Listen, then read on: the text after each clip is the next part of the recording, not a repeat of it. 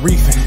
Fish in my crib, I got fresh, I got saltwater. Bugs on the rocks, I got all colors. I made an archway out of all rubbers. Protein skimmer make all bubbles. Got fish for sale, I'm finna place the order. If it's rare enough, I'll cross the border. Perimeter checks, there's levels to this. Macro lens, you see in the pattern. Snail shells, Museum of the Vatican. I'm coaching this game, Gary Patterson. Join the Discord verified, I let you in. I like my lives like ESPN. It's lost in Burnett, it call STN. It's part of the game when you destined to win. You see me on live, got questions, check in. Yeah.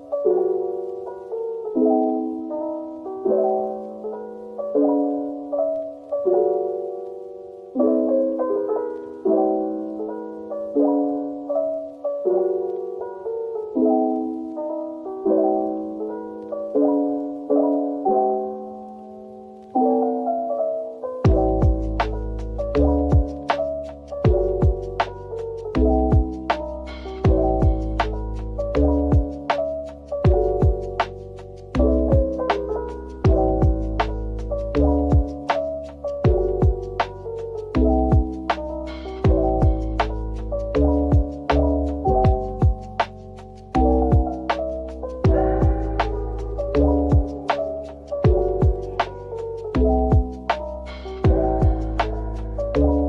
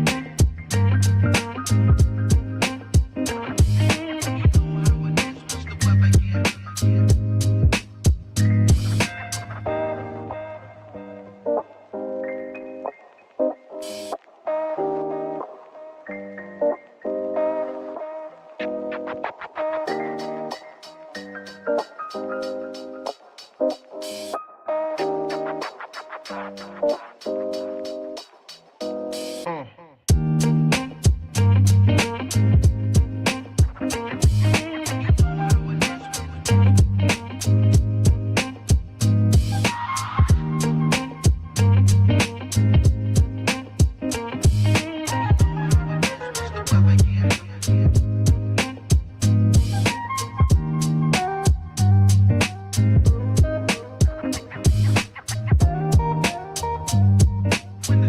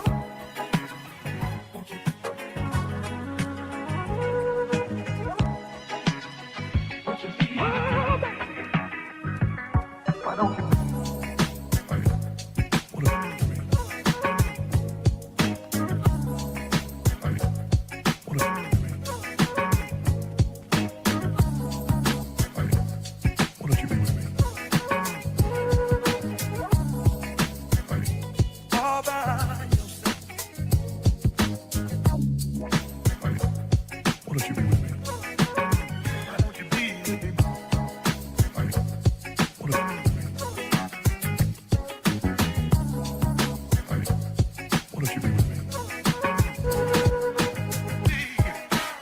Why don't you be with me? Why don't you be with me? What if you be with me? What if you be with me?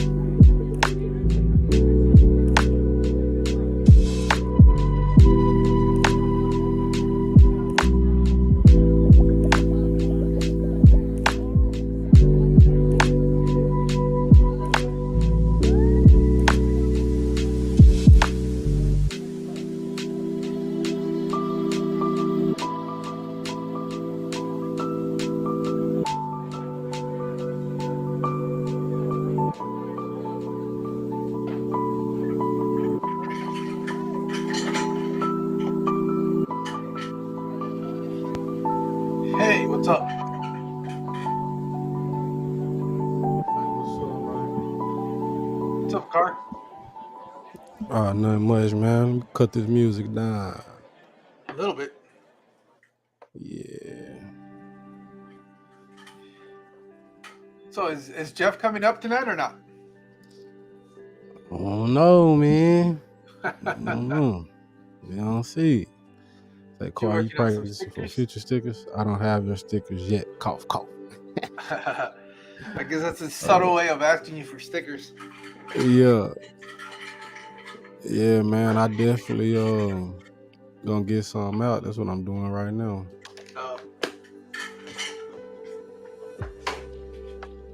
Printing some making this logo. I'm trying to do me like a reversible sticker. Oh, So okay. when you So you turn can it put it, like, upside on a- down, Inside of a window or something? that'll be dope too. But no, I was thinking more like I could turn it around. You could flip it either way, and it'll still say Coral Aquatic Reef. Oh, I got it. So yeah. He's gonna pass out shortly. Too bad. Yeah, man. You know, old man got to get some rest. He be always up, man. So I know he probably feeling it, Doc. What you got going, man? You at work? Yeah. That's your fish room? Like the green screen of your fish room? Yeah. Or no? Yeah, that's the wall that you don't really get to see. Yeah. Nah, that's cool though. Usually I use the other image, which is let me see if I can DC. No, it's for the avatar.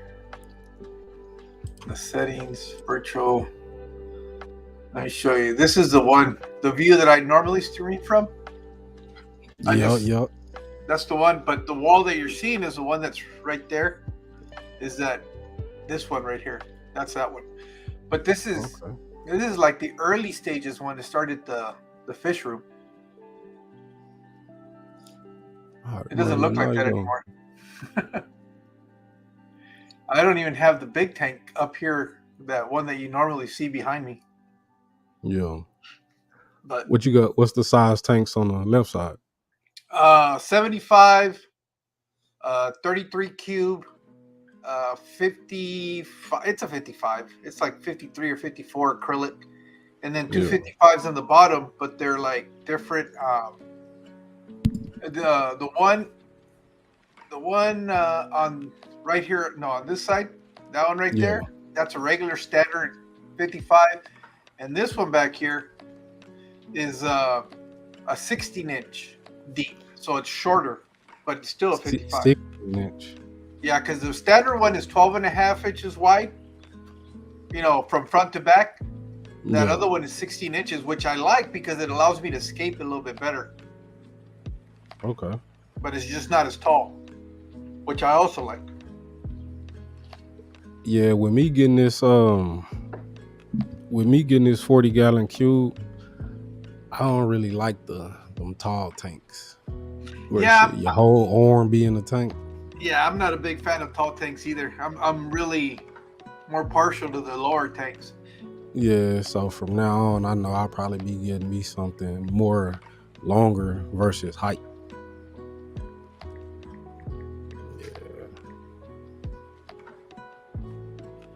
Yeah. But yeah, I definitely got to get me get a lower tank. There's the 75, the same footprint, except not as tall. Although I don't mind that 75. The height on that one's not bad. But they have a shorter one that's supposed to be the 60 breeder, which is a little bit shorter. I don't know how many inches shorter. But I've seen them and I like them. It's probably about as tall as that one right there that's below me. Yeah. So that one works out pretty good. Yeah, I was looking at before I had got the 40 cube, they had like a 32 blue wall flex. I think I probably would have liked that one better. The flex? Yeah. The only thing I don't like about those flex is that curved glass in the front. You don't like that? No. I think it's kind of cool, man. It distorts the fish depending on where you see them. Yeah. But shoot, I like it though. Give it another aesthetics. Yeah. Little boat, so you don't like bow fronts. Not a big fan of bow fronts. Okay. Yeah, not a big fan of the bow fronts. There's a guy, God, I can't remember his name. He set up a really nice, like a hexagon, which is like an odd shaped tank. Yeah. But the way he set it up, I think it was like a 150 gallon hexagon or something like that. Some weird dimensions, but he did it right, because he kind of took the narrow part of the back and scaped it towards the sides, like coming out, so it gives you that view like you're looking into the depth. It's real. He did a really good job. I wish I could remember his name though. Oh yeah, it sounds cool. And I was surprised how many subscribers he had, and I've never heard of him until one of these days when I was just kind of clicking buttons. Let me see if I can find him in my list of subscribers. But it's a really neat aquarium. How you ever put together a tank like from the glass panes? No, I haven't built one. I want to. Yeah. I want to build my own. Yeah, that be looking dope. I know when I had resealed this one, and I messed around and got some black silicone instead of the clear, but I didn't realize it until I was squeezing it out the tube. Well, I kind of like the depending on the aquarium, some of the black silicones for some reason just makes it look nice. Yeah, it makes it pop. Nah, for sure. But it's alright though. Just know next time to use like the masking tape and all that. Oh, I did. The very first one I did it, and it was a mess. Yeah, man. So, and then I forgot who was it Tanner from what's his channel name? Forget. That he would tape it off and leave basically like a half inch, quarter inch on each side. Yeah. And when I saw that and I did, I was like, oh, I'm never not using the masking tape, because it makes it so easy. Makes your line way more smoother. Oh yeah, real nice and neat. It looks professional. Yeah. I know something to never do either, to put my tub in like my tank in the tub to try to clean that mug. What happened? Shit, it chips it. Oh. Like as soon as you like move it or something, try to slide it, boom, it's just chipping it. I didn't know that. If you hear a scraping noise, it's chipped. For real, bro. So learned the hard way with that, but luckily it kind of chipped all together, so I was able to silicone it. Not silicone. I had got some of that. It's not the JB Weld. It's that Gorilla Glue. It's like a 2-part. Yeah, the mixture. Epoxy. Yeah. I got some of that epoxy. And it held? Ah, yeah. That mug held. It wasn't nothing like a little chip. But nah, that stuff worked wonders though. On the cool. It works wonders. You tried to use it before or something? Did I drop one? No, have you tried to use that before? No. I haven't done anything but just straight up silicone. Yeah. Nah, that epoxy worked, bro. Okay, I'll keep that in mind if I ever have to figure out something how to use it. Yeah, the good thing too about the epoxy, once it dries, you can sand it down to give it the shape. Oh, okay. Shine it back up and stuff. So you can give it that clear acrylic look. Yeah, that mug good. Nah, bro. I remember one time I had it was like a 29, and I had some guppies in there, and I had that mag float thing Yes. you clean your glass. Yeah. And you know how you go to the flip to the other side? Yeah. Bro, I did that and the whole side of the tank cracked. Oh man. Yeah. So luckily I had an extra tank in the shed. Went down there and got it. It was crazy though. So now I'll be real cautious about those things. About the mag floats. Yeah, I can see that. I be seeing Mike's Love Life Aquatics. He be Yeah. doing that. I said, hey bro, you might want to be careful. Be careful. Yeah, he was like, nah man, I got these big tanks, so the glass thick. I was like, all right. Okay, buddy. I don't think that really matters. Shit. How thick the glass is. I know if you use a strong one on a smaller tank, I know that's of course more prone to crack, but just depending on how much pressure that mug do, snap back, shit. It'll crack it. It'll crack it, bro.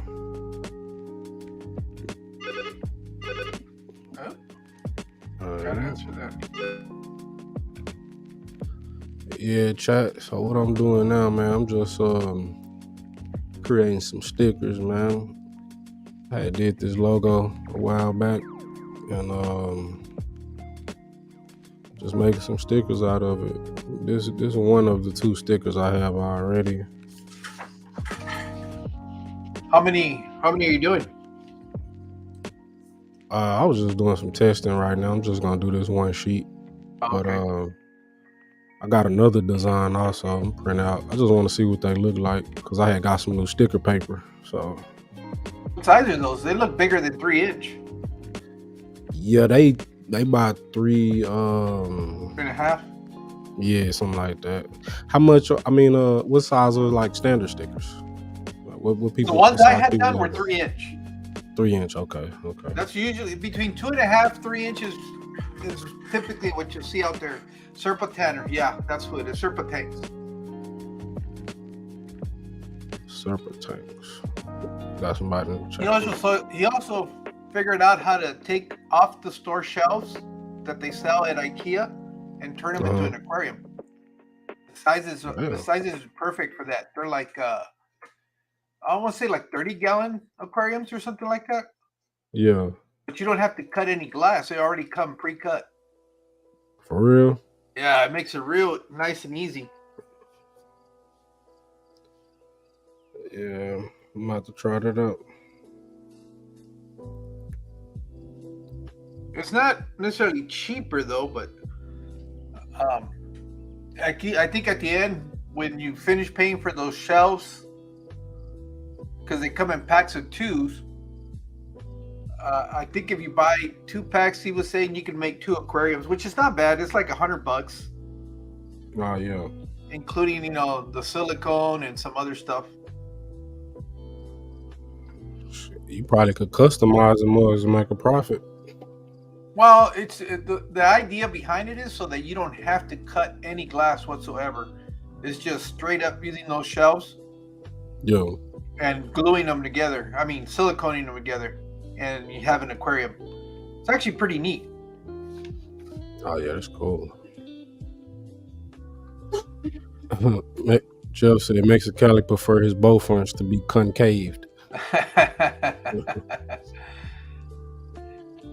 Yeah, you know what? I even before I came back into the hobby again, I just never was a big fan of those bow fronts. I don't know.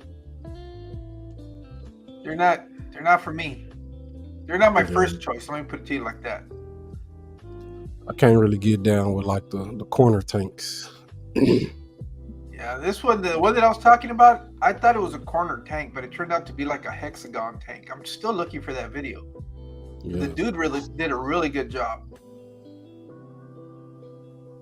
Jeff said, I'm not either. He's not either what? Probably into those bow fronts? bow fronts or corner tanks. Yeah, the more and more I do this, the more and more I'm becoming more partial to either like cubes or the aquariums that are I want to say probably no bigger than a 55 gallon. Well, any 4 foot, 48-inch profile kind of tank is probably about as big as I would want to go. Okay. For the fish that I like to keep, it's more than enough room. I can do a whole lot with it. It just makes more sense for me. And then it's easier to make stands for them too. They're pretty standard. You can find lights really easy. Yeah. They tend to be a little bit more standard size. Yeah, a little more manageable. It's a little more manageable. And your filtration options too. You have a lot of different things you can do for filtration. You ever did you ever had an aqua clear? You know what? I've never had one. I don't have anything against them. I know people complain that supposedly they'll lose the siphon when the power goes out and stuff like that. Yeah. But that was always the case with any hang on the back, hang on the backs when I was younger. So I don't know any different. I seen the one video where this dude, he had you know how when you hang on the back, you don't want to siphon to start. Mm-hmm. Now how it be like just purging. Yeah. Well, that magnet in the inside of it with the propeller, it moves. I guess that's when it gets too loose. It's harder for it to purge. So what you have to do is super glue like one side where the pin can still move, and it works as soon as you come on and it purge, that first go around. Oh, the water get to running. Yeah. I had tested it out on my hang on the back filter because I noticed mine was doing that. It's taking a long time for the water to circulate and come out of those sprayers that they have, like the spray bars. Yeah. For the bio wheels. Yeah, it was taking a long time to come out of there. So I got to doing some research, found that video, and that shit worked like a charm, bro. Okay. I might have to do me a video on it just, so people could see what I'm talking about. But it definitely helped though. Man, don't you hate this shit when you want to find something? You can't find it, man. You never seem to find it. And then when you're not even looking for it, it'll pop up in your algorithm. It'll be there on your page of, recommended for you. It always happens too. I was looking for this shit 3 hours ago. Trying to find a video? He spent 3 hours trying to find a video? Is that what you said? Nah, I'm saying that's how it'll be. 3 hours go by and it'll pop up and you be like, bruh, I was looking for that 3 hours ago. But nah, it be happening to me like that. That's why I like to bookmark stuff now. So shit. Okay, you bookmark stuff on YouTube? You could save it to your like a playlist, like to your play later type thing. Oh, okay. Yeah. So if you want to like watch it later, you could do that. Fuck, there's too many. Odd shape. Let me change the name to aquarium instead of tanks. Odd shape. I think was that the name Jeff put in the chat or not? For Tanner? Yeah. Yeah, that's the guy that does that I got the using the masking tape to be able to silicone aquariums. Oh, okay. Jeff know everybody, man. What's that? I said Jeff know everybody. Oh yeah. He knows a lot of people. Well, he knows a lot of channels. Super Tanner. I wasn't joking the day I said that when I go on the hunt to look for these new smaller channels that are just coming up. And when I think I found a new channel, I'll go to the comments to leave a comment. And Jeff's always there. He's always planting his flags everywhere. Bro. Although I think I found two of them. One of them's OT on the cheap, OTC. nobody from Fish Fan that I could tell had found his channel yet. Yeah. OTC Aquariums, I think, and it's stands for on the cheek. On the cheek. Yeah, OTC. Oh, okay. And I was laughing. I left him a comment. Man, I can relate to your philosophy. Yeah. On the cheek. Hell yeah. Oh, On the cheek doesn't necessarily mean bad. Just you know, you gotta be frugal. Frugal. I heard you say that before. Yeah. That's when you're smart with your money. They call those cheap wads. Well, that too. You tight with you. That's how you stay wealthy though, bro. If you like loose with your money, shit. Well, I don't know. You know, that's all the guys that have the serious money. Is they're not throwing it away here and there. Yeah. I don't know. You just work too hard for your money nowadays. That's the way I look at it. Yeah. And nobody really just spending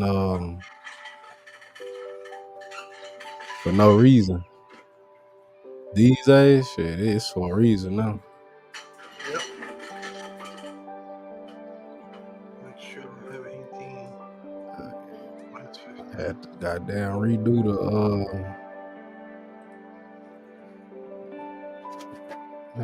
the sticker design. That might trip out. Hey,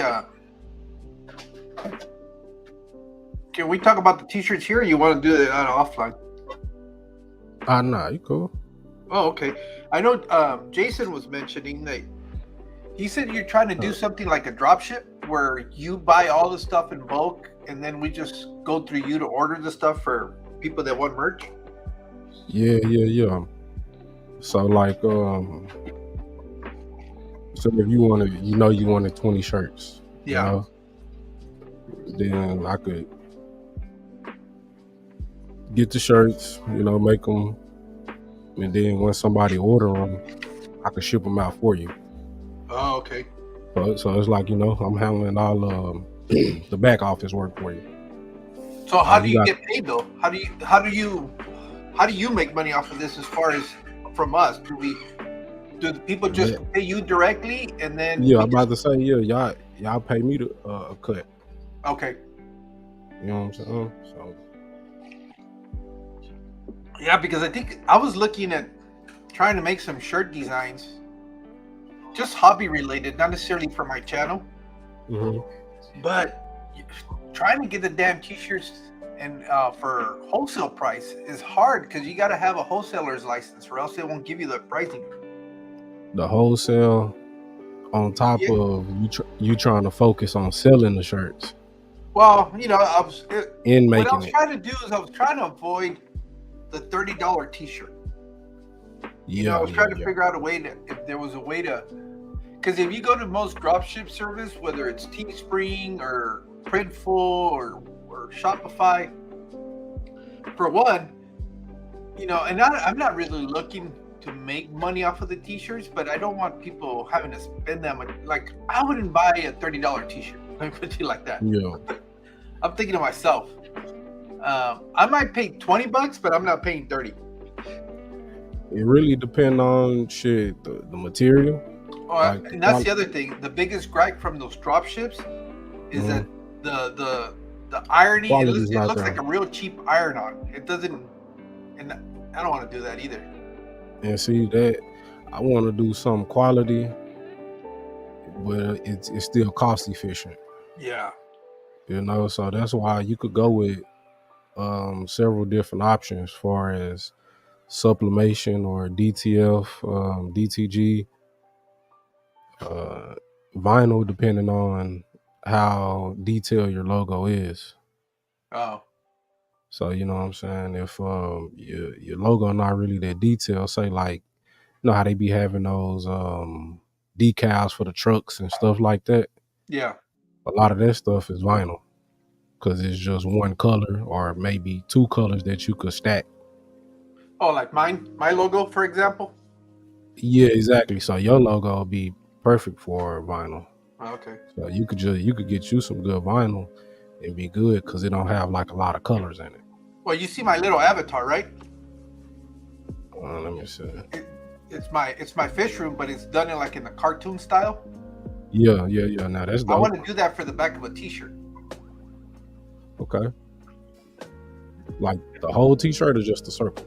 No. Well, it'll be a rectangle. The actual picture itself. This cuts it out for. But I want to do my logo in the front and that in the back. But I don't. The problem is I don't know if the quality of that picture is able to do that or not. Hey, Funk. Funk. Him and his DTF, bro. DTF stands for direct to film. He keep talking about it. Say it means down the fuck. He was like, bro, that's. So he's yeah. So is that DTF a term for the quality of the transfers or what? Not well. Is you got direct to film, which means the ink will go to like a clear type paper. Well, you got direct to garment, where the ink goes directly to the garment. Okay. Yeah. So it's just the type. Me and Funk have been talking about this for a while. Is like, how do you get a? Yeah. Hey, what's happening, J-Rock? Shit, appreciate you for coming through, man. He said my train is having mechanical issues, and then it's gonna be 4-5 hours. How you know that the train is having mechanical issues? He got the plug at the station. He's probably got a radio that he's listening into the frequencies. That's a good one right there, J-Rock.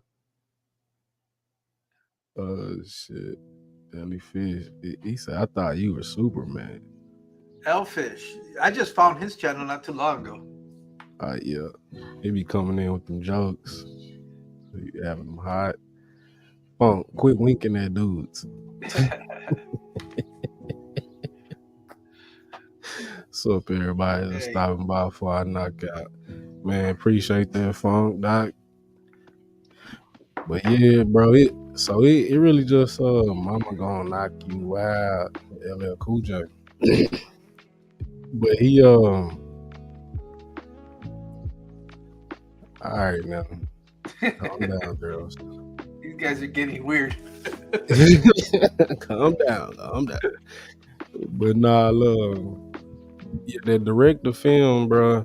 The only thing about that, like, it can't go on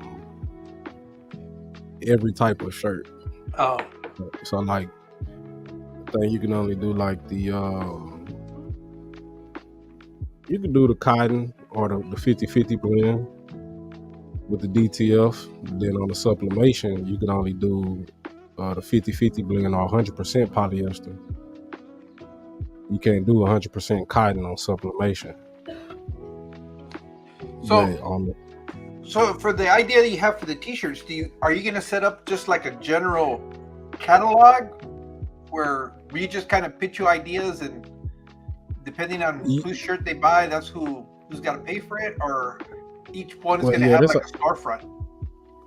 Sure, that's something I'm really in the works on, like, you know, because I know how to build websites and stuff too. That's why I was asking him, you know. So I guess it's just something on that part we'll talk about behind the scenes.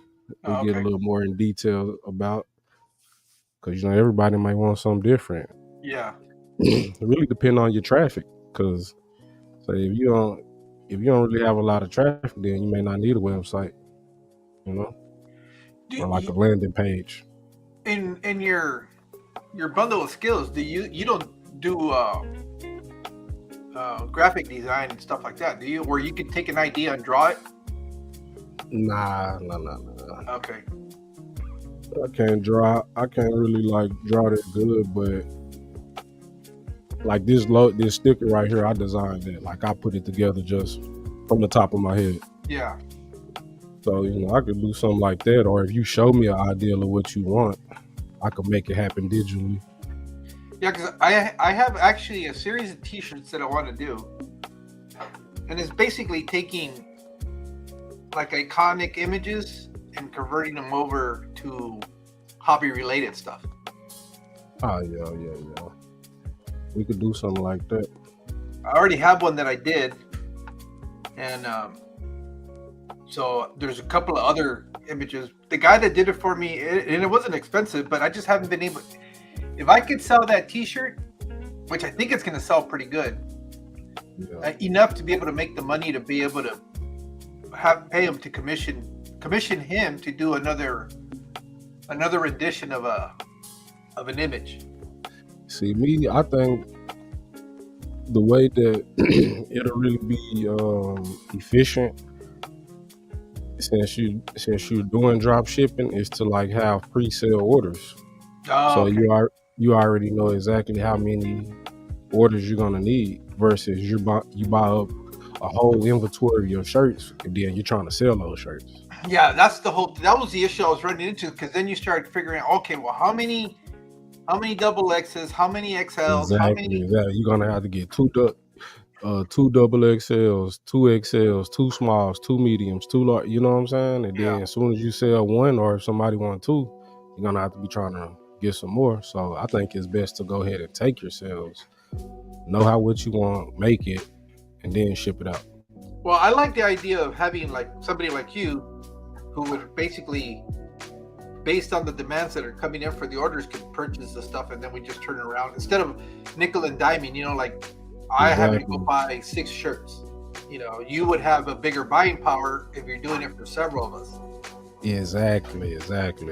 So that's why I'm saying we just go ahead and get a little something together, and then we'll know what we're working with. Order a quantity of shirts, and then we could print them up. Later out. Cause I'm already doing that myself. Oh, okay. Catch you guys later. Good night. All right, yeah. Appreciate you coming through, man. That's why when I saw that Urban Styles, that's why I was asking. I was wondering if you were behind that, buying garments and stuff, and then because if you had that, I was gonna reach out to you. Yeah. Well, nah, I have access. Oh, okay. Like my people, that's my people clothing store. Yeah. He been having it for 10 years, so he got all kind of clothing accounts and everything. But I've never reached out to him like on a venture like that. Yeah. No, that's why I thought you were like really involved with that, but it's just you're just advertising for them, which is a little bit different. Ah, yeah, for sure. Nah, bro. I'm a little hands-on too. He be having fashion shows and stuff too. Oh, okay. Yeah, we doing it. Hey, Ian. Somebody just came through. Yeah, Atkins. All right. What's up, Ak? So just getting out of work. That's a bad man. Gonna slide up. Hang out like last time. Might as well. Yeah, we said, bro. Yeah, I thought about it after we got off. I had thought about it after we got off. What's up, Craig? We worked the whole shift with you, dog. Yeah, I know. That was crazy. We did 8 hours with him, bro. That's crazy. What you was gonna say though? Oh, no, and I think that idea of you kind of being the like the wholesaler, and I know there's several channels that would be interested in doing it, just because we don't have the buying power to do, or the time to do a lot. And then if you buy t-shirts, you try to make t-shirts, you got to get the heat press, there's a whole bunch of other stuff involved with it, and then you got to worry about shipping. And shipping is usually where you get hung up on when it's just you. But if you have if you're shipping like in a little bit more bulk, I guess, or you're using a shipping service, you get a better rate. Man, you do. You get a way better rate, and it's not that much expensive, bro. Cause trying to buy just a few shirts, you really losing out on your profit. Yeah. Well, I was looking at it, and I was looking at. I figured I got the t-shirts down to where I could get them done. And this is not me, just me going directly to the supplier to about $12 a t-shirt. But the problem was in Mexico. Remember, I live on the border, so I get that luxury of crossing over, and it's a lot cheaper. But the problem was when it came to shipping, I was right back up to $25, $30 a damn t-shirt. And shipping? Well, yeah, because when you pay for the shipping. That's crazy. So I was like, well, I didn't. That was before I found out you could pay a membership, and you can do you buy in, I guess, to these like bulk shippers, and you get a better rate. But yeah, that's kind of where I got hung up at the beginning. So I kind of quit looking into it. Okay. Whoosh. Let's see how we gonna roll this then, man. See how we can make it work out. Yeah, I'm definitely interested in it. For sure. Hey, how did your stand come along? I dropped it off with the guy that's gonna put the top on it, and he's gonna lacquer it all. So he's gonna give it several coats. He said he should be done by this weekend. So, and then from there we got to take it up to the museum, and then that's what I was kind of pissed off about today, because I received the plants that I was going to use to escape the damn aquarium, but they're all cooked. Damn. Every single one of them was done for. It was so bad that when I opened up the bags, you could smell the decay. And for plants to smell, that's some serious damage. What they had was it super hot down there right now or something?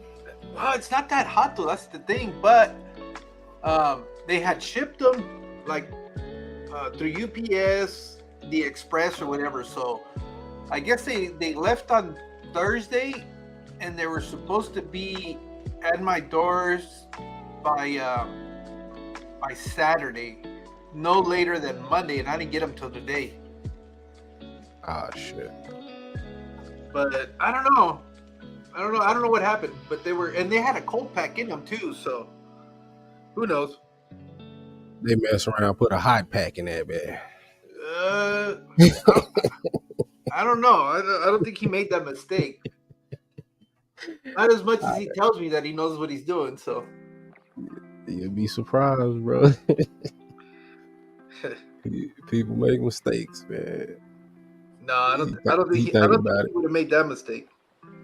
Think about 2 a.m. in the morning, like, oh shit, put a hot pack in a box. Yeah, but I even filmed it, and I was talking to the person that sent it to me. I was like, dude, I don't feel comfortable releasing this, because the whole idea was to kind of plug his business. That was the reason why he wanted to send me the plants. But I'm waiting for him to get back to me, because he's actually filing a claim with UPS. But maybe it would be a good look, because then you can find out when shit goes wrong that he can make it right. Yeah. But either way, I'm waiting for him to tell me whether I can release that video or not. And I was about to do it live too. I'm glad I did it. It would have been like Aquarium Co-op. He had did a live unboxing. Wasn't looking too good. Oh no. Yeah, but he really had made it to like an informational video though. Oh, okay. So he was just letting you know that's why it's best to get the 48 or 72 hour heat packs instead of the 24, because you never know what may happen. You know what I'm saying? See, the problem right now is that I haven't been able to get anybody that can ship plants out to me and not look pretty shitty. It takes, The very first shipment I did was through Jacob Aquarium, but he was on Yeah. his way out. You know, he was done with the business, and he So he basically really ain't didn't give a give shit. two fucks. And he sent me. It took the package almost 2 weeks in the summer to get to me. By the time I got him, I wasn't able to salvage anything. Everything was gone. For real. And I kept you know, talking to the guy, and he just kind of blew me off. And then like maybe a week after that, I noticed that he had done his final video where he was leaving. He wasn't doing the hobby anymore. He was going to become a truck driver. He ain't even Now care. his channel, he's got a channel where he's just out there on the road as a truck driver. Just said F the fish. Pretty much. Yeah, And I was this like, you dirty dog. the fish store I had got this the 40 gallon from, they was going out of business. That's really why I had bought it. It was a good deal. And that's what we always say. But I messed around and got it they was going out of business, bro. And he had, as the days was dwindling down, it was 40% off, 60% off, 70% off everything. That's how I got, some pretty good stuff, bro. Cheap. Yeah. I got that big old driftwood in a sickler tank. It was like a 60 some dollar driftwood. I got it for like $20. So it was, some win-wins. But then it was crazy because I had just found them. It had only been about a week before I found them, and then they was going out of business. I was pretty bummed about that. Yeah, what's his name? Ian is saying that plants don't like to be shipped. I guess not. I guess plants just don't. Most of the plants that I've had success, I've just gone to the local fish store and been able to pick them up. So we'll see what happens. Yeah, all the Worst plants I case got, I scenario- had picked them up though. Excuse me, Bless you. sorry about that. Bless you. Worst case scenario would just be a jungle val aquarium. Yeah. Straight jungle vibe. Yeah, I got plenty of that is growing in my aquariums, and I can pull that off.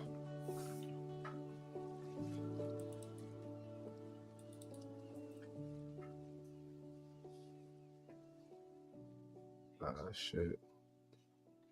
Goddamn June on. Oh, is she on? Yeah. Show us some love. Well, we don't have to stay as late as last time. Yeah, shit. I'm really just cooling, bro. Nigga, off Whenever tomorrow. you're ready to so. go, just let me know. Easy, cause you on the clock, huh? Yeah. Man. I gotta be here regardless. So Yeah. don't be waiting on me to say good night. Yeah, he said, cause it's gonna be a whole nother 7 hours. Oh yeah. Well, that So happened. whenever you feel like you gotta go, that's fine. I just wanted to come up and hang out a little bit. Yeah, for sure. He said, but they could bounce back though. Yeah, the problem was if I was gonna use them to skate, because it'll probably be next week. I don't think those Yeah. plants are gonna bounce back quick enough. I know it'll take some while, and I'll be able to get them and bouncing back and stuff like that. But he's had some crypts, and those were gone. I mean, they were just. I went to take them out of the bag, and the leaves were stuck to the damn bag. And I was like, the roots are good though. I Yeah. planted the roots, but it's gonna be that's gonna be about a month before I start seeing any growth out of that. Yeah. Yeah, like 2 summers ago, my plants had got cooked outside. I had to bring them in. I was able to save some, but Yeah. the ones I really wanted didn't get saved. It was funny because that order from Jacob's Aquariums, the only thing that I was able to salvage from that whole order was a little bit of pearlweed, just a little bit. I had ordered a couple of bunches, and Yeah. it was all brown, but except for a few leaves, and I put it in there, and that's where I was able to get some. It still what's up, smoke Adam? good, huh? What's that? It still smoke good, huh? Yeah, it's. I mean, it took almost 2 years for me to be able to get anything Yeah, out you of those. said yeah. You said yeah. You ain't even heard what I said. I said it's still you because you said it was pearl weed. Then you got to Oh, talking about you took it out. I said so it still smell good, huh? You like yeah. Nah. well, I probably could have rolled it and smoked it because it was that Yeah, dry. it was brown. Damn. Yeah. No, not the rigid. Hey, what's how, man? So Appreciate you I for I coming I put through. I put all those plants in water today, but hopefully some of them will be salvaged. I'm hopeful that the crypts I'm not too worried about because anyway, the best thing you can do with crypts is just cut them and plant the roots and let them come back, get them used to your water. Although these were supposed to already been flipped, that was the whole thing. They were supposed to already been all uh, submerged growth on these plants instead of immersed, but we'll see what happens. I wonder. I'm trying to see how this aquatic plant gonna do in the soil. Had it in the tank, but I dropped it in some soil, so see how it go. Be over experiment. Yeah, yeah, and what Jeff's saying, yeah, what it'll be is one of those things where I'll use what I have, and as those plants start bouncing back, it's easy. You just pull out whatever you don't want in there and replant whatever you have. So it's just it's not gonna be as full right off the bat. It is what it is, man. You get lemons, you make lemonade. That's the way I look at it. For real though. I always gotta improvise, man. Yep. And I've got just some generic plants in there, which is fine. That's what I was going to use it anyway. So, and I don't care about Generic. leaving my What's generic plants? well, low requirement plants. Your Amazon swords, your Luigia rotala. I have some Val. Just your basic, your very basic plants. None of the fancier stem plants or anything exotic. like Yeah. He said the generic. He didn't call them fake plants. I don't think my Amazon source appreciate that, man. that. I don't think mine either. Not being called generic. They're gonna be like, "What? Come on, Who man. are you talking? Who are you calling generic?" What? We real too. Yeah, They real plants, man. well, it's like beginner plants, I guess, is really the term that I should have used. Hell, a lot of people can't even keep them alive. Are they beginner plants? Digging deeper and deeper, huh? Yeah. Come on, we're gonna change the subject. I'm just gonna stay quiet now. Mexicali, we talking about some beginner plants. Nah, bro, I haven't dipped into the CO2 side yet, man. You know what? I probably will do that in the future because I've been seriously contemplating what I want to do with the fish room. Yeah. And I'm stuck between. I got to find the right balance because I do want to do some breeding, but it's not going to be. I'm not going to require like big aquariums to do the breeding that I want because I keep a lot of the small fish. That I can get away with 20 longs or 20 regulars and 10s. So I'll probably be able to put off a section where it could be like a breeding wall. And then the rest of it will be just kind of display aquariums, probably from the same fish that I'm breeding anyways. What you done took over the garage, man? Yeah, pretty much. Well, my wife has got the entire house, so I told her, this is all I want right here. yeah, right here. This is This all. little piece.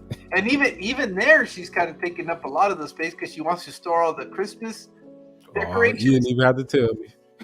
And it's like, how many Christmas decorations? Because she goes all out. Bro. She goes all out inside the house, not so much outside.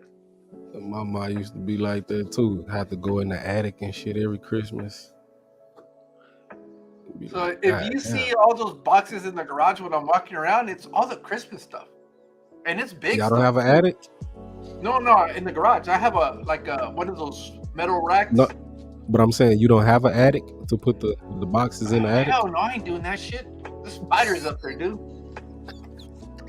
See, man, you being a wuss. I had to do that every Christmas, man. Fuck yeah, I'll be a wuss. I don't want to mess with those spiders. We have black widows out here, man. Ah, hell no. If they were just Danny Longlegs, I wouldn't really care, but Yeah, that's mostly what we got down here. I found an exotic spider though one time in the backyard. That was crazy. It was like a banana leaf spider or some shit. oh shoot, okay. Yeah, that mug was crazy. I think I emptied the can on his ass.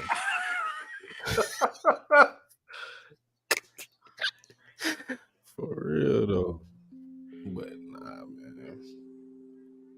Yeah, I think the biggest fear of So spiders for me is not knowing which ones are the venomous and which ones are not. That's the biggest problem.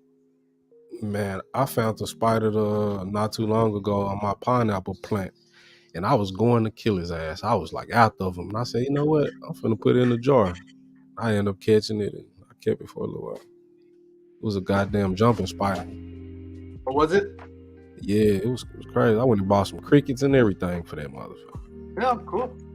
Yeah, so it really got me over the fear like of being that close to a spider though. See, I don't necessarily have a fear of spiders. It's just like I said, I don't know which ones can mess you up. This act. Let me see this act, man. You know which fire I'm terrified of? Act. Hello. Hey, This yeah. act. Hey, what up, bro? What's up with it, man? Man, not much. My phone's tripping, but I'm here. Okay. I had to make sure it was you, man. You know them trolls real out here, man. Always real. Hold on, let me swap the camera so you can see my. You don't want to get vibed? Nah, man. Shit, I know I clipped that shit out though, but ain't no dang, man. That shit was funny. Curtis, hey, does anybody know Christine? Nobody answered. He still brought her up. Bro, it's funny. Right before I had got off, it was somebody else trying to come up, and I had just said like, "Nah, bro, don't let them up." Then the chat was saying if Vibes wouldn't let him up, you don't let him up. That was how it went. So he still let him up. It happened to the best of us. Hasn't happened to me though. So bless. Well, I don't normally do these open panel stuff. That's probably why it hasn't happened to me. But I'd be one that it would happen to because I do bring up people that sometimes I don't know. Right? Yep. Stuff that grows from Mexicali. It's time to kick it out the garage, Mexicali, or start expanding into the house. Yeah. I ain't willing to fight that battle. Yeah, nice. Leave well alone. Yep. Well enough alone. I'm good. Actually, she's the one that wants me to rearrange it in there and spread it all out. So open it up. Yep. Yeah.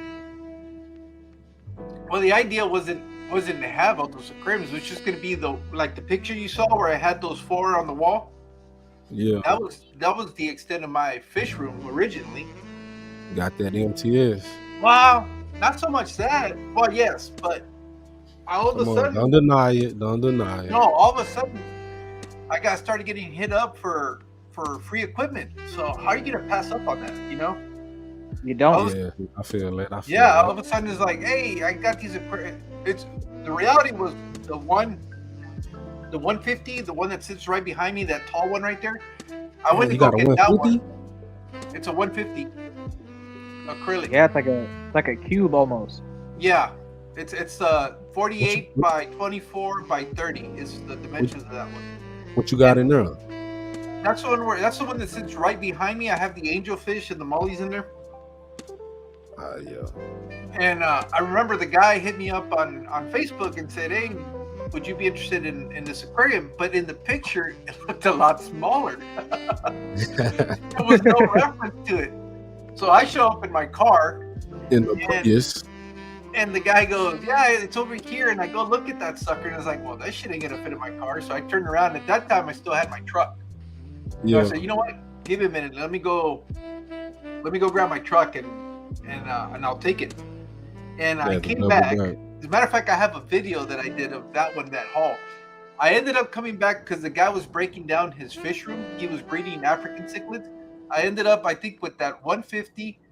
I ended up with like 3 or 4 20 longs, like 6 or 8 10 gallons. I mean, that's what really built my fish room. Was all those aquariums that I got from that guy.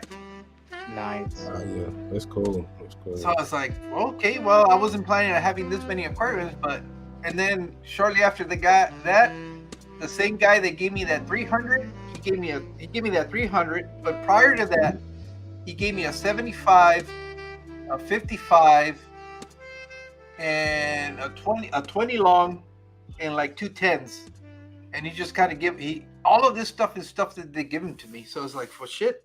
Damn. They were trying to downsize. So yes, it's MTS, but it's not. It's Not really, not because like it was passed down to you. Yeah, exactly. Yeah. It was opportunities that you can't pass up.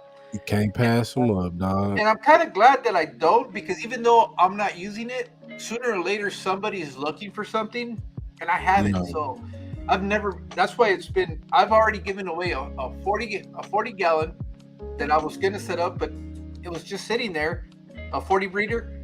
And a friend of mine goes, oh, I've been looking for one. I said, well, take it. He goes, really? I said, yeah, take it. It's on its side right here. I said, take it. A lot of people though that give a lot, they receive a lot. Well, I believe in that, and I've been very fortunate in that. That's why I never hesitate when people ask me for something. Yeah. I never even think about it as like, here you go, because I know sooner or later it comes around. Like I said, I've always said, I believe in karma, and whether it's good or bad, karma's real. Yeah. So one of my regular customers came in, and they're like, yeah, my wife bought a fish tank, and now we got a beta, and I don't know what to do with it. So I'm just like, okay, come over to my place. And I give them some bacteria for my display tank, some fresh coral to keep the pH balanced, because we have soft water here. Yeah. And a little Nubius plant that I've had for like 3 years. And one other thing. It was a botanical pod. I said, put this in there. It'll have all the good stuff. Just drop it in the tank. Yeah, he gonna live. Yeah, he's like, I got these fake plants and all this stuff the store gave me. And I'm like, oh. I dropped this real plant in there. Drop this real plant in there. He's like, it's got no light on it. I'm like, perfect. This plant will survive with just sunlight. Yeah. That's what's up. He came to the right person then. He's like, damn, I didn't even realize you were this deep into it. Oh. No, you were streaming already you were at 7 hours? Yeah. 8 hours now. He kept my whole shift. Bro, this is how I got through my day. I kept this in the background. He said, how long y'all been up? We've been up probably about, an hour? Just talking? Talking, yeah. Yeah, well, I got here an hour ago, so. I almost jumped on immediately. For real, go on and hop up, animal. Shit, we just kicking flavor. I got my 20 long all running off the reef tank. Now it's 65 gallons. Yeah. Water volume. I get it. Yeah. I was trying to figure out what Jeff was saying about Jimmy giving you a hard time. That's because I always bust his balls too. Shit. Hey man, I appreciate everybody that's over there at that's watching on Rumble too, man. We got 9 people on Rumble. Oh yeah? Yeah. So I appreciate everybody on that side too, man. What up, Rumble Told people? Yeah, sure. They can't see our chat over there, so they gotta start them one up, man, Huh. so we can You conversate. gotta come to the YouTube side where all the cool kids are. Well, we want them to stay over there because we getting paid on Rumble, so Oh, really? yeah. So we need them to stay over there. So I haven't heard of Rumble. What? Yeah, it's something like a YouTube, bro, and you get monetized right out the gate. Like you ain't gotta wait. You ain't gotta have a certain number of subscribers, views, or anything. Well, I just gave you a like on Rumble. Man, appreciate it, Doc. So We got 7 people. Okay. Yeah, I already been gaining some monetization. I guess they be running like ads or something while I'm going, and it's been accumulating some dollars. So I guess once you get to a certain amount of dollars, you can cash out. So yeah, that's probably like the threshold that YouTube has. Oh wait, there it is. You can see them on here. Why did it go 3 times? I don't know. That mug jump though.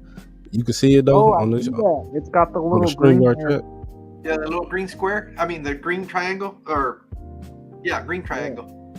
Yeah, that's the green triangle that's on the screen up top of the Twitch. That's the Rumble symbol.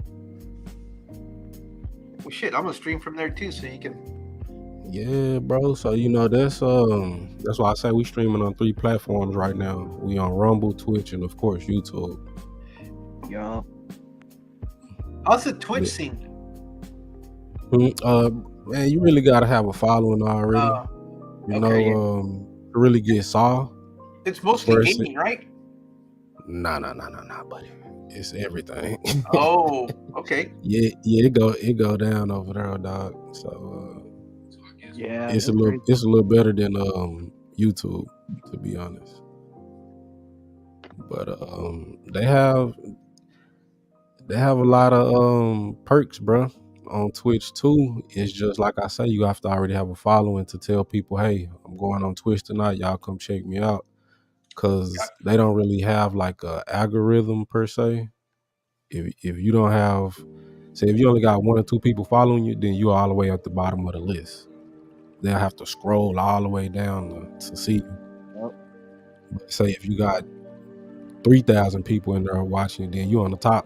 As soon as they click on whatever game it is or IRL, you up top. So they see. Yeah, Jeff said you don't really like it, man. I thought it was a girls in hot tubs app. Well, nah, they got different categories, So it's wherever really you wanna be. Yeah, I didn't know that was a thing until I heard it on Joe Rogan. Yeah, bro, they be fooling, but I be wondering how they even let them do that if certain other stuff get banned. So, wow, YouTube is getting pretty racy too, man. Is it? Yeah. Man, I know they didn't like me streaming the fight though. I was streaming that fight. Well, that's the whole thing. Don't they have that policy against nudity on YouTube? Yeah, but I be seeing some shorts be going crazy, man. No, I don't know. I was watching this one video, and old girl was supposed to be like clothing, but you could see right through everything. I was like, what the hell? I mean, it doesn't leave anything to the imagination. Man, yeah, but as soon as you say something wrong, then they trying to copyright you. So I don't understand it. I was wondering how they pull that off. How they can. Of course, they all have over 100,000 followers, but it's just, and it's funny because I think it's mostly girls that were on OnlyFans, and they got kicked out of there, so they're here on YouTube now. Man, that's crazy, bro. I don't see how they be getting away with it, but that's why I'm streaming on multiple platforms. So if something ever do to happen on one, I don't just have one thing to fall back on. Shit, I could hop over on Twitch, hop over on Rumble, and still keep this thing rolling, But if you just only banking on one platform, and if something ever happened to it, then you lose your whole following. Yeah, no, and this animal says they don't leave anything to imagine anymore. But no, these girls are just wearing like sheer stuff, and it's like, how is this? How can they do this on YouTube? It's because you have what happened there last night is not last night, but on Vibes thing, and it's like you get dinged for it. I don't see Yeah. how. I mean, it is Nah, crazy the stuff that it's they're. this one short where somebody be having like some eyes on their boobs and they just be swinging it around. Like, Oh, how is that yeah, even? that's so. What I'm I've talking seen about, What is that? what I'm talking about, just disregard the eyes. There's no eyes on it, or it's just out there. I'm like, bro, I'm like, for real? they be I mean, my tripping on the grandkids are short, on but this thing, man. yeah, but I see what YouTube, they wanted to make it like a kids friendly site because a kid you never know when a kid may come across it. So you want your site to be good and healthy for whoever to come on it. So I get where they be coming from, but you can't just pick and choose what you gonna take off the app or not. You either gotta be all the way, we ain't doing nudity, whatever, or yeah, you gonna do it. Cause you see Twitter, which is X now, they let you do whatever. Oh yeah, it's just the Wild Wild West over there, which is Yeah, cool. I mean, I don't have a problem with it. It's I had to go by looking at that. It started putting it in my feed, and I've had to go in there and hit not interested, not interested. So I don't need to have that on my when I pop open YouTube. That shit popping up on there. Right. yeah, exactly, bro. So that's why, like, I on my on a lot of my socials, bro, I put do not recommend all of that shit because I'm trying to look at something else and not disturbing but distracting stuff pops up. Yeah. I'm not. It's not anything like it, but it's just like the last thing you want to do is you open up and the feed is that's all you see is like, come on, really? Right now, the Yeah, biggest thing is that I'm getting a lot of because I started going down this rabbit hole, down this. Well, jail. that Mexican OT. Yeah. Yeah, I've been watching his videos, and now everything is everything I open. Every Mexican time I OT. open it up, it's all like his music. That's that He's out of Houston or Bay City. Actually, Bay City. yeah. He in Houston. He putting on for Houston. But I was gonna say that's that like selective advertising that they be doing. Yeah. As soon as you look at something, then they advertising whatever you was looking at. Yep. Yeah, that's why as soon as I see It's those aggressive. That's videos, why I don't like Facebook no more, man. I was just talking about a local beer company to my girlfriend, right? Yeah. Just talking about it. And then what pops up in her feed not 20 minutes later? That fucking beer company. That's crazy. well, the big I'm brands. just like, what the? That's where I draw the line. I'm done with Facebook, man. Well, it's not just Facebook. It's anything. Yeah, any that's everything, conversation bro. you're having near your phone. If it's not off, you're gonna start getting ads regarding that. Because me and my wife have talked about going to Spain, Yeah. and all of a sudden, after those conversations, it's nothing but travel agencies with trips to Spain, or Man, that's and it's crazy. just, and it's not like we were looking it up on YouTube or anything like that. It was just a conversation her and I were having, and I'll go pick up the phone, and there it's all the ads on that. So Yeah. nowadays, That's why you gotta unplug it. yeah, nowadays you gotta almost understand that no matter what you say around your phone, unless it's off, they're listening. Even when Yeah. it's off. Well, yeah, but I don't think they're as blatant even with your phone off. But Yeah, I'm messing with you. Man, even your Alexa be listening, dog. yeah, that's why I don't have any of those Yep. convenient do things for me kind of stuff. Yeah, Who knows what they're gonna be listening to? man, they be listening, dog. The animal said, yeah, they be listening to your I'll conversations. unplug my mic and my camera from my computer when Yeah. I'm done using it. I'll fully that's shut why- down. Jeff said my wife gets aquarium related ads. Nah, that's crazy. She be mad. She be like, I don't even have a fish tank. My husband did. You guys share the same Wi-Fi though. Our phone stalks us. Now that's some crazy shit. Now that's why my laptop stays in the fish room. If they want to tap in and look at what's going on, they're gonna look at fish tanks. You gotta put tape. You gotta put tape over it, dog. Yeah, but I don't even worry about it. It's like I said, it's in the fish room. Exactly. I'm pointed at the fish tanks, but people don't think that's real, bro. They'll tap into your webcam, be looking at you. You don't even know it. Look, everybody just turned their webcam up. So let me but no, I see a lot of devices, newer devices now. They coming with like slides that go over the camera. So you think they're ever listening while we're just? You think they're ever listening while we're geeking about fish? And they're like, "Oh hell yeah! You don't understand a single goddamn thing these guys are saying." They can listen through your TV also. Not true that. True that, man. I was going through the settings on my TV, and it had like personalized ads. I was like, "Why? Why is my TV listening to me? It's crazy." Oh, because it's connected to the internet. Yeah. No smart TVs in this house. Our TV's power up on its own. That's called something else. Yeah. What's up? The omen. You need to have a seance in your house. That's full Wi-Fi control. Oh shit. Nah, that's how they trying to make the Wi-Fi boxes though, so they basically could have like a what's that like infrared type. That's exactly what I can do with my fish tanks, right? I have my reef tank on a Wi-Fi controller, and I can fully turn that shit on and off from my phone anywhere in the world with internet access. Well, the problem I can do that with my fish tank. What's to say the government can't do that shit with our TVs and anything that's hooked up to the Wi-Fi?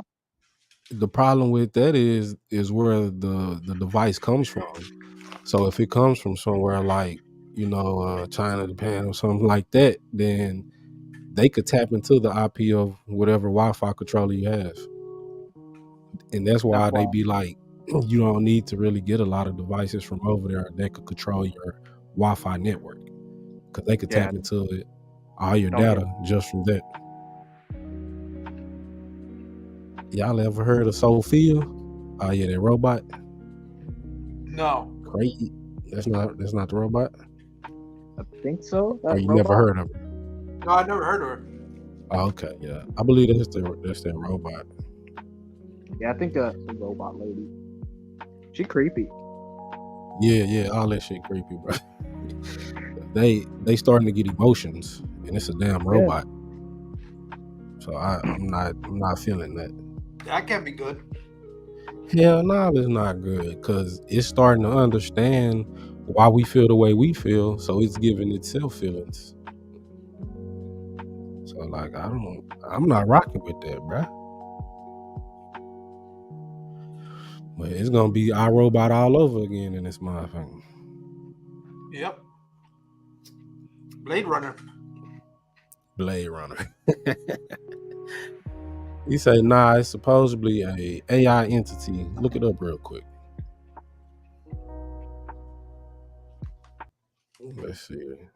Let's see who Sophia is.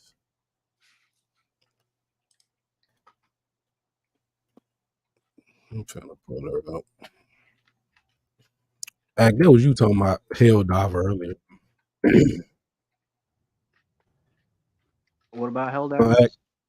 Yeah, you was talking about that earlier. I thought that shit was a fish game or something. No, it's not a fish. See, look, animal. Let me show you real quick. The Sophia that you're talking about, it is a robot, unless it's another Sophia. He said it's an AI entity, but it's an entity inside of this robot that they didn't put. This the one I was actually talking about too, that had the feelings. So it's crazy that we was talking about the same thing. I should be hell diving right now. I'm not doing my part. Bro. But this is the this the one Elon Musk made.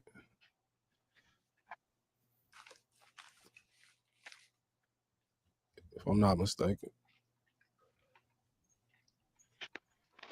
But all of that shit, wow. Y'all like those Tesla trucks? Hell no. You don't like Yeah, I'm not. I don't know. I haven't really seen one in person, it? Yeah. but I don't know. I'm kind of partial to a regular truck. Right? Yeah, I like the regular trucks too, but I ride one. I ride in one. Give me a Ford Ranger. I'm good. Oh nah, see, you said Ford. That's where you fucked up at. Found on the road dead. No, Found on road dead or fix or repair daily. fucked over rebuilt Dodge. No, I'm good. Only way I get a Ford if it's like a King Ranch or something, Yeah. something like that with Well, the Power Stroke. All I've had is Fords. Yeah, And I'm not gonna but lie. They've had problems. I know. But you know what? She starts and she goes through the mud real nice and all-wheel drive work. So that's all that matters. The key word he said was all the Ford. That mean he had a lot of them because you had to keep running through them. I've had 3 Fords. I've had 3 cars. All Fords. well, I'm going to tell you what. I'm not necessarily Ford bandwagon or anything like that. But prior to me coming into working in the office, I used to have to drive a vehicle for the agency. And we all had pickup trucks because of the work that we were doing. And of all the fleet, they have to buy American because it's a government agency. And the fucking Chevys and the Dodges were always in the shop. Always in the shop. Always. And the Fords, like it or not, they were little tanks. So that's where I kind of my idea, because I used to be a Chevy all the way. You know, that's I guess when you're born Mexican, you automatically get stamped with the Chevy logo on your rear end. Automatic. And but after so many C10. years of working, and it's not just one model. I'm talking about a span of 20 years now of working with agencies where they have fleet vehicles. Mm-hmm. Fords have been the more reliable ones, and I know they get a lot of shit, but other than Toyota, that's where if I got to spend money, I'm buying a Toyota. But you know why though? Because they get serviced on, I think, more in the fleet. When Well, you're in the so real do the world, Chevys and the Dodges. yeah, and they still didn't last as long. No, they're always in the shop. Wow. Always in the shop, I mean always in the shop. Yeah. When a Ford's in a shop, it's usually a big problem. Yeah. But it's not Elon Musk that made Sophia. They say the inventor here is David Hansen. Oh, He made her in 2000, year of creation 2016, and the type is humanoid. So, it's a real Sky Network. yeah, it's crazy. I love my 93 Explorer. It's beautiful. 93, yeah, them Explorer. I seen somebody turn one of them mugs. He made it run on water. Damn. It's crazy. Yeah. All right, Animal. What do you say? You about to go crash? All right, G, man. Appreciate you for coming through, for sure. Have a go on, Animal.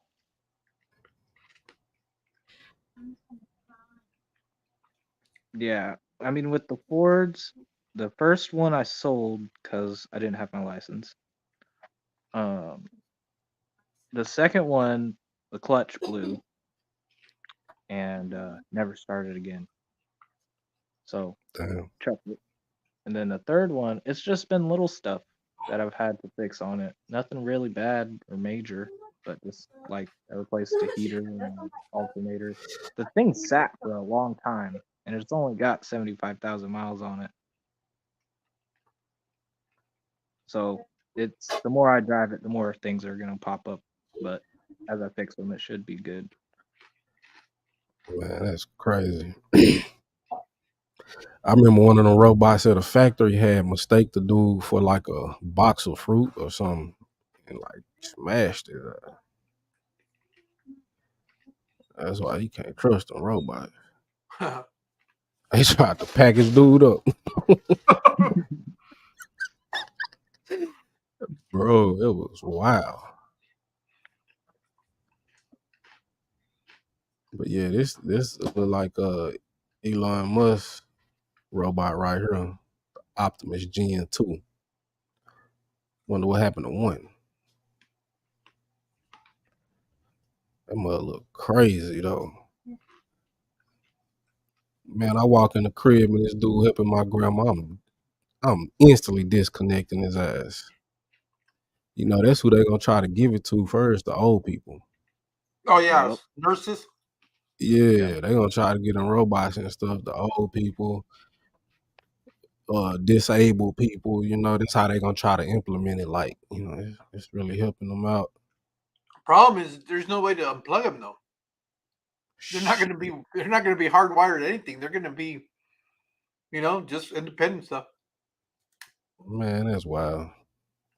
You should at least have a safety word or something. Shit. Yeah, there's gonna be safety things. I think there's gotta be.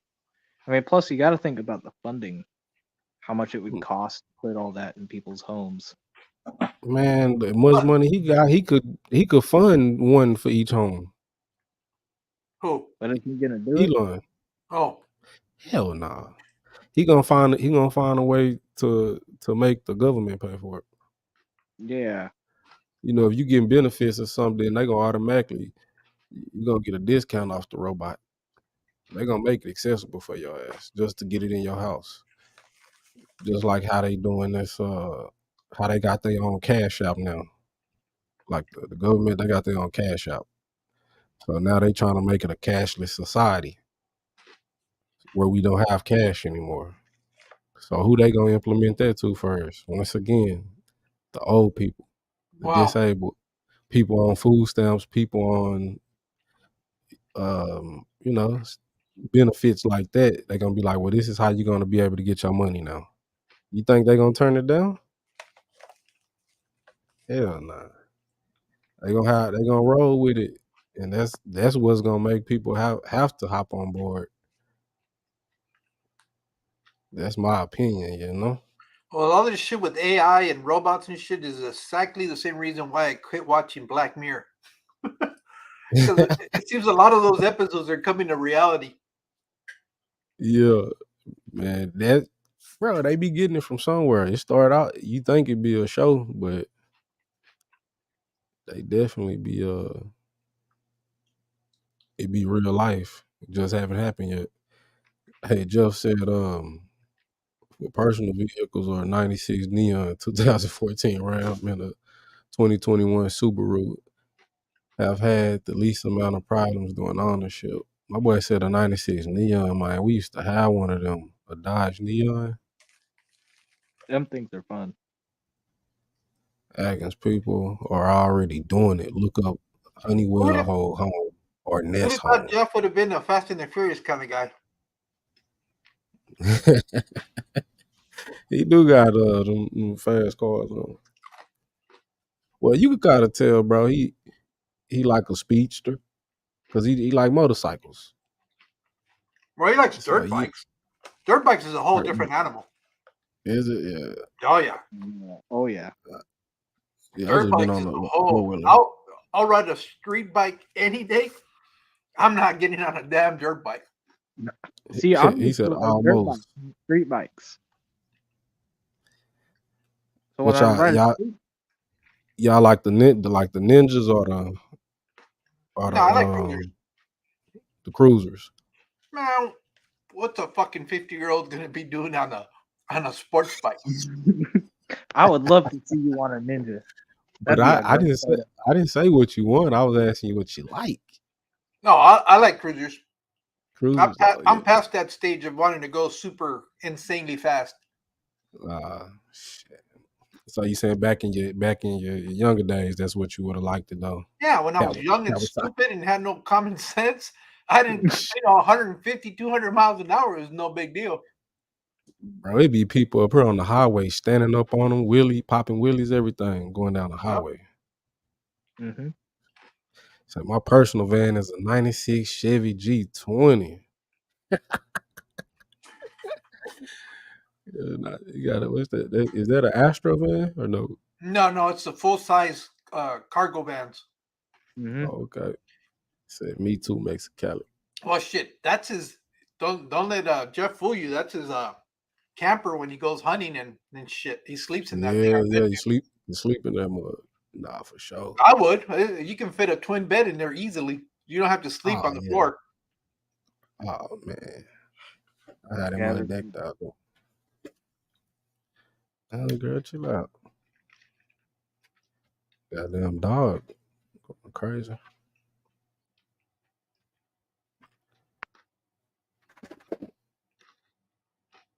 Let me see. Make sure I ain't missing nothing up there. He said, "Nah, it's a." Like, hey, I got it. I was reading out on my comment. But yeah, you say you had just set up the salt, man. What's going on with that? What kind of frags you put in there? I'm testing it out with some SPS and gorgonians. Because why not? Yeah, you say some SPS. Yeah, I put a couple montipora digitata frags in there. Okay. Figure that much, Jeff. That's why those vans are making a comeback.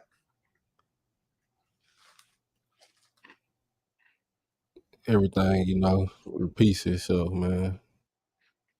History repeats itself. That's why it be like kind of hard to do new content because people not really done it. You just gotta find a way to make it yours, make it interesting. Yeah, because down here. it's not. Oh no, sorry, Carl. I was just gonna say it's not too many topics you could talk about that someone haven't already done. Right. Well, that's why normally most of my content is based on what I'm actually doing in the fish room versus trying to talk about a specific topic. For one, somebody's already done it much better than I can. Yeah. He said that's what I built it for: camping, fishing, dirty bikes. Dirty bikes. Okay. And if it's a 4-wheel drive, that sucker is worth like twice as much now. Because that's really what they want is the 4-wheel drive full cargo vans. Yeah. Out here, they go for almost twice its worth. Yeah, he said, unfortunately, yes, they are. It made the price go crazy.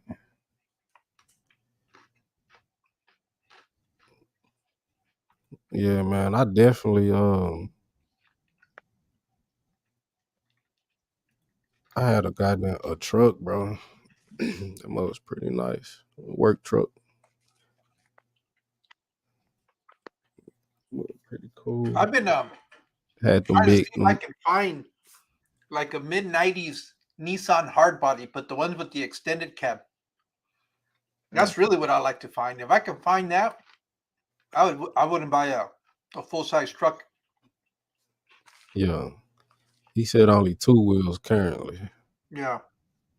Yeah, but the 4-wheel drive ones, those go crazy expensive because everybody wants those. Those are like the little unicorns.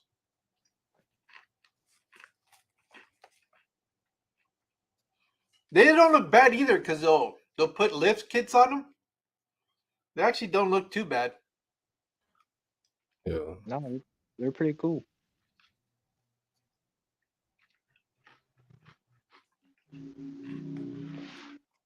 I'm thinking about putting a lift on my truck, but I might get tires first. And that style also goes in and out of style because I remember in the early 90s, everything was dropped. Everything was slammed to the ground. Airbags. Mm-hmm. Well, this is before they even had airbags. Yeah. They would make the bed spin. They had hydraulics and they would spin. You know, they'd make the beds dance. Yeah. And then after that phase was the lifted mini trucks. And you see these little poor trucks with like 33s on them going down the road.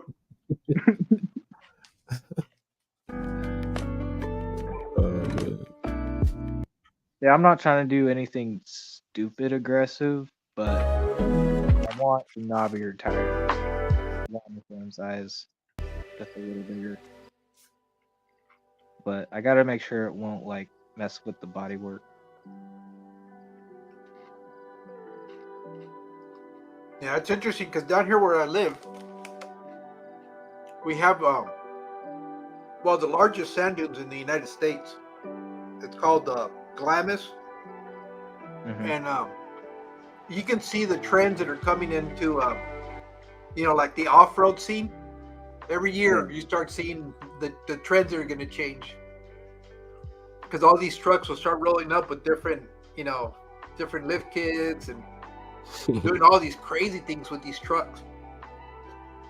It's crazy, bro. They'll drop like 20 grand in a truck. He say, Jeff said when the Subaru is paid off, my wife will pick up a truck for us. Her. Nice.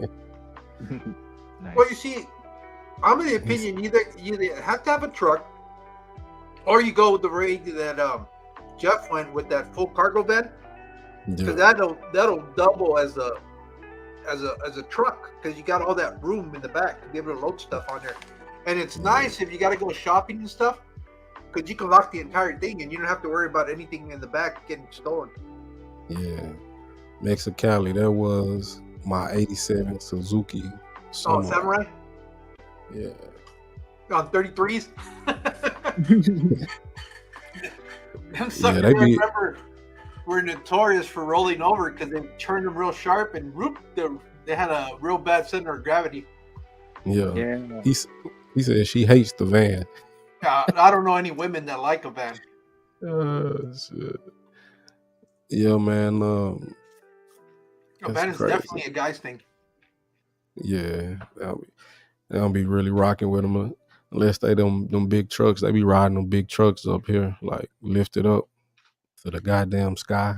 Be like, damn, you need a stool to hop off in there. Step ladders to get in there. Yeah. But they be going to like the salvage yards and buying a truck for cheap, and then go put like a $20,000-$30,000 lift kit on it, then sell the truck for $60,000-$70,000. Crazy. The dude, I know a guy that owned a tire shop. He was putting me on game, what they was doing, because a lot of the tire shops, that's how they promote their lift kits. Oh, okay. They go buy a truck like that, put the lift kit on it, and they sit it out in front of their shop. Then people come by, ask them about it, and that's how they make the sale. Shit. So pretty cool though. A rolling billboard. So, shit. Some of them, they don't even drive, bro. They just park it right out in front of the business, and as people coming by, it'll be like boom.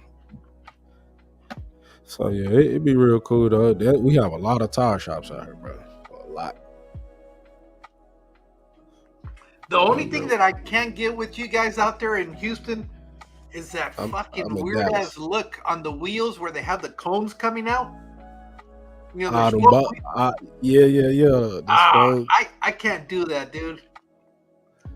Man, you don't like them swingers? They call them swingers. You don't like them elbows, man, be poking out? Yeah, no, I don't. That's a look that I just can't get down with. They had the regular pokers, and then they got something they call the super pokers, where them mugs all the way out. I gotta pull that up, man. Show y'all what he talking about, man. Yeah, you ain't doing no parallel parking with them suckers.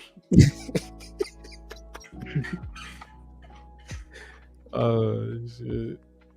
You know what he talking about, Haggins? Not a clue. Not a clue. Homie. I didn't know what it was a thing until I started watching that Mexican OT. He has them on his fucking videos. Yeah. What is this thing?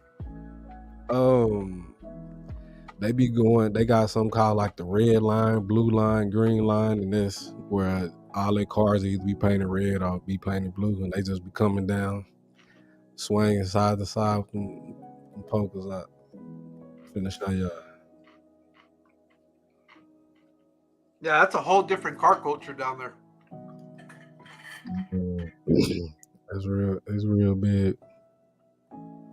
That's a good picture. I mean, the rides look pretty good, except for the wheels. I just, you can't get down with it. No, man.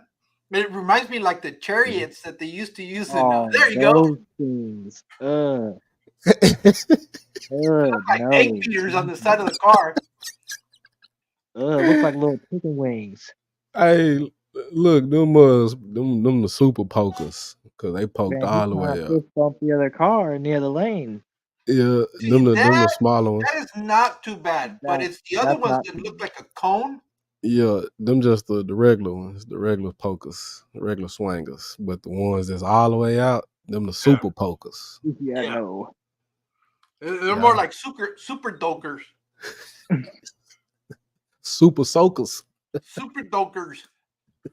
Looking like a dork. Dork. Y'all don't like the super pokers, man. And it's crazy because, dog, they put them on some of everything. You see this shit on the Cadillac. They don't care what it's on. Bro, I see that shit. What is that, a BMW? This shit on a Buick. Yeah, it's on whatever, bro. Oh, look, they even got them on the trunk. You got a bunch of cooks running behind them trying to get their eggs beaten up. Look, he got the fifth wheel and the sixth wheel. Got one. Yeah, they don't care, bro. Yeah, that's a look that I just can't get down with. There's no way I can look at that and say, "Oh, that's really cool." And you know what's crazy? That from what I done saw, that's only in Houston, bro. Oh, okay. Yeah, like that's not in Dallas. Like I'm in Dallas, but you don't see that in Dallas. You know what it is? It's all those chemicals from the damn oil rig. Drink. Nah, they drink. The goddamn lean they be drinking.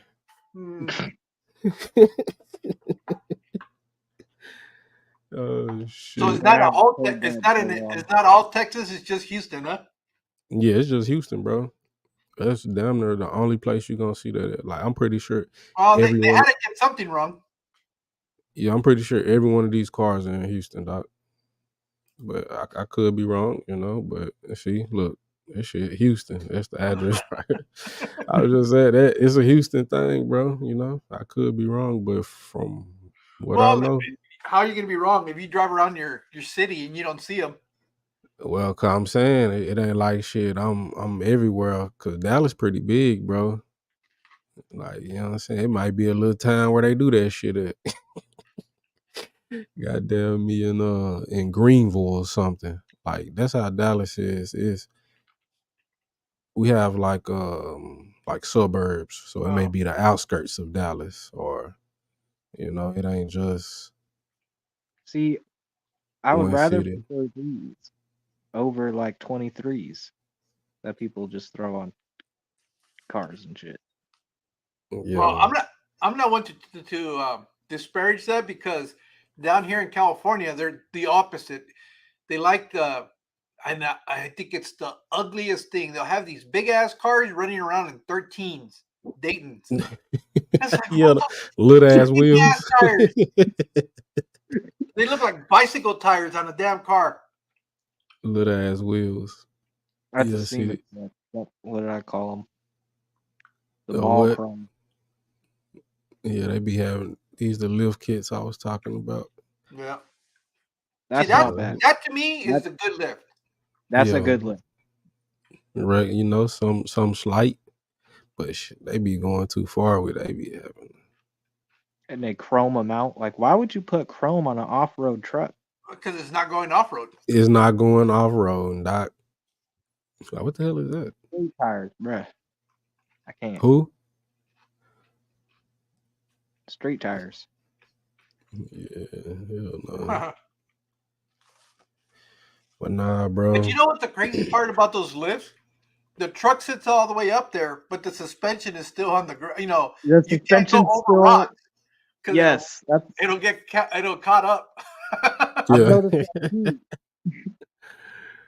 See Now that Yeah. that's the truck. the old Not that school one. right there? Not that one. That one right there. That is Yeah. nice. I appreciate that. Yep. Yeah, it's a nice truck. I remember I went to a car show. They had a truck like that, like this there. It was all decked out. But I yeah, miss bro. going. So y'all prefer an old school over a new school? Oh, I love hot Oh, rods, man. I love oh, Yeah. even that truck right there. I would right. prefer that over a brand new truck. You Yep. like them? I like them old Broncos. That Oh the yeah. whole top come off. Yep. Them Them old YJs. yeah. Can't go wrong with them Chevys. So them old school, them 86, them short beds. Oh, all the square bodies. Yeah. Yeah, I remember my kinfolk. He had found one with with like a floor shift. I don't know what all that mug had under the hood, but it's pretty dope though. But yeah, though, man, I don't know. I wouldn't ride a truck that's too high, but like you say, something decent though.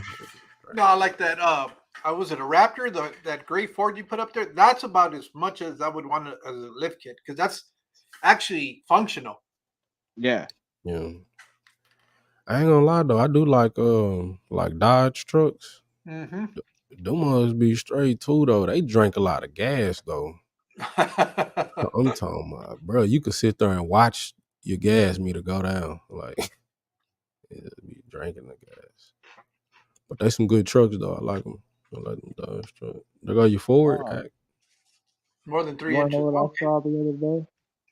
What's that? A EV Hummer. No, EV Hummer.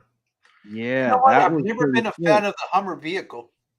Me You ain't like neither. the Hummer, It didn't man? look like a Hummer. I had to take a double take because I was like, "What is that?" Man, But Hummers be it's like a straight. truck. It's got a truck bed. But Even that's back just when Arnold Schwarzenegger was that's making just it like a the daily Cybertruck, driver, I though. still didn't really care for them. I had to ride on them when we were in the military, and they were pieces of shit. Man, see what the difference is between a Cybertruck and what you said, a EV Hummer truck. Yeah, it was like I don't know what like the whole It's thing supposed is. to It be was only the answer to the Cybertruck. yeah. Okay. But Mhm. they were saying though, bro, how that electricity really burning more energy than the just gas, bro. It probably does. Nah, I know. Well, from the studies they've been doing and all that, shit, it burn a lot more because it takes, like them green generator boxes that you usually see. Well, that's power. It takes like a lot of those to power one of the charging stations versus you just getting some gas. Right. So it It's not really it's really not that. It's really not that sustainable like they saying it is. Shit, just mining for the cobalt for all the yeah, lithium mining batteries. for the lithium. That shit is Exactly, not bro. even. That shit ain't even humane, much less environmentally friendly. Then think about if you going on a trip, it don't be that many stations for you to fill up at it. Or think about you get there and it's already people there, so you Yeah. gotta wait. So and the charging not that fast. The one I saw was white with the black trim, and it had the top off. Yeah, It looked pretty good. some shit like that.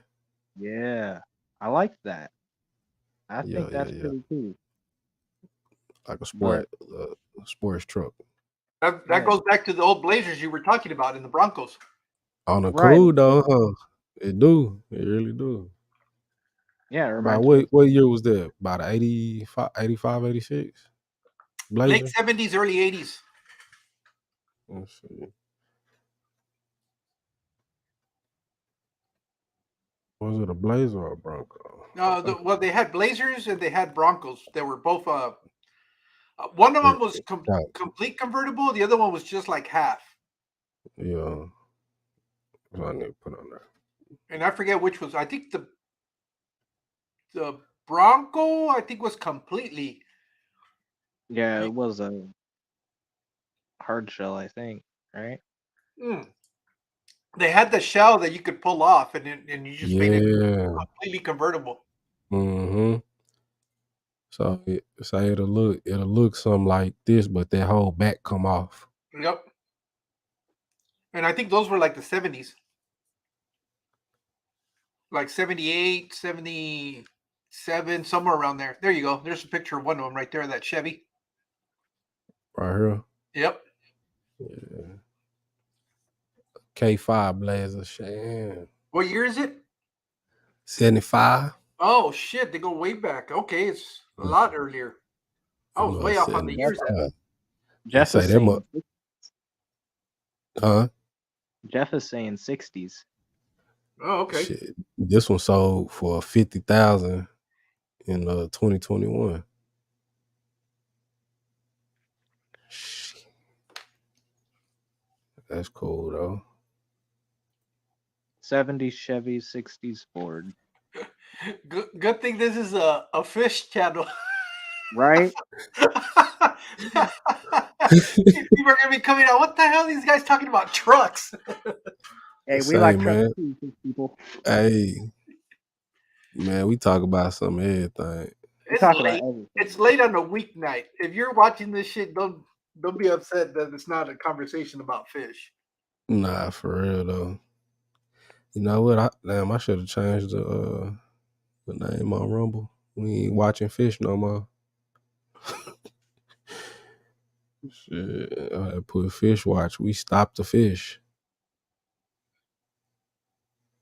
But that mug, like I say, bro, we be talking about some everything over here, dog. That's cool though. Ain't just no one. Going on There's like, about cause yeah, you could only talk about so much about fish. Yeah, that's what I was gonna say. It's just, it's only so much you can talk about that. There's other stuff that interests me besides the damn fish tanks. Yeah, like yes, I love fish, but goddamn, I could talk about something. Talk a lot about fish, but you know what? I like other stuff too, just like you were saying. All right, what you say? I met a few ladies that like vans, and a few that love the back.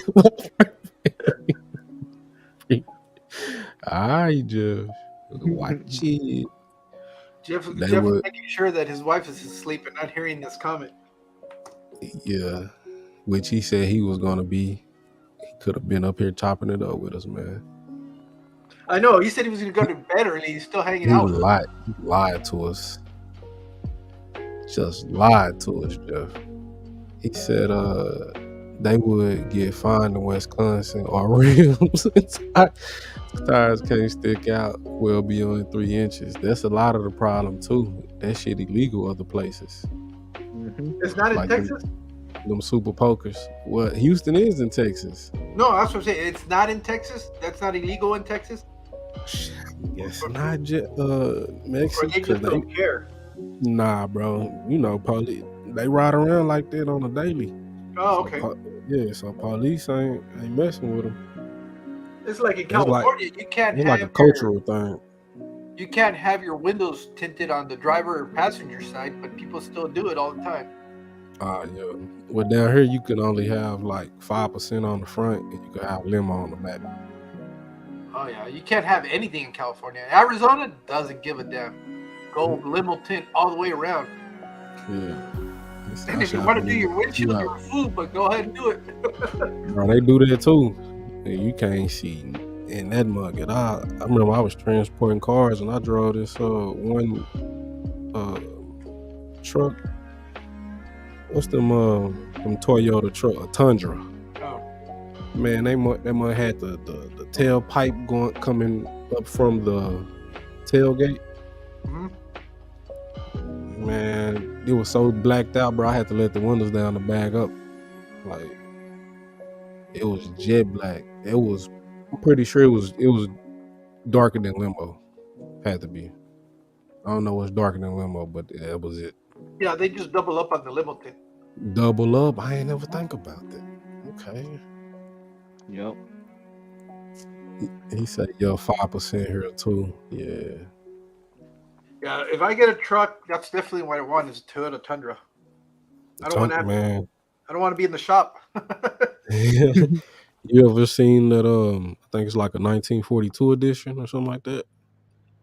1940. Yes, those are nice. Them are nice, That's the answer to the King Ranch. Is it? Yep. Okay. No wonder they got the hand stitch seats or whatever. Yeah, it's the answer to King Ranch. Oh, you know what the irony is, though? What's that? That Chevys, Fords are supposed to be American trucks, and they're not built in America. Toyota's supposed to be a Japanese truck, and it's built in America.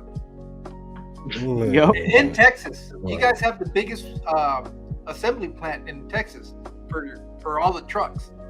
Yeah, that's wild, bro. And they not even built off here. So when people try to talk shit about you driving a Toyota, just go, shit. This is more. It was built here. The shit that you're driving, bro. The most reliable car that's over here though is a damn Toyota Camry. You gonna see a goddamn. I mean, you gonna see a 92 Camry still on the road down here. Like they 92, 95, 96, they still got them Camrys on the road down here. He say it's the loophole for imports. Okay. Yeah, but that's the crazy part. All the American cars get shipped down to Mexico to be built, and all the Japanese cars come and get built here in the States. So when they say buy American, they really mean buy Japanese. That's wild. You go over here, change the name on Rumble.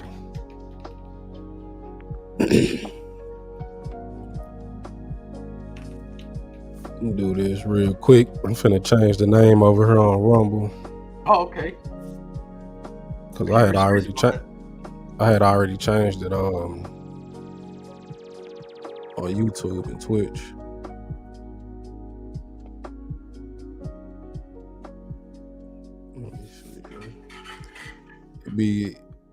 It makes your brain work when you don't really know how to work something. I think that's why a lot of people don't like bother going somewhere new, because sometimes it'd be a challenge for you to do something that's out of your norm, but I think that's what keeps you living a lot longer, Well, it keeps your mind sharp because you're having to learn. keep your mind sharp, bro. You gotta be comfortable with being uncomfortable. Like, everything is not gonna always be the same. That's called being broke. Being broke? Yeah. When you ain't got money for shit, you're always dealing with uncomfortable shit. But you just cool with it. Yeah, you're adapting to overcome it, man. Yeah, but it could also be applied to like how we work in new programs. Well, think about it. Look, all the shit that is like real trendy, all these custom-made shoes, sneakers and shit, came from people that were broke ass and had to come up with a way to make them, renew them and make them look good. Exactly. So, it's even crazy now. They selling raggedy shoes though, shoes with holes in them and shit. How they getting away with that? Oh, that's just a fucking fashion industry trying to. Bro, for $300, they got some Converse with ripped holes and shit in them, and they sell them at the stores. I'm like, how is that? I don't know, bro. That's how I understand fashion. It's like the ripped jeans, bro. Ripped jeans. I don't get it. Yeah, people like them. Ripped jeans, paint on the jeans. We're already, like, there's a whole scene about people with these guitars and they fucking smash them and scratch them. And then they rebuild them. They look like shit and then they sell them for the price. And they're fully functional, but they've been thrashed and bashed and scratched and shit. Jill said Pontiacs used to have a plant in Canada in the 90s. Okay. I got enough stranger danger in my daily work life. I don't have to go anywhere for that. He's got old people petting him like a pet. Yeah, stranger danger. Yeah, he be going up to I like that. Bro, how y'all ever drove like Uber or anything like that? No. Nah, man. I've been fortunate enough not to have to go down that rabbit hole. Yeah, that shit weird. My mom did that for years. For real, man, bro. Before they fucked it up, and now they don't get paid. I know that. I know she's seen some stuff then.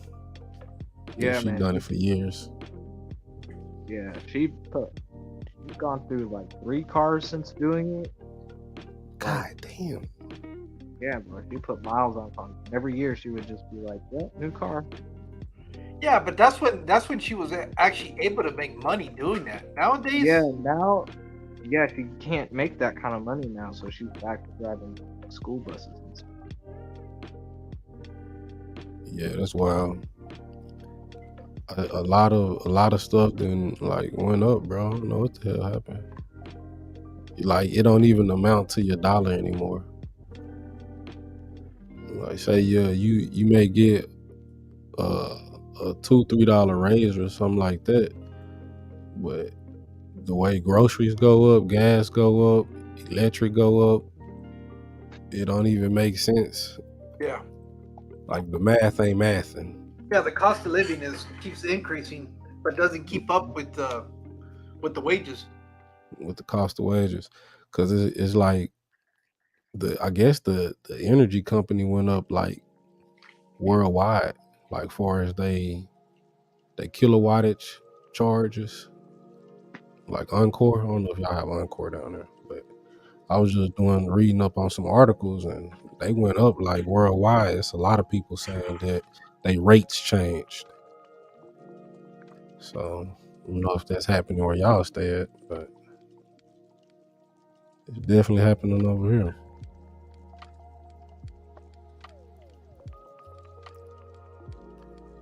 Goddamn light companies trying to get over. Yeah, the electric's been going up and it's like crazy. I'm like Orlando Brown now. He said, "Y'all making us pay for grapes, apples." He said, "This shit supposed to be free, bro. You supposed to be able to walk down the street and grab some fruit off a tree. Like that shit grow from the earth. Like what happened? Now everything is quote unquote organic and all this shit, and no seedless grapes. Like that's not real fruit."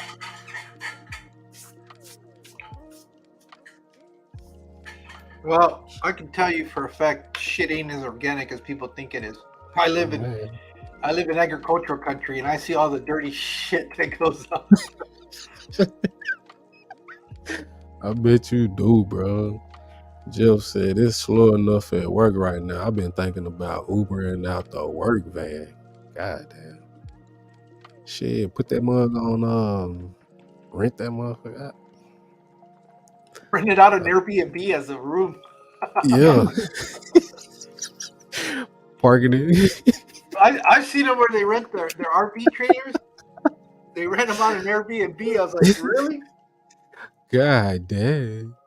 Bro, they be renting out everything now. They rent out the parking spot down here. Like when big events happen, they got shit. They rent out their parking spot so you could park closer to like the stadium or something. Yeah. Walk to that mug.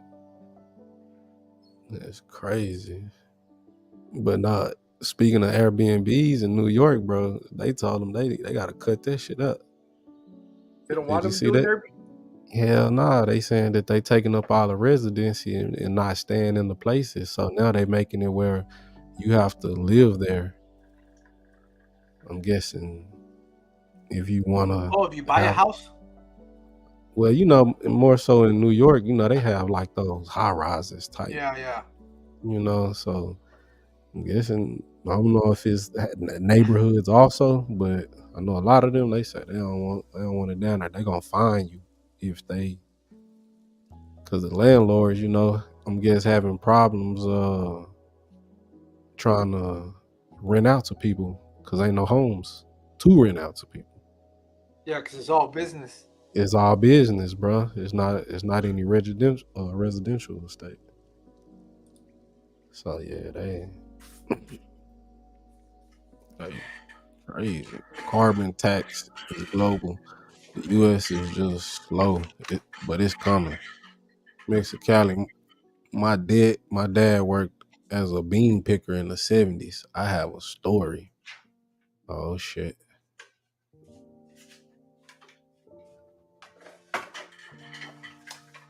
A bean picker, bro. I ain't even never heard of one of them. Yeah, it's just from the they harvest it. That's what he means. Yeah. You ever heard of a nut roaster? A what? A nut roaster? A nut roaster. Yeah. Yeah, that's called living in Arizona and driving around in the summer. I was a nut roaster. A nut roaster, bro. I roasted the damn out of the nuts. Bro, we ain't gonna go down that rabbit hole. They was already throwing out stuff to look up the other night, and it was crazy. Oh, yeah. Duck butter and all kind of shit. I don't know what that was. Bro, I told you not to go looking, but you couldn't help yourself. You would never want peanut butter again. I told you don't do it. I was saving you the trouble. Man, I ain't think it was that bad, bro. I ain't even think it was that bad. For real, though. J-Rock said, I'm still holding down the Lurkers Lounge, working on videos, my stupid train still. Did you ever let us know how, do you have a dispatcher at the train station that you just hit up and be like, hey, yo, what's up with the train? I think he's listening to the radio. To the radio, okay. They have like a train radio? I think. I might be speaking. I probably missed it in the chat. He probably said it in the chat earlier, but I probably missed it. The reason I say is because you can get a scanner and listen to traffic, police traffic and ambulances and stuff. That's how people chase down ambulances.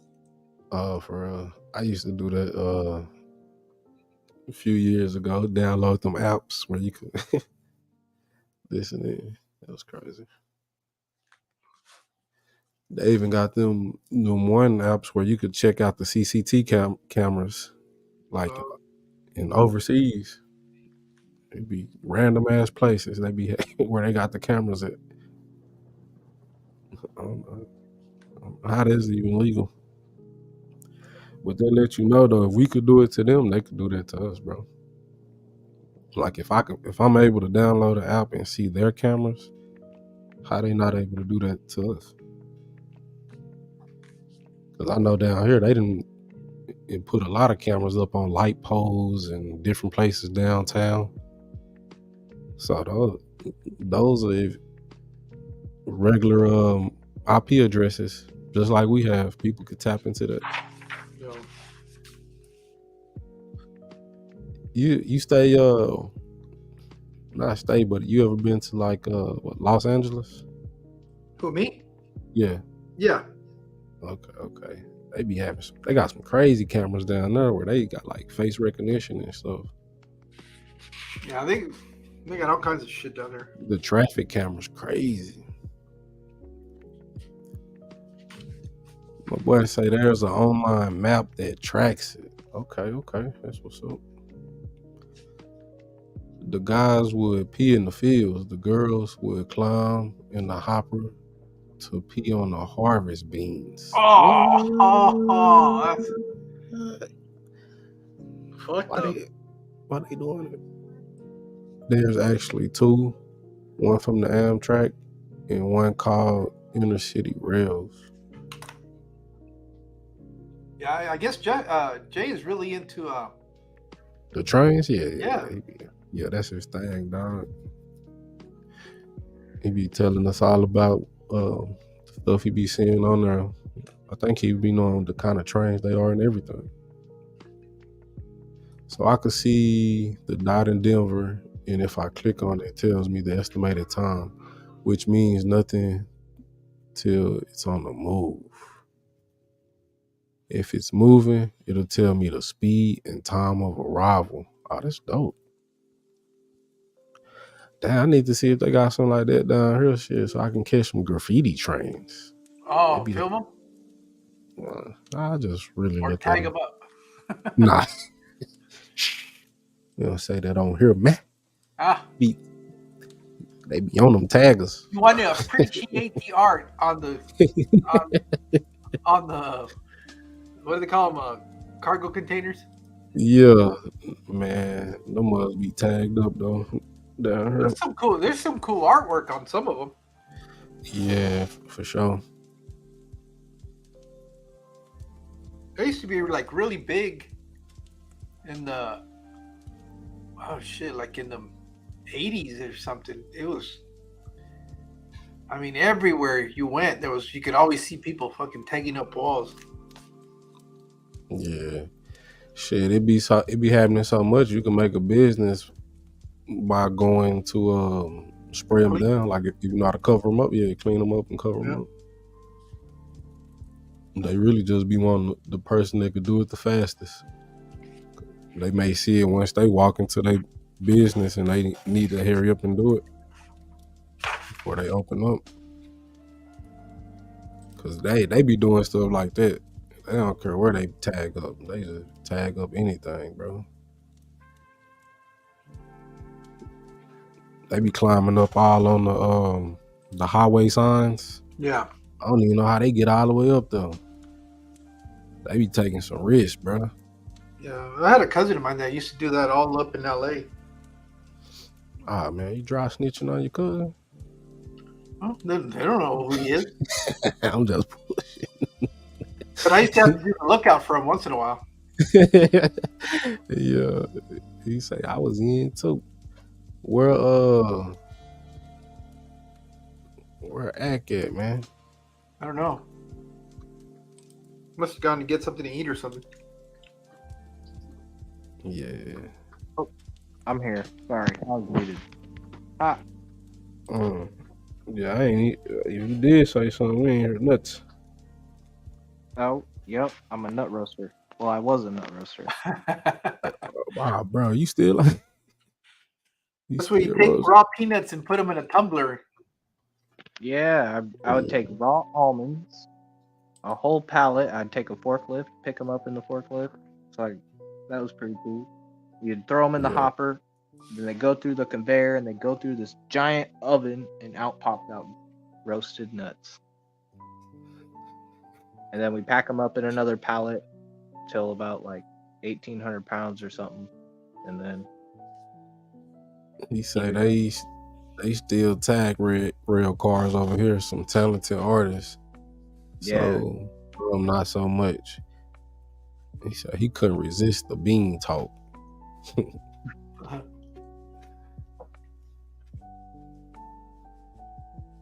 That's wild, bro. Hey, but New York City, I guess, had some real famous graffiti artists down there, didn't they? I don't know. They were even featured like on some talk shows and stuff like that, if I'm not mistaken. I ain't for sure. I ain't never looked into that one. Goddamn New York. Hey, do y'all run like regular light bulbs at y'all house or like LEDs? Mine are all been converted over to LEDs. I don't think you can buy regular incandescent bulbs. Light bulbs? Yeah. Okay. I think all of them are pretty much LED, but nah, they still got some regular ones around, but probably depending on where you stay if it'll take that light bulb. But you know, people just get lamps and stuff. I got some LEDs though. Yeah, I just hooked up LEDs. They cheaper to run than them regular light bulbs. Definitely. Yeah. They use my less fish wattage. Room is ran on shop light LED shop lights. Yeah. That's cool. And the plants grow just fine with those.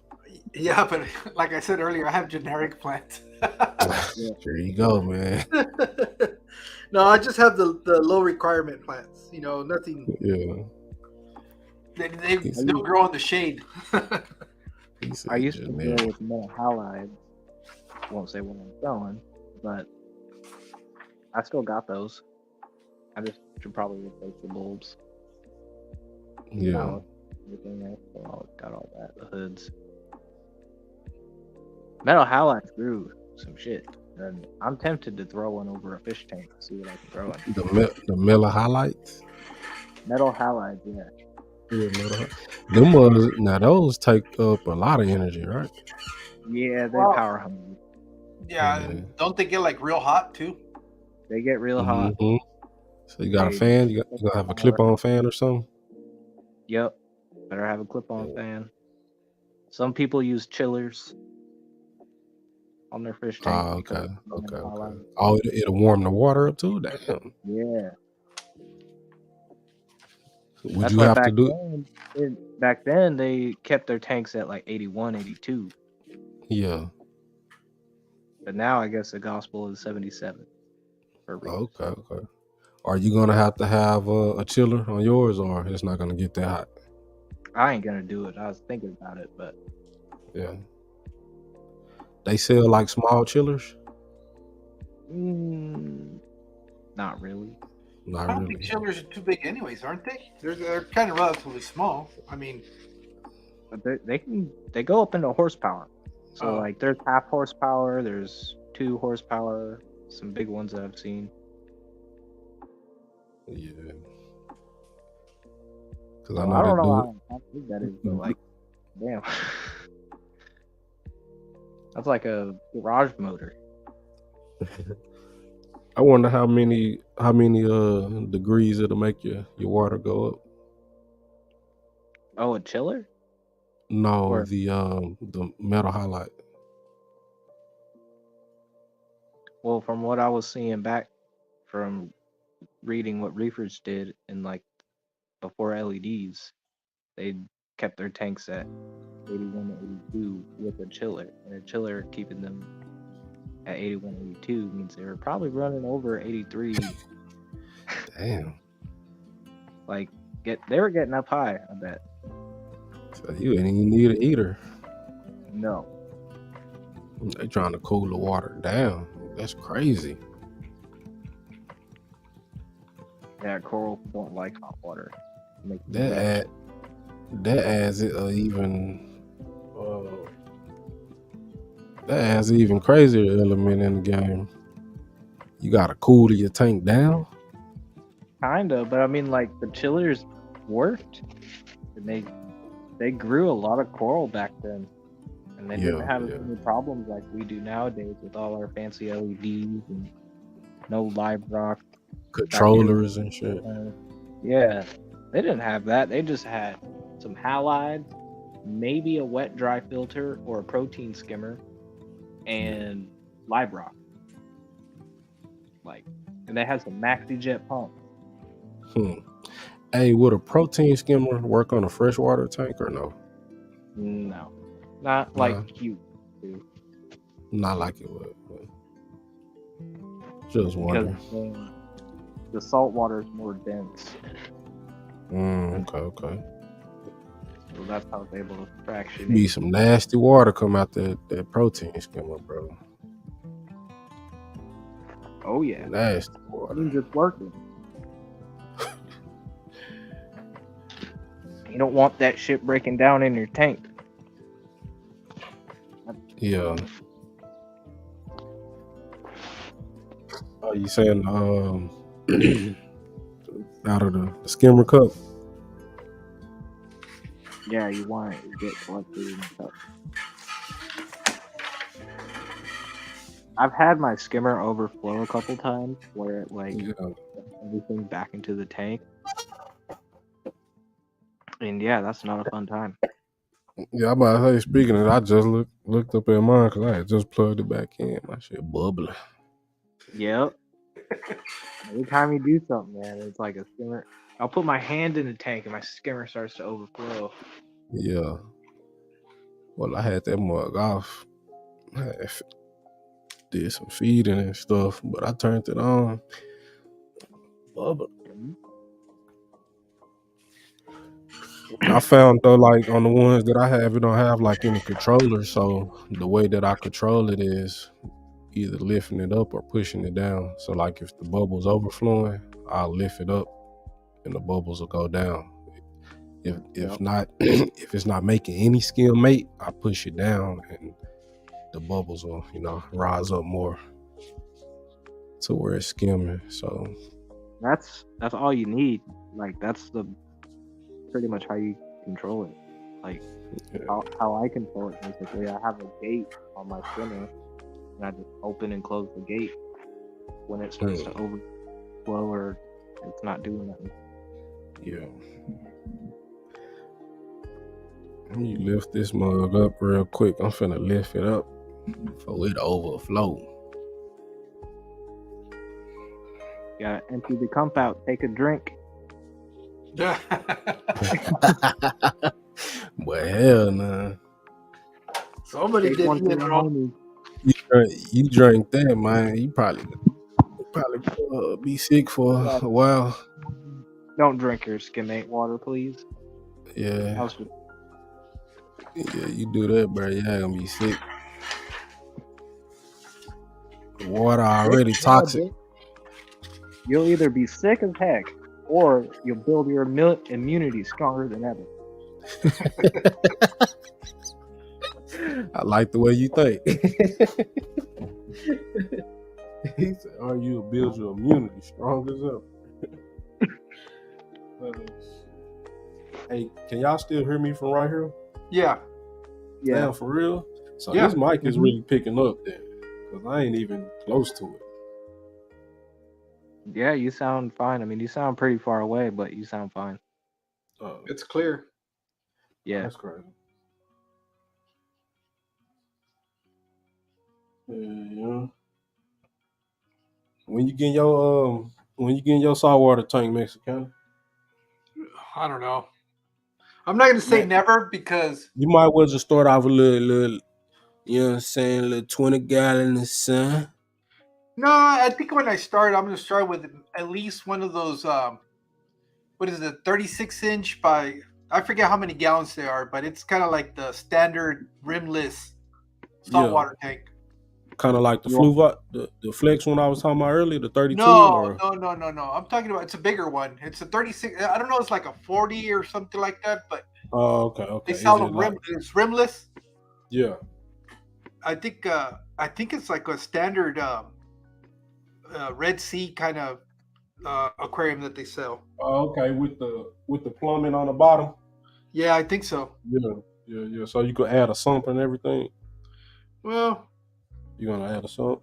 Yeah, you can't pull off a filterless saltwater tank like you can a freshwater, huh? Yes, you can. Oh, yes, you can. Well, shit. You can have a hang on the back. I don't need a sump. Brother, I'm gonna tell you right now. You can we got the right person in here for it. Look, all you need is a hang-on back filter and some live rock, and you're good. And you're good, bro. Oh, okay. You don't even need a skimmer if you're doing like a nano tank, but if you're going over 40-ish gallons, I would put a little nano skimmer on the back. I know I've been plugging the shit out of this guy lately, but I really like what he did. It's he's messing around with macroalgae. Yeah. And he makes them look like planet tanks. That's I remember you saying water. That's what I want. Man, check it. There's another guy I want you to check out. Yeah. Danny's Aquariums. Danny's Aquariums? Yeah. He's got like hundreds of thousands of subscribers. He's huge, but all his saltwater tanks are non-sump, non-filterless. All they have is a power head and some rock and a light and coral. Okay. He's even got like a macroalgae, soft water or soft coral. See, bro, that's how I really got stumped down into this saltwater game, because I had bought a saltwater tank. It had a hang on the back filter, and it had the that current orbit light system, the loop. Yeah. Yeah, so it had one of those. So I had went to the fish store, you know. Dude was asking me what kind of setup I had. He was like, "Oh, your tank is gonna crash." And I was like, "What?" Bro, so that's what made me really just go hard in this shit, bro. So What'd you I say? had Hold my beer. yeah, man. Oh my beer. god. Oh my beer, man. So yeah, I had, you know, so I really That's got off because into this they thing, bro. spend thousands and thousands of dollars on pointless crap, so you have to keep Yeah. coming to them and spend more and more money, and that's why people say saltwater tanks are hard and expensive. Yeah, because the fish store just wants you to spend all your bread with them. But I had got the Yes, tank. I had got the tank from somebody else, and the system was already running for years. She had rock in there, sand, and all of that stuff. that's the So best way to. it was already like beneficial. She had gave me even another bucket of live rock that she had already. So it was good, bro. He just didn't know what the hell he was talking about, but motherfuckers, they just like you say, want you to spend X amount of dollars in there and then be trying to screen what fish and shit you could get. Like, damn, bro. Dude, it's crazy. I'll talk to some saltwater reef hobbyists, and they'll tell me, "Yeah, I got this UV sterilizer, and my big protein skimmer, and I got a GFO, I got a carbon reactor, I got Kalkwasser, I got this and that, I got Trident from Apex." And Yeah. I'm like, "Okay, let me see your tank." And their tank, Trash. it got barely any coral in it, and big ass fish that need a bigger tank. And I'm like, bruh. And I'm like, Yeah. "Yeah, I'm just rocking a protein skimmer." And they're like, "Yeah, let me see your tank." And it's just full of fucking coral. Bro. Excuse my language, but it's like, Nah. Say what you want. Yeah. We ain't worried about the YouTube police.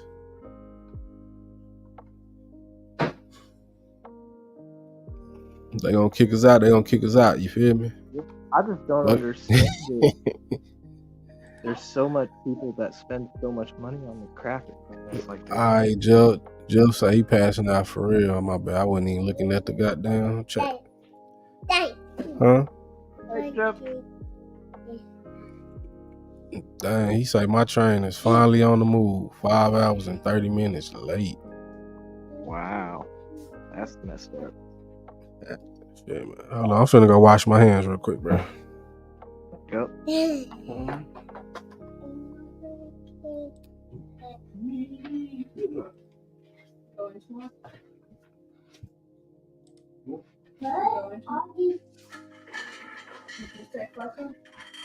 Even when I worked at the pet store, the owner didn't really think I was gonna succeed with just a hang on back What was and that? cheap lighting. When I worked at a fish store, the owner didn't even have much faith in what I was gonna do with just simple equipment. Oh, He was like, "Come back in a year and see what happens." Well, the tank's almost 3 years old, and all the coral I put in there are still there. what'd you tell him? Yeah, I'll give you the 1 year report. Everything's alive and thriving. Oh, I have. And he's like, "Wow, that's very surprising." And I'm just like, "Yep. Simple is as simple does." Well, it's But just, it can be complicated, and it can be workable. well, it but can be it doesn't- complicated if you make it complicated. I'm thinking the more you mess with it, the more it's good, things can go wrong. Yes. The more you add, the more you have to maintain.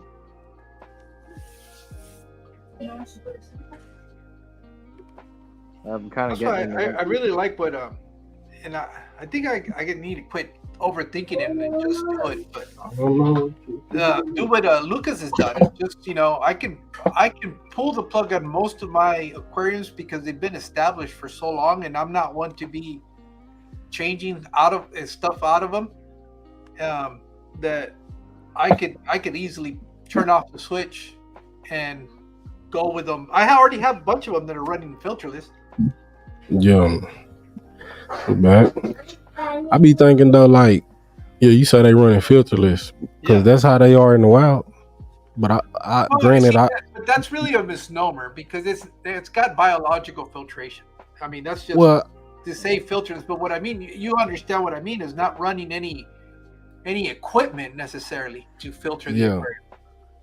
because granted, that's what I was just gonna say. I understand that they have stuff that could naturally filter the water in the wild, but we could mimic that same ecosystem, correct or no?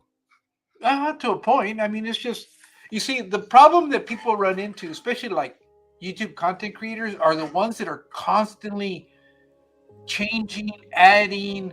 Now they have Yep. these fish, and now they have these fish. There's no consistency. Those are the people that have to run all this crazy stuff in there to keep up with the constant changes. Yeah, But like somebody like me that's got the it's the same aquarium I set up 2 or 3 years ago. It hasn't really changed. It's the same thing. What I do, So- I love doing that. I don't like changing things. Like I had one tank that I changed the scape every year, but most of my tanks have been running for almost 4-5 years. yeah, Well, the new 75 is I set up last year. Yeah, and what I have learned is the less you mess with it, the better it is, and it's just you don't have any problems. You just I don't get ick outbreaks anymore. I don't get fish dying. I hardly get any diseases. But again, it's just because they're so. The only thing that I do is a water change, and that's it. yeah. And I don't even really gravel back. Do you notice you only get diseases when you like add a new fish, or do they just come with your existing fish sometimes? The summer is bad for me Yeah. because it stresses the hell out of the fish. That's Okay. when I have problems. Is in the summer. Most of my water fish change. that die are in the summer, and a lot of it has to do with probably lack of, if I forget to turn up the air or something, if I do a water change and I will clean out the sponges, and if I Yeah. forget to put it back in there or do something like, or the line comes undone or something like that, that's when I'll have an issue. But other than that, no, not really. I've had bacterial infections because of the water temperature, Okay. and I've lost some fish because of that. But that's really the only time that I really have to stay on top of stuff is during the summer. For me, Yeah. J Rock was saying if you come into Colorado on a train on number 6, you should let him know. He'll film your train. If you light your phone up in the window, he'll be able to see you. That nigga, he must be pretty close to the train. yeah. For real. I ain't never. When I went to what was that? Which one is in Florida? Disney World. Disney World, yeah. Disneyland is in California. Yeah, I think you get on a train or something to go to that mug. Yeah, I've never been to Disney World. Yeah, if I ain't mistaken. I'm not a big Disney fan, anyways. Though Yeah, nah, we went like I'm more of a Six Flags kind of guy. yeah, Six Flags over Texas. I like You the know ride. You know how they call it Six Flags? I remember hearing the story, but it's because Six Flags originates in Texas, doesn't it? Yeah. And it's because before it became a state, there were like 6 independent republics or something like that. Yeah. It was. It used to be like France and all that over here. Oh, okay. So that's why they call it Six Flags. It was 6 different countries or what? Countries, yeah. I knew it was something like that, but I had heard the story maybe like last year because I never knew why it was Six Flags. Yeah, the maps, bro, the old maps look different, and like everything that's like singled out now used to be over here. So that's some really crazy history, though. Okay, do I have any midnight changes? No. All right.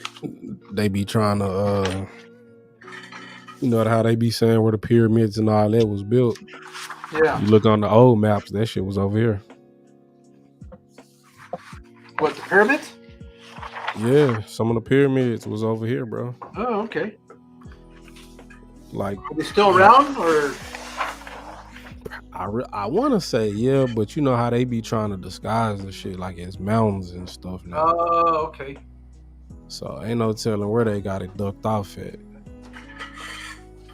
Well, doesn't Atlanta have pyramids also that are been covered now by soil and sand, just overgrown stuff? Shit, I ain't for sure. I have never dived into that. I thought I read or saw a documentary on something like that Atlanta actually has pyramids similar to what the Aztecs had in Mexico. Yeah. Those type of pyramids. Yep. And that's what it is, bro. They be hiding a lot of that shit in plain sight. Well, I think it's just overgrown, just shit gets covered up by nature. Yep. It's crazy how fast nature can take over.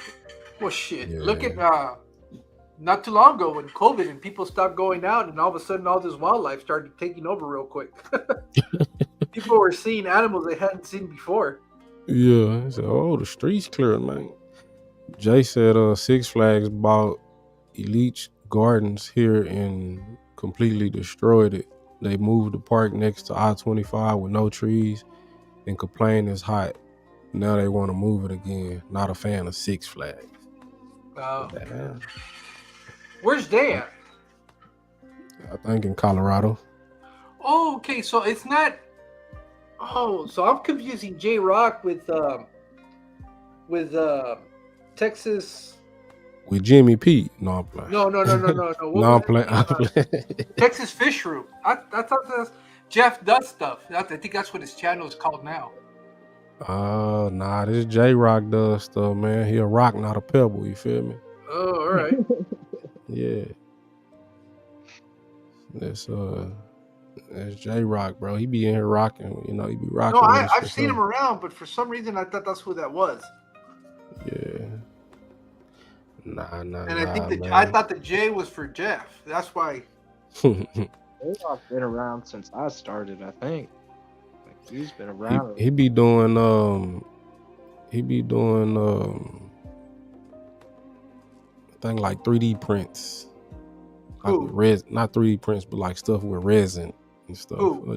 J-Rock. J-Rock, right? Yeah. He does stuff with resin. And then he said he made some nunchucks the other day. Oh, okay. Yeah, so he be doing he'll master of many talents also. Because I thought Jeff does similar stuff like that. He does edging, laser edging, and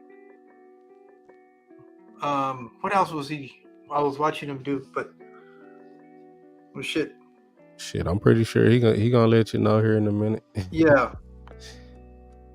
But nah, I don't think I ever seen Jeff does stuff. And I think the one that I'm talking about, Jeff, he's out of Texas, but I don't know if he's from the Houston, Austin, or Dallas area. But it's in that area where you're at. It's not. Okay. It's not West Texas.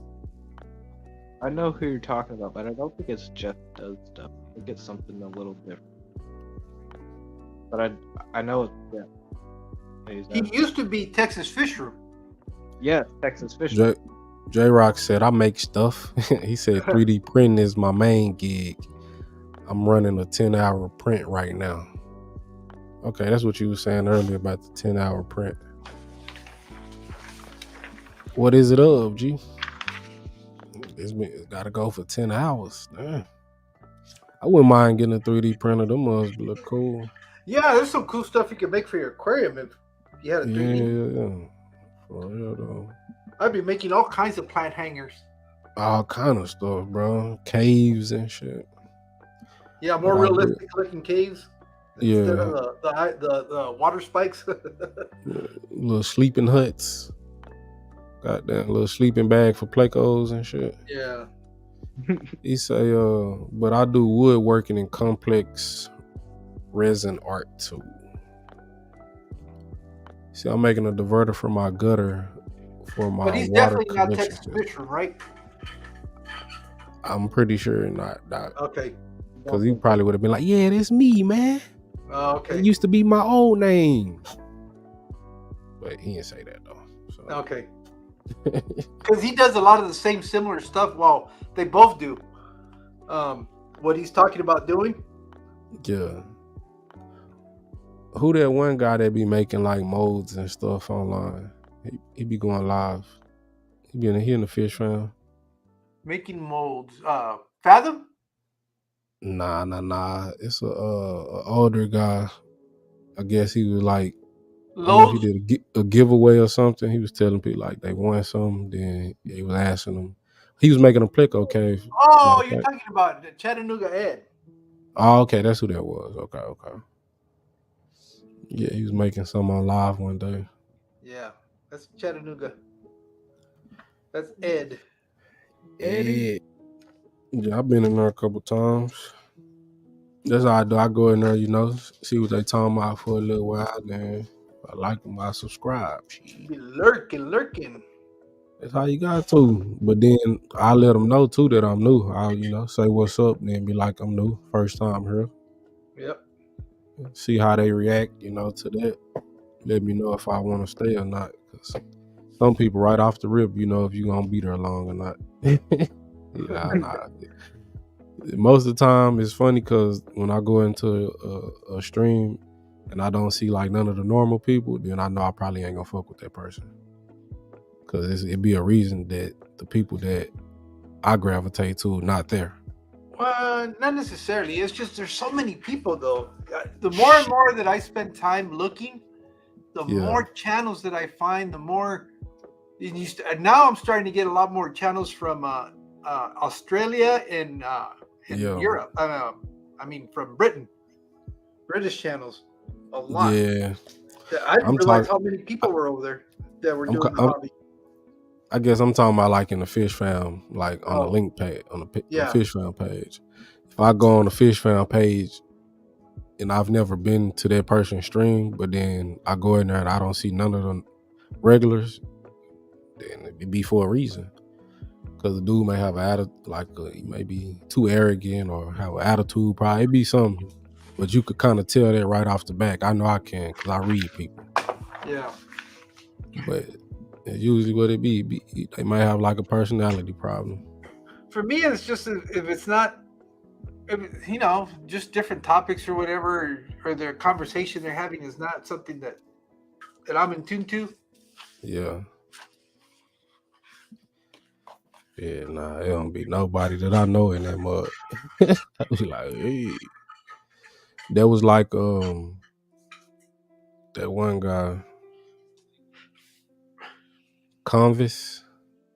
Oh, Corvus? Yeah. Corvus? Yeah. Yep. I went in his stream for the first time and I didn't see nobody, no regulars. I was like, okay. Oh, I mess around there once in a while. Yeah. I haven't gone on his streams in a bit, but I used to fuck with him a lot. He's cool. We've had he got a lot of subs.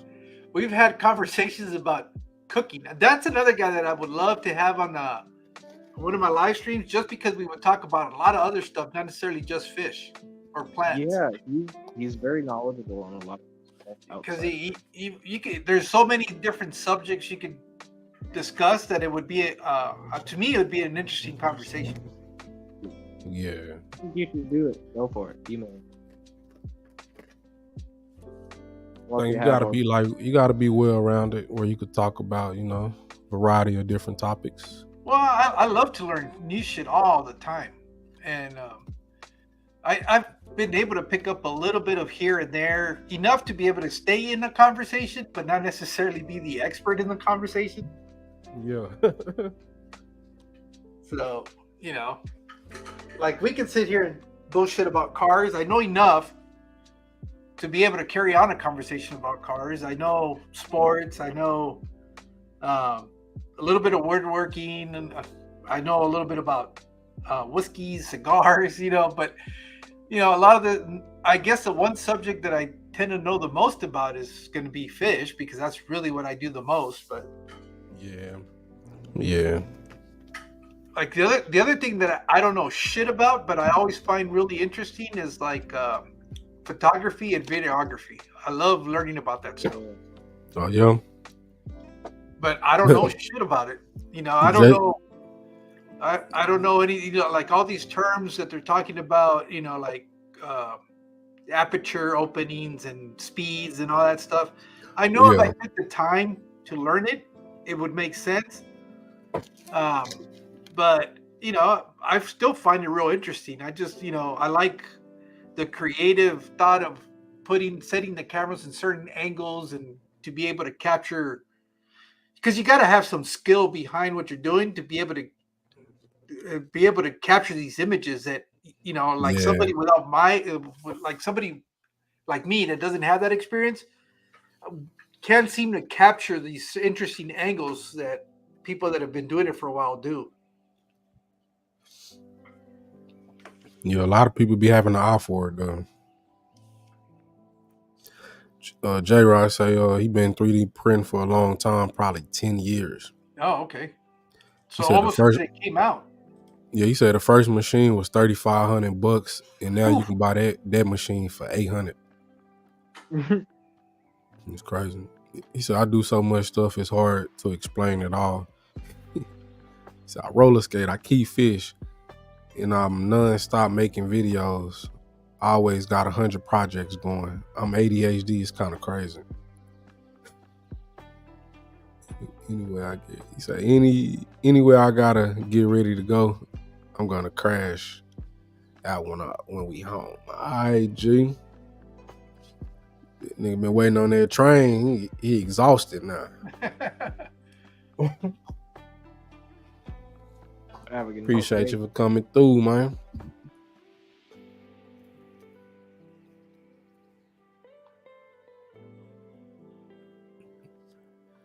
Yeah, it's crazy.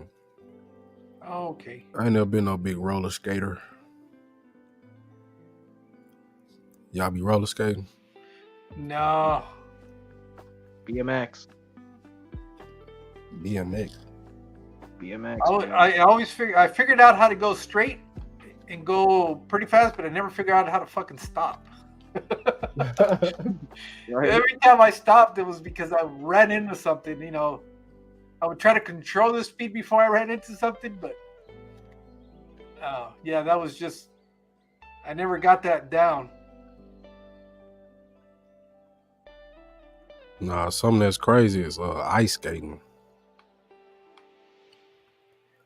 Ice skating, I don't know how they be doing that shit on that one blade. Yeah, well, it's like hockey, it's like roller skating. Yeah, but them hockey not players, roller skating now. What was it called? Inline skating. Inline skating, yeah.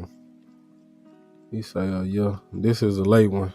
He said my breaking time usually, if it's not here by 12 a.m., I won't film it, but it'll be here right at 2. So, okay, he must be an hour behind me or something, because it's 2:40 here already.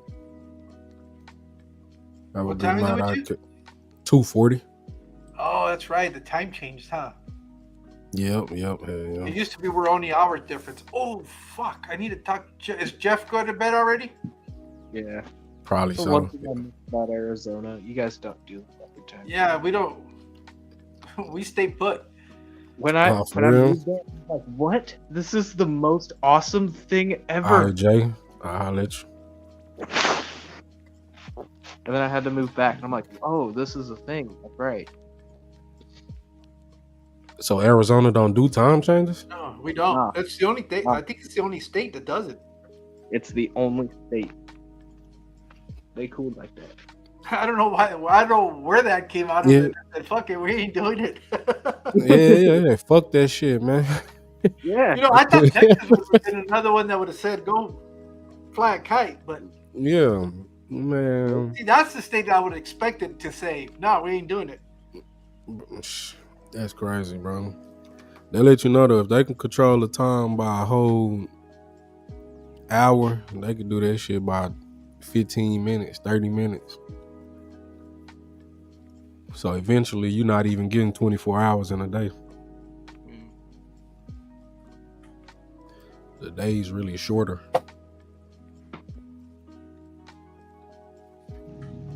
Has J-Rock ever been on a live stream? Like on a panel or up with anybody? Not that I saw here, but he used to be go live and stuff though. Oh, okay.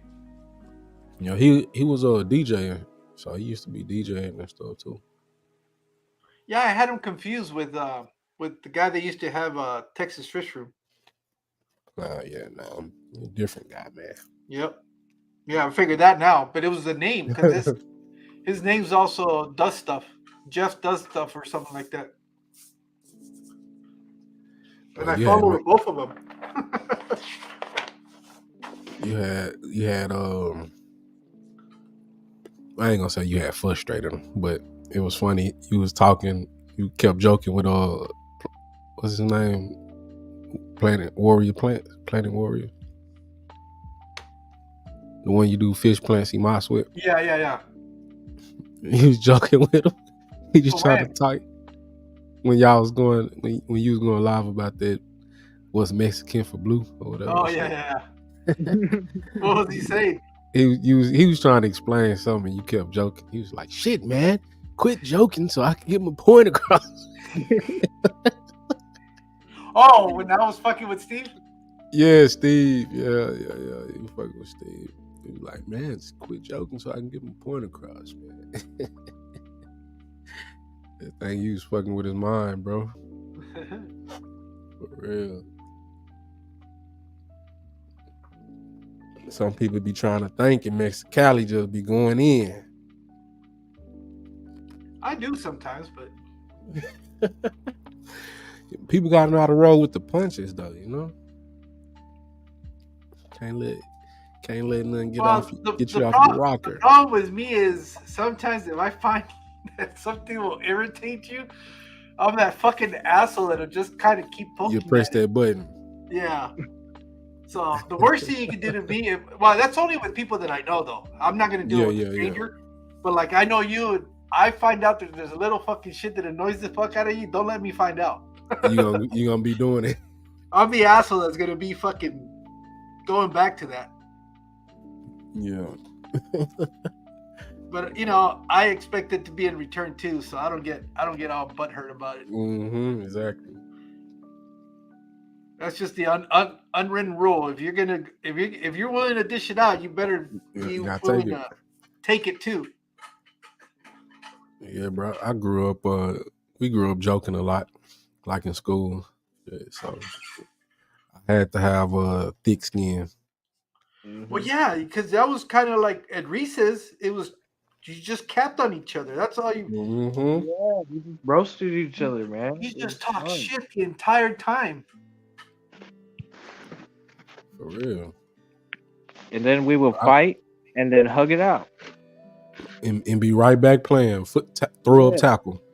Well, you see, that was the whole thing, though. It was if you fought, then you were kind of like, oh, forget it. We ain't fucking with you because you can't hang with it, So it was you had to get real witty real quick. And that's the only way you could hang out with the group because, we weren't, this whole fighting stuff is like, oh my God, that's serious. Yeah.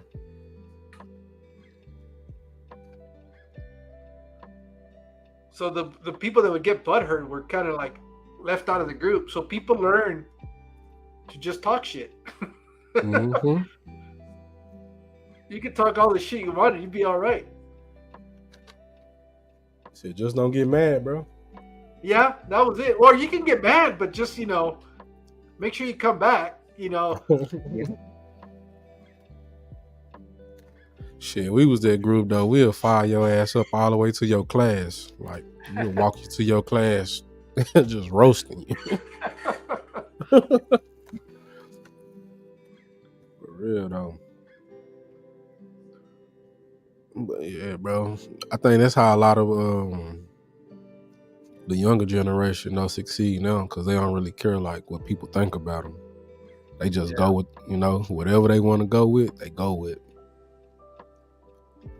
They don't really have a conscience of they may not like me or You See, know when I what was I growing look up, like, or we were really mean to each other, but it was more on the on how broke you were. You know, kind of that shit. nah, for real. I remember when we found out that Uspis was the fake polo. You know, the one Yeah. with the two bro. You get your ass fired up if you came around with Yeah, that. it was shit like why you wearing pro wings and all that kind of shit. That's what we used to go after each other on. Mm-hmm. See, I remember growing up, Payless shoes and shit. they used to have the the polos that you had Latiger and you had Yeah. lacrosse, and then you had some fucking I forget what brand it was, but it was like the cheap knockoff.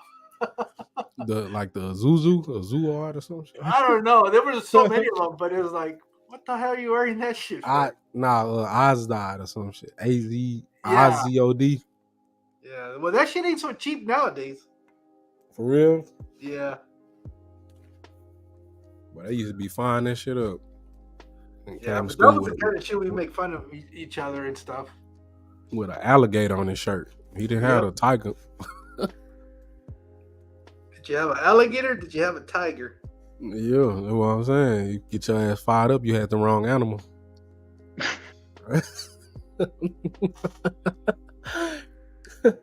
All the shit that don't matter, man. But you feel me? Just to make people feel bad. Be like, damn, I ain't got no J's. I ain't got no Nikes. I'm like, man, why does that even matter? Although, man, them fucking Jordans, man, they were expensive as hell. I don't know. I didn't own my first pair of Jordans until I was, 22. Damn. And I got them because I traded them. Yeah. I traded some sneakers that I had. I think I had like some Reeboks. There was some Reeboks that I had. And I traded them for there were the Jordans, like the 6s, I think. But that was my first and only pair of fucking Jordans I've ever owned. For real? Yeah. That's wild. I was at least like 4 years old, 5 when I first got my Yeah, there were the 6, the ones that I got. The black and red. Mm-hmm. With the padded leather? No, these didn't have the padded leather. These were like suede. Oh, damn. Yeah, the 6s are suede. The padded leathers are like the 11s, I think. And it's crazy. People pay that much for them shoes and they don't even cost that much to make. No, but they were expensive then, but they're crazy expensive now. You gotta have a goddamn raffle ticket to get some now. You can't even go just in the store down here, Bob. These are actually not that bad, but they're not the original ones though. These are like a remake. The ones that I'm seeing online, they're $150. Yo, shit, they all remakes now. Cause they just keep recycling them motherfuckers. They probably don't make the ones that you had no more though. Probably, but no. And you know what? Is the bottom still the same? I don't know, but I was never. Y'all seen them sneaker heads that be like trying to keep them shoes in storage and then they go back to them and they just melt away? No. Yeah, the mugs crumble because after so long you don't wear them, the mugs just crumble up, bro, like cake. Oh, I'd be mad as hell. Bro, you talking about classic shoes. Shit, I remember money. The Jordans too, the Air Force One Jordans, Yeah. Those I remember when I fucking saw them at the store. No, it wasn't those. It was the 2s that were $100. Those were the first $100 tennis shoes ever. I couldn't believe they were worth that much money. I was like, who the hell's gonna pay $100 for some sneakers? And now that's a cheap sneaker, $100. Yeah, that ain't. They spend them easy. Shit, you pay $100 for a used pair of sneakers nowadays. Yeah, for real though, easy. On what's that shit? Some website that they got. They be selling like rare, not even just rare shoes, just shoes that they don't sell no more at the Nike store. Stock X, that's what it's called. They said they got shoes on there $500, bro. More. Damn. But it may be like a shoe you can't get no more though. Like the I wish I still had my Reebok pumps. Well, those are the ones that I traded for the Jordans, but those would probably be worth some money now. Yeah. Some Ken Griffey's.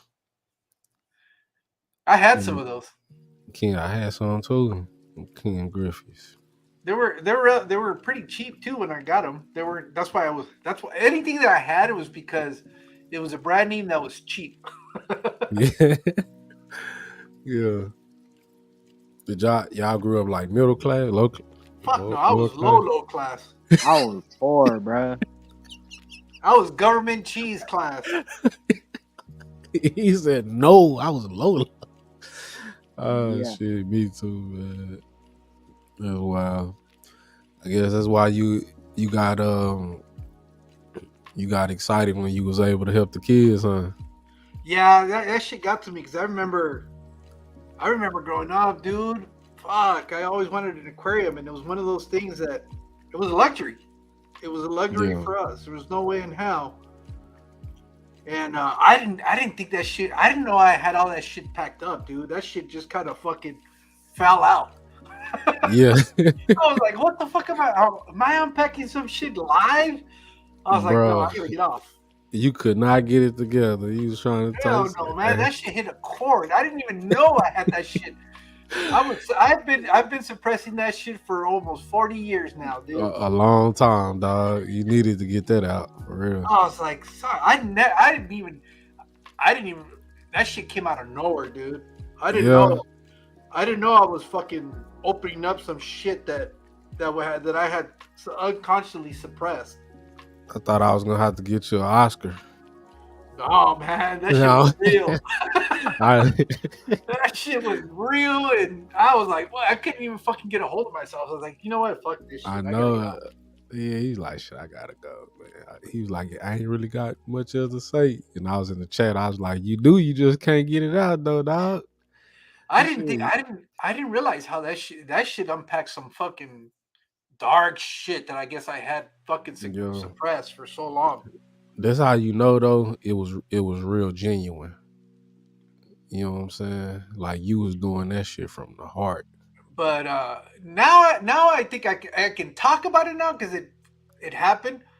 But even later on that day, that shit, I thought about it. I was like, what the fuck is going on? You know, I was like, why am I fucking getting overcome here? But now it's like, all right, I kind of released that shit, and now I can talk about it. But that shit was out of nowhere, dude. Oh, Ian's phone died. Yeah, I see it. That shit crept out of fucking. I hate that shit where it just fucking creeps. And I was like, what the fuck? This shit is nuts. It's all good, man. Everybody was there for you. So shit. Pretty sure they probably even made it more hard though too. Like looking at the chat. Yeah, I know. That's why I was like, you know what? I gotta go, man. I need to get a hold of. I need to get it composed myself. Yeah. But yeah, that shit fucking crept out, dude. I was like, I didn't even know it was that big of a deal until I fucking opened that box. I was like, boop, it right open. I was like, whoa, shit! I didn't know that shit was hiding in there.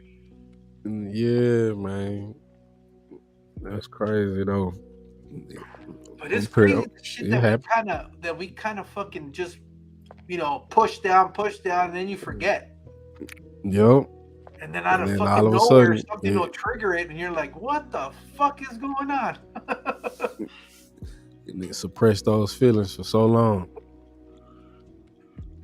Yeah, but that, to me, what it was is I just remember how much, and it wasn't necessarily the possession of them, but just being able to see one and sit there and watch. man, that was like the coolest thing ever when I was a kid.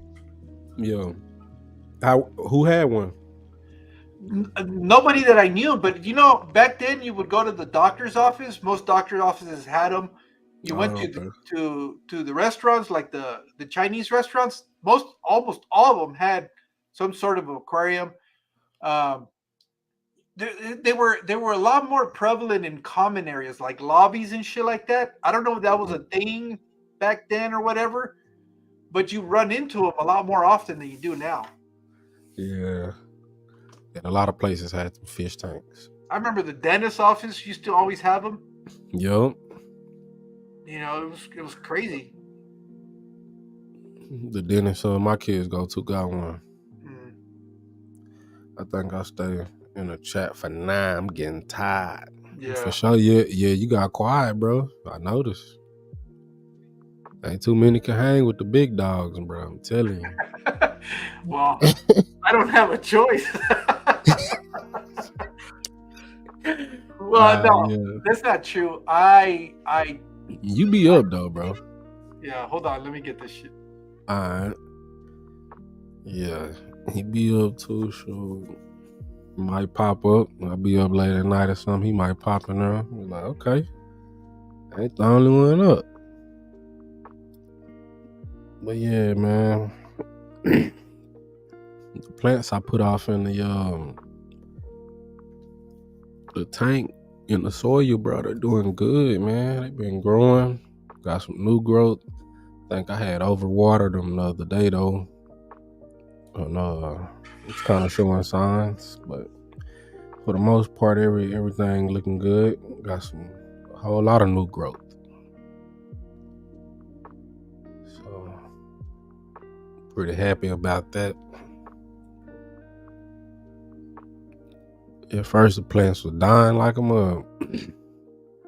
I guess it was just, how the draft in the house be and everything. They wasn't getting the proper humidity. As soon as I dropped them in that soil, though, they got to stretch out. They start growing. No, the pothos started growing immediately. And then dumb came. It was already growing. Then the prayer plant, that mug finally started growing some new shoots out of the ground, so out of the soil. So that's dope. He said, I stay up late sometime, bro. Me too, dog. Shit, I be always up, dog. I've been like that though since I was in middle school. I always staying up late.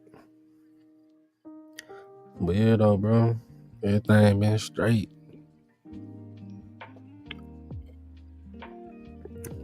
I was telling you earlier, sure, you gotta get some more coil, man. Coil for the saltwater. Definitely gotta do that.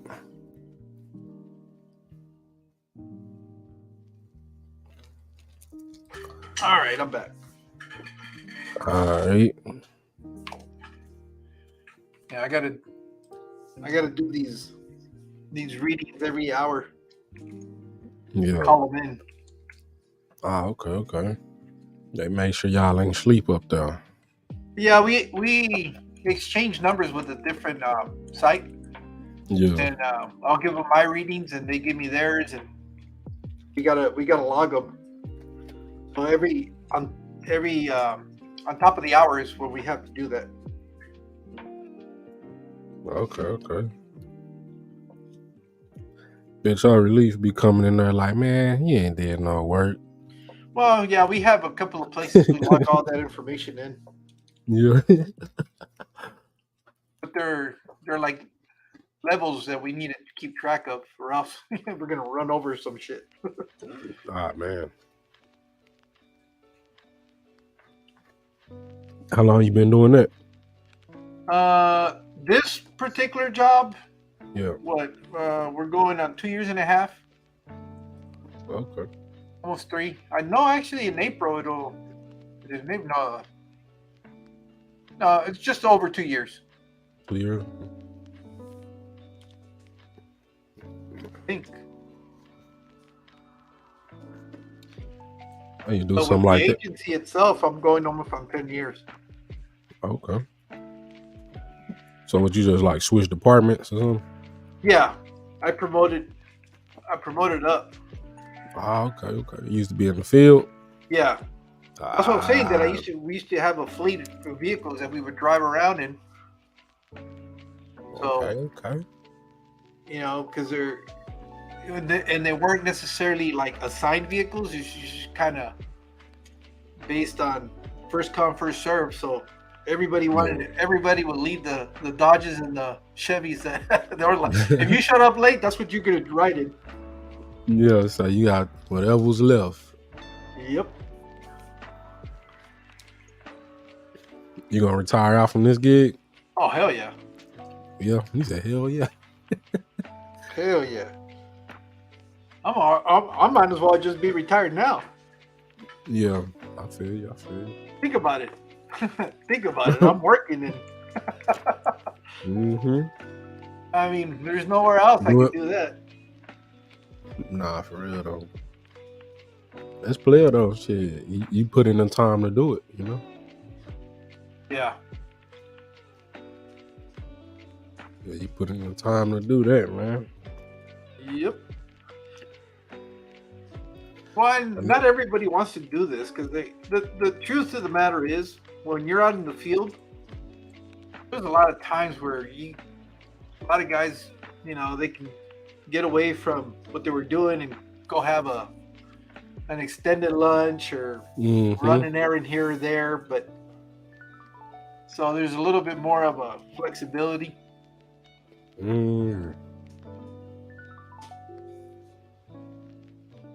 Yeah, that makes sense. But the only problem is you're working in the elements, you know, and most of the year it's nice. Hell, the winter is not bad because it's cold, but it's not freezing. So if it's not freezing, it's doable. You good. So they really be out there have to check the levels like manually or something?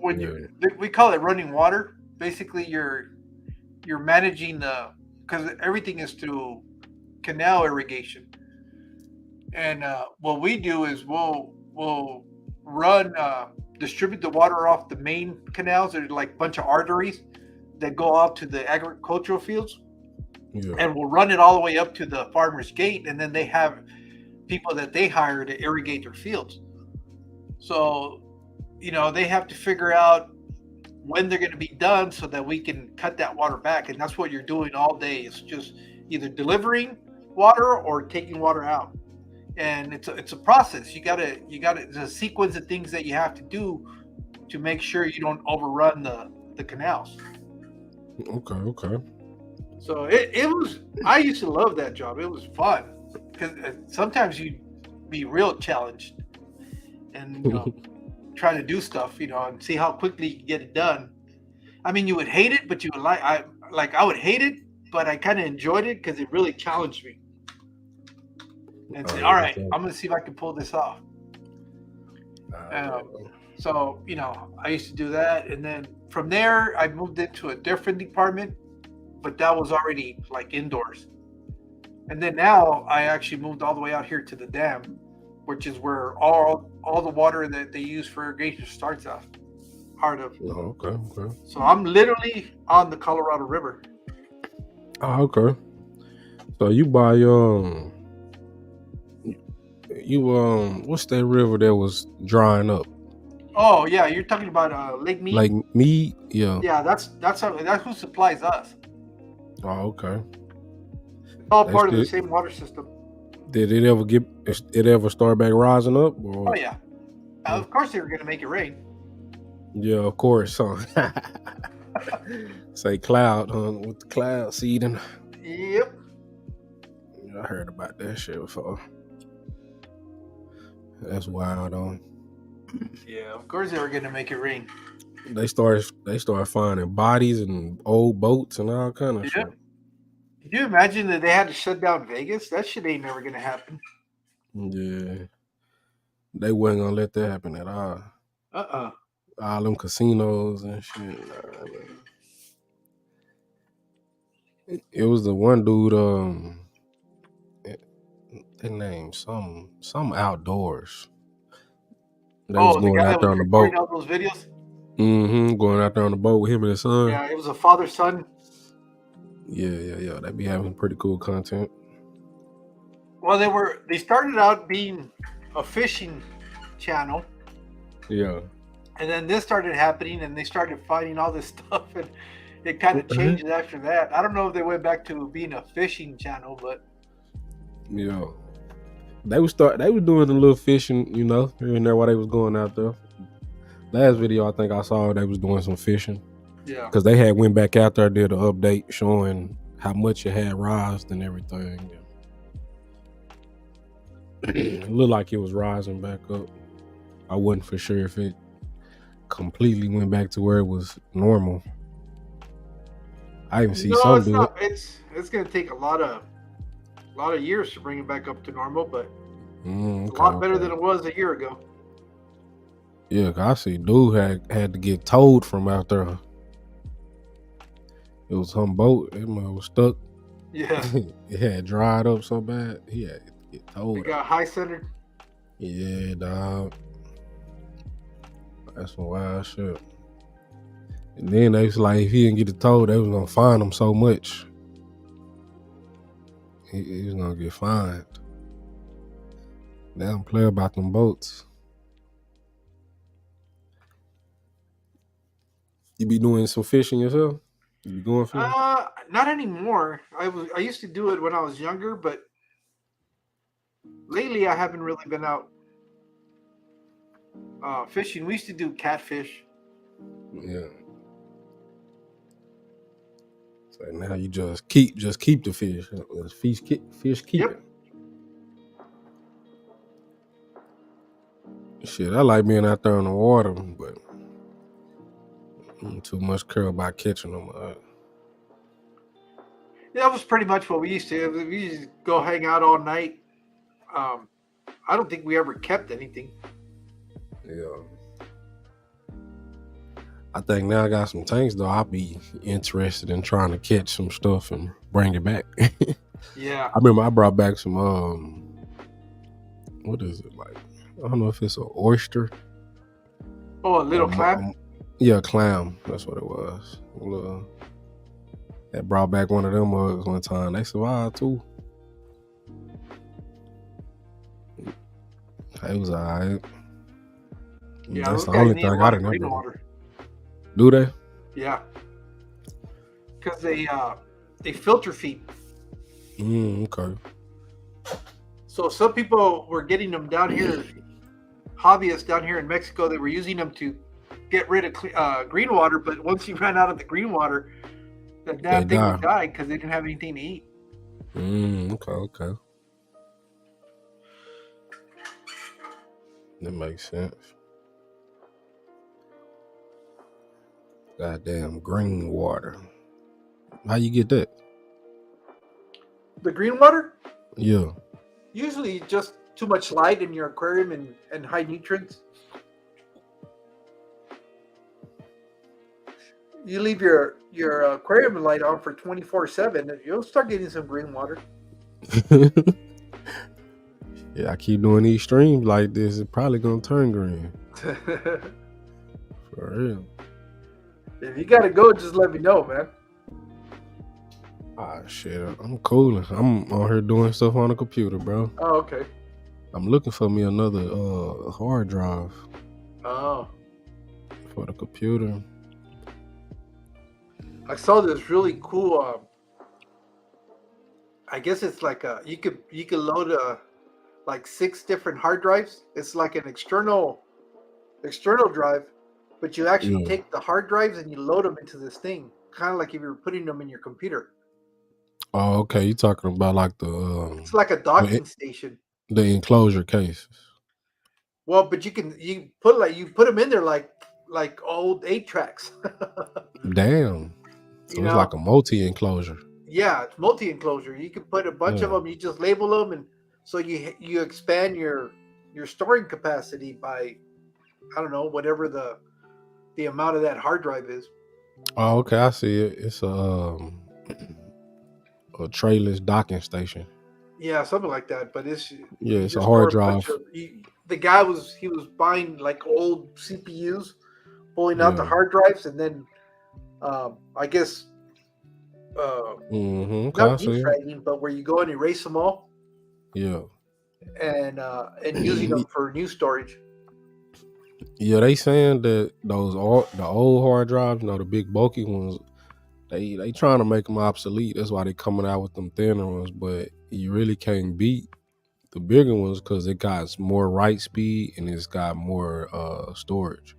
You can get damn near 10 terabytes on one of those versus only 4 terabytes on the new SSDs. Yeah, the solid state. Yeah. I guess these are called SATA HDDs. The other ones are SSDs. Yeah, it's cool though. It's crazy because before you even, before you said something about it, I ain't even never see this. And then when you said something about it, I looked down. Yeah, it came up, I think, on my Instagram feed. And I wasn't even looking for that stuff. It just kind of popped up in there, and it's kind of cool. I've never seen anything like that. Oh, this mug got a 10 bay. So shit, it's like so what are they called? Computer. Are they called the hard drive docking stations, or what are they called? Yeah, trayless docking stations. Yeah, hard drive trayless docking. Yeah. So it's just a place where you dock your hard drive. They got 2 bays and it look like it go up to 10. So you can have 10 hard drives. That shit $5.99. $600. The guy we were talking about, Corvus, he's actually on live right now. Yeah, I know. He been on for a minute. I was like, oh shit. Because I got his he's talking about something about video games, I guess, because that's what I see on his. Yeah, I thought it's what it was, but yeah, he been on for a minute. Just about I ain't gonna say about as long as me, but he been on for 2 hours. Yeah. Oh, new Loco Austin is on there. On his channel? Yeah. Who else is over there? Punchy Pants. A couple of the people from the Fish Who is new Loco Austin? That's Mike. He's out of Austin. Okay. Oh, you haven't met him yet? I don't think not like talking about, but I think I saw him around before. I definitely He's saw got like him. a real dude vibe, real chill, real. Yeah. He be good getting up on live? He gets up lives on Wednesdays. Oh, okay. On his channel. And then he's done a couple of things with Vibes where they were kind of co-hosting. Yeah. But he hasn't done that in a while. Robert Reed's over there. Oh, you were there for a while there too. You were gifted a membership. At New Loco Austin? No, on Corvus. Was I? Yeah. Shit, I don't know. You better check your email. Man, I had a couple of them. Like, I done got gifted a couple of them, but I don't even. It was one channel I ain't even never been on that shit. Really. Oh yeah, I get them all the time, and it's cool because I can get to go discover somebody new. Yeah. Everybody. A lot of people over at June Spot. Oh, are they? Still on? Yeah, she's still on. There's 13 motherfuckers over there. Everybody from the Fish, man. Bunny, Craig, Fathom, Boots Cats. Oh yeah. New Loco Austin. And everybody over there. I forgot she had stream. I think she had the stream schedule. But she had what? She had it scheduled, I believe. Oh, okay. Yeah, I know that she's got a scheduled night or something where. She hop on. Yeah, her and Shit. Adele. Yeah. Like, cool. I had I'm just on this mud really cooling, man. It's been 10 hours, shit. I did Well, this it's set. almost coming to the time where you have to get off or you're gonna lose it. Oh yeah, lose the string. Yeah. That mug could be gone. I did that shit one time, was sick. Yeah, you said it was 7 days or something like that? 7 days, man. Huh? You went for 7 straight days? Yeah, 7 days. All right.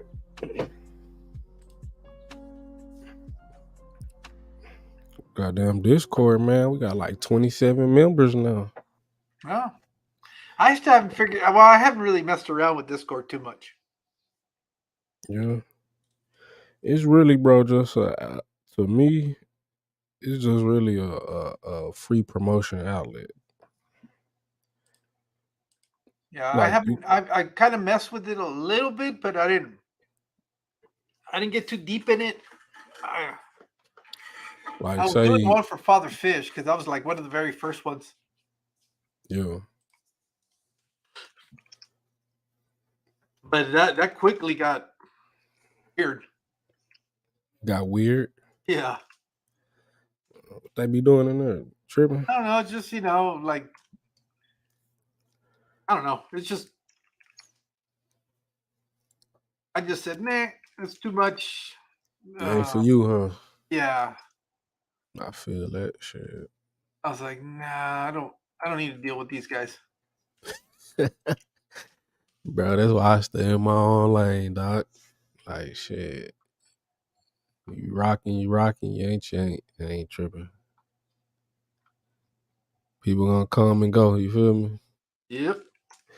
Ain't like nobody. I think that's what it be too. A lot of times people get too caught up in this shit and think these people they friends. Like, these people ain't your friends. They're acquaintances that you get to meet. Yeah, but they take it too personal. Like, if somebody don't speak to you or somebody, you shouldn't get butthurt about that shit. Like, fuck it, Yeah. It is what it is. Shit. One day I might want to speak to you. One day I might not. But it don't mean that I don't like you or something that day or shit. People be tripping. It don't matter like that. They take it as if nobody come, to their stream or nobody. Oh, I know. I always trip out on that. But then again, I go, well, maybe you're not doing something that people want to come and gravitate to. I don't know. I mean, yep. Exactly, bro. Yeah. Sometimes this stuff is not necessarily cut for everybody. Nah, hell nah, bro. I'm not saying you can't give it a go, but it's just don't be upset if it doesn't pan out. If it don't work. It's not gonna always work, bro. No. Sometimes they just haven't found your niche. You seen a lot of people do like trivia on her? Yeah, I've seen them do that. You seen a lot of people do it? Not a lot. There's a couple of channels that do it. Well, within the fish community, or at least that I watch. Okay. But I don't know. There could be a lot more that I'm not aware of. Yeah, I had did it a couple nights. It was pretty cool. Did the fish trivia. Those are cool because it's another way to interact with the chat. So that's the one thing that I'm liking is that interaction. When I have my streams especially with guests, it's horrible. I'm more focused on the conversation. And I mean, that's kind of how you got to be to an extent. Because if you get too caught up in the chat, it'll make the interview longer than you would like it to. Well, and they get sidetracked sometimes too. That's what I noticed. Mm-hmm. So I think when you're interviewing somebody like that, it'll be. But that's the thing too, though. It's not necessarily like an interviews, Okay. I just like just get to know that person type. Yeah, we're just having a conversation. I guess it sort of is an interview in the fact that I do ask a couple of questions here and there, but it's not like I don't like doing the okay. How many aquariums do you have? What's your favorite fish? You know, that kind of stuff. That's been, to me, I don't find that as interesting as to finding the story behind how eventually they got around to keeping fish. Mm-hmm. Because that's just the same old questions people always ask. Your favorite fish and all that stuff. And you know what? Honestly, it's one of those questions where I don't know if I could really answer that question honestly, because it's always changing. You're always discovering new stuff. You know, your favorite fish is the one that you haven't had it until you have it, and then you switch your mind and go, okay, I already tried this one. Let me try something else. So yeah, nah, for real though. To kind of pinpoint it to one thing, it's kind of hard. Well, for me it is. I mean, for me it's always changing. I'm always discovering new species and going, oh shit, that's pretty cool. I like to keep that. Yeah. That's how I was doing the other night when we was on Fishy Beard stream. He was looking for some Central American fish. Bro, it's some nice selections. Oh yeah. The only problem with the Central American sometimes is that they're like the assholes of the cichlid world. Mm-hmm. They get too big. No, they're just mean. They mean, yeah. Yeah, there's mean old, you know. Someone was saying they mean towards each other. Yeah. Like the same species, but you put them in there with like a larger cichlid or something like that, they chill out. But they look pretty cool though. Yep. But they had some smaller Central American fish too, like some sailfin mollies and it was something else. A llama or something like that. A what? Lima. Oh, limia. Limia? Oh. Yeah. Yeah. So they was like the smaller side. Yeah, that's like a G'dayet. Yeah. So shit. Guess it just depends on what size tank you have. Yep. For real though. I ain't never had no angelfish. I just got that mug, but them motherfuckers stay eating, boy. All the time. Yeah, they're always acting like they're hungry. They're always nibbling on shit. On the surface of plants. Mm-hmm. They been eating that staghorn and stuff. The staghorn I got in the tank, he been starting to clear out? It kind of look like it is, bro. Cause I'm thinking they eating it, and then I had got like a toothbrush and got some out too. But that shit is stuck on them plants though. Yeah. That's some tough stuff. It's like actual hair. Yeah. The Corey's, the upside down cat finally out. It's a rare sighting. You see them mugs. For real. He's probably looking at you like, man, when are you gonna turn off the lights? Everything. They was off last night. Well, this morning when I turned them on. Yesterday morning, should I say. I think they on my cycle now. They know what's up. Cause I'm kind of like, I'm a night owl, so they be resting in the day. They know shit, nighttime and showtime. But the saltwater is kind of different though. I try to cut them off because the algae, diatoms and all that, it blooms just from the light. Like it won't be there, and then you cut the light on, have it on for a while, it'll just appear out of the sand. What the fuck? What kind of African cichlids do you have in there? Some the Kenya. Is that the Kenya one where cichlid. the male's blue and the females are yellow? Yeah. Oh, okay. Yeah, them was pretty cool. And the electric blue johnnies. Then I got some the oblique. I know they from Lake Victoria though. Yeah, shit, that's all the cichlids in there. Oh no, my bad. And what's that? The OB? Yeah. The orange and black one. I think it's like an OB. Okay. Yeah. But he been getting beat up ever since he got in there. Is that a puffer up there in the upper? Oh no. Nah, no puffers. No, it's in. Yeah. Okay. He turned around. That's the oblique. Yeah.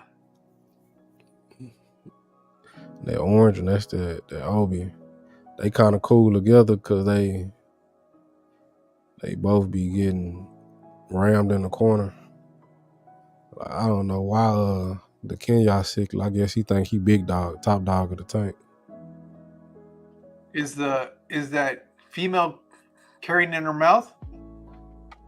Nah, Which female? The yellow one. Nah, that's the male. Oh, that's the male? Yeah, the males are yellow, the females are blue. Oh, okay. Yeah, but nah, yeah, I had a female in her holding, but he chased her ass out of the tank, bruh. She had the babies in her mouth. Yeah, bro, that's wild. But I've been having these fish for like 2 years, going on 3 now. Like all the cichlids.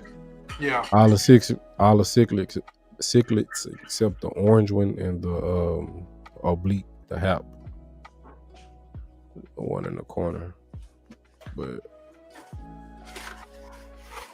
so that's why I said I know I could keep some fish alive. Had them mugs for a while. A lot of people be having to get new fish because they can't keep nothing alive, man.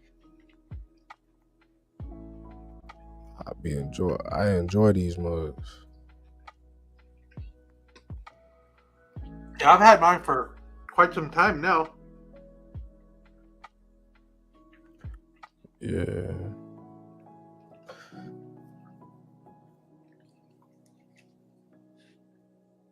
I guess Ian must have passed out, huh? Yeah, probably so, bro. Last time he said I stay up late sometime. Yeah. About 30 minutes ago. Damn, time going slow though, really. Yeah, tonight it is. Yeah, it's going slow.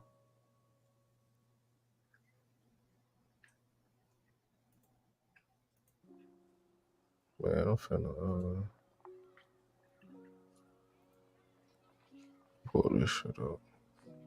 But yeah, the drive though, I'm definitely checking to one of those. Person like me, I need something like that. That dock station. Cause I be having a lot of stuff that take up storage, especially when like music and videos and stuff like that. Shit, one video may take up 2-3 gigabytes. So yeah, especially when you start filming them.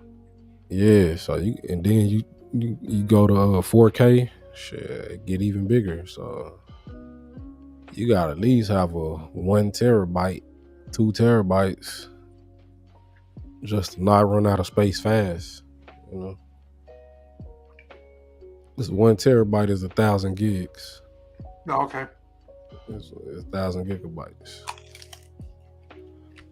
So shit, once you get to calculating them gigs up, that shit go down quick.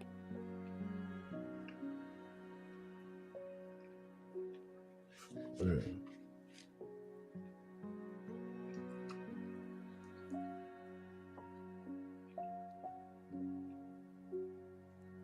You don't be hitting no events up? Like you ain't gonna For push it? sure, the one up in LA, in Pomona. Yeah. Yeah, it's gonna be in June. I already asked for the days. Okay. Oh shit! Reminds me, I gotta ask for the 29th off too. Sure. What day? What shift am I working? Maybe I won't need it.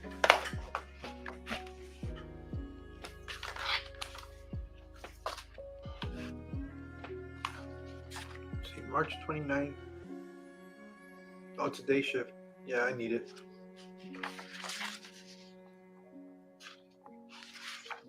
Oh, so some days you work nights, some you work days. Yeah, I work all 3 shifts in a month. Damn. Our rotation goes, you start at night. No. You start on swings, which is 2 to 10. Yeah. And then from there, you move to mornings. After we work 7 days, we're off 2. And then you go back and you work 6 days during the day, which is 6 to 2 in the afternoon, 6 in the morning, 2 in the afternoon. And then you're off. They call it 2 days, but it's really a day and a half. Because that second day, you go in at 10 o'clock at night. And you do your graveyard shift, which I'm at towards the end of it. And you do 7 nights. And then after you come off of that, you get 4 days off. Damn. Okay. But you're basically working an entire month, almost straight. Then you get 4 days off. Mm-hmm. You get in total, well, you get the same amount, but they just kind of, it's weird the way they break them down.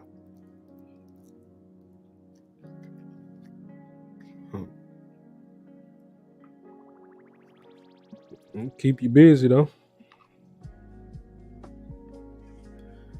Yeah, should keep you busy, man. Yeah. You just got to be paying attention. You really can't come here and fucking go to sleep because shit'll go bad in a hurry. Damn. Be overflowing. You ever seen somebody do that? Not yet. Fucking Colorado River is pretty big to overflow. Yeah. Like what that overflow though? Like the dam? Yeah, if you back up the water too high, Mm-hmm. or one of the gates is going to go over the banks. You don't want that shit happening with the amount of water that we're managing. Been a flood of the town right now. Oh yeah, you literally could. Yeah. Ah, so you got an important job, man. Well, some people would say so. Shit, I hope so. That's some power. Yeah, well, that's why there's the compensation equates to responsibility. Yeah, so. Exactly. So, I know you didn't probably have many shirts. So, what type of fabric do you like on the shirts? Like the 50-50 blend or? Yeah, probably it's whatever what's it, Gildan? That kind of, Mm-hmm. I don't know exactly what the blend is on those, but that's kind of the type of t-shirt I like. Well, Gildan, they have several different, styles. The one that feels like more cotton but won't shrink. More cotton but won't shrink. Yeah, because you know how they have those that are like synthetic fibers that they feel like? They're real light. Uh-huh. I don't know what blend those are, but I don't like that. I like the thicker t-shirts. I mean, yeah, because they got heavy blend, ultra cotton, heavy cotton, Heavy blend is probably what I like. Dry blend, performance, hammer. No, not performance, not dry. I like the heavy blend. A heavy blend. Well, that's what old t-shirts used to be like, and now I guess they're like the lighter ones.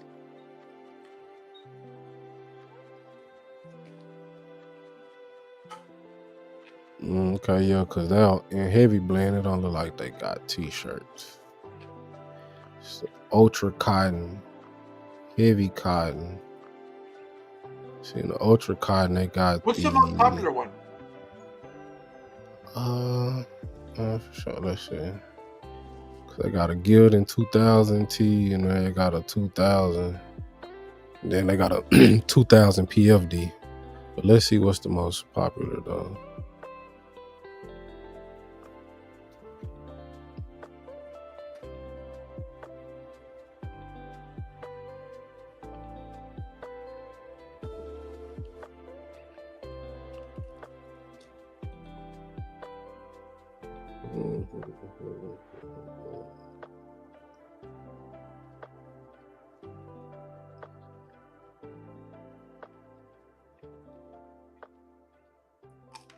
The lighter Gildan 5000 is say a lighter Gildan 5000 is an ideal blank tee for warmer climates and come in 69 colors. Okay. The Gildan 2000 Ultra Cotton t-shirt is thicker, warmer, and feels more like a premium blank tee at a fair price. That's probably the one that I like, because I like the thicker feeling t-shirts. So the Gildan 2000 Ultra Cotton. That might be it.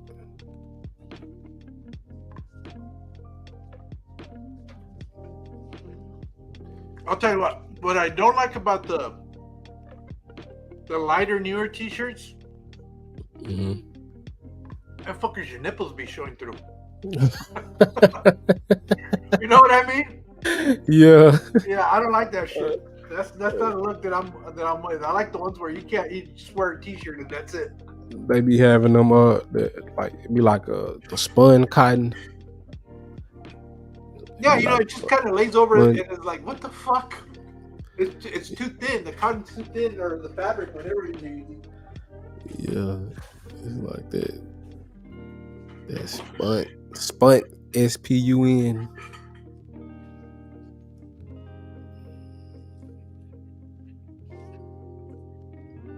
I have to look at my favorite t-shirt and see what kind of blend it is.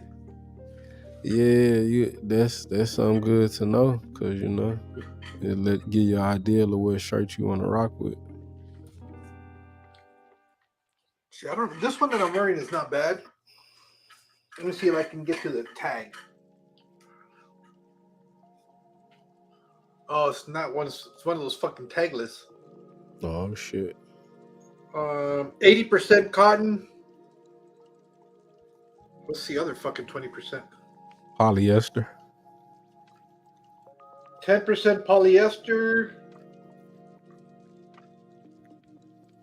And they got some satin in there. What else you got in there, man? No, it's probably 20. The number is all fucked up. Yeah, it's 80-20. 80-20? Yeah, that's a good blend. Well, let's see what's the blend on the...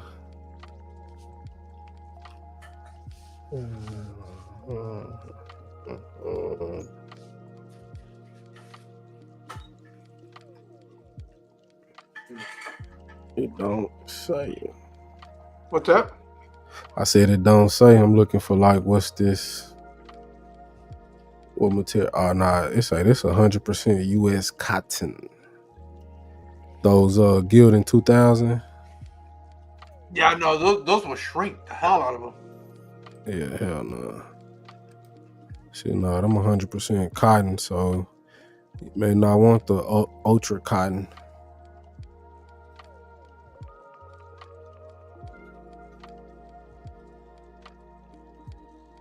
Gee, who makes these 80-20s?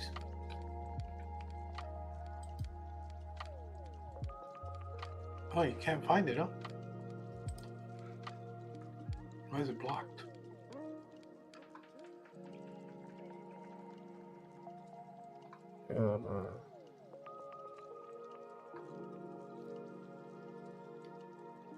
Okay, so the Gildan 2000 letter T, yeah, is a 50-50 blend, 50% cotton, 50% polyester.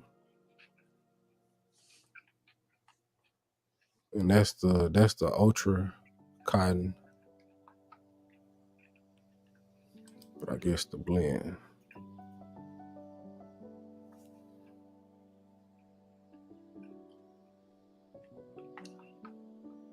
Is that right?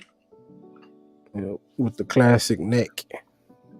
They're calling it here the Gildan SF0s, but those are sweaters.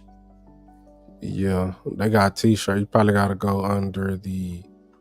I went under the Ultra Cotton, and then to the Gildan 2000 T. Well, it doesn't have to be necessarily a Gildan, Yeah, but as long as that blend, I guess. What I liked about the Gildans is the neck. They don't stretch out and get all messed up real quick. okay. You ever heard of Bella Canvas? Uh-uh. Those Are they good? Those are like probably Gildan competitor. Oh, okay. So like if you ain't getting a Gildan, then Bella Canvas will be your next move. They're cheaper too, aren't they? I ain't gonna say that. I think they probably a little higher because they a little more better. But Okay. there may just be certain certain blends and stuff. Cause like how Gildan got the 2000 T with the 50/50 blend, they may have a Bella Canvas. So number what's the G500? on what? On the Or Gildan? the Gildan? G500. What's the blend on it? It's a 5.3 ounce, 100% pre-shrunk. Okay. So it's going to wrinkle the hell out of it. Where they said that must be on the soft style or something.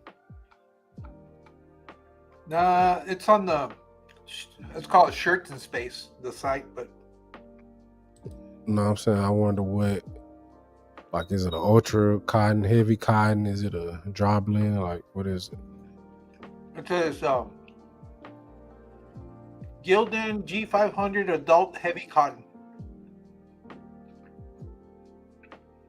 No, about $250 a t-shirt.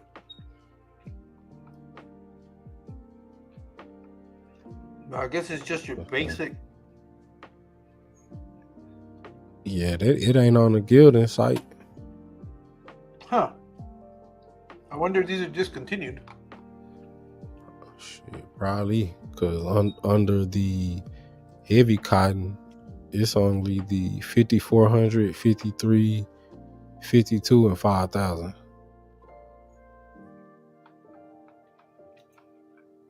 And the 5000 is 100% cotton. 5300 is a 50/50 blend with the 5.3 ounce yard. US. Is that what you said it was? 5.3 ounce? Mm-hmm. Yeah, so that's what this 5300 is. Hold on. Let me grab it. All right.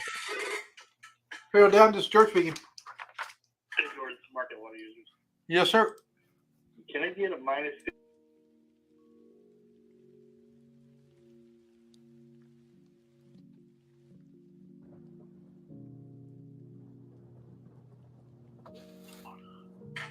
All right. Back again. All right. Now they have some shirts that ring spun cotton. Yeah. I ain't gonna lie, I kind of like that because okay. I can't say that shirt is very durable. They last a long time. They don't stretch out. Which one is it? They don't really get wrinkled. The blend is ring spun. I think it'd be like 100% ring spun cotton. But the model number, like, is it 6500 or?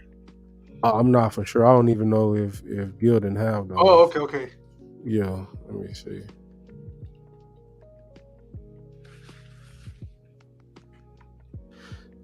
So the difference between regular and ring spun cotton is regular cotton is made by the cotton fibers and twisting them together to form a yarn. The cloth is produced using this yarn.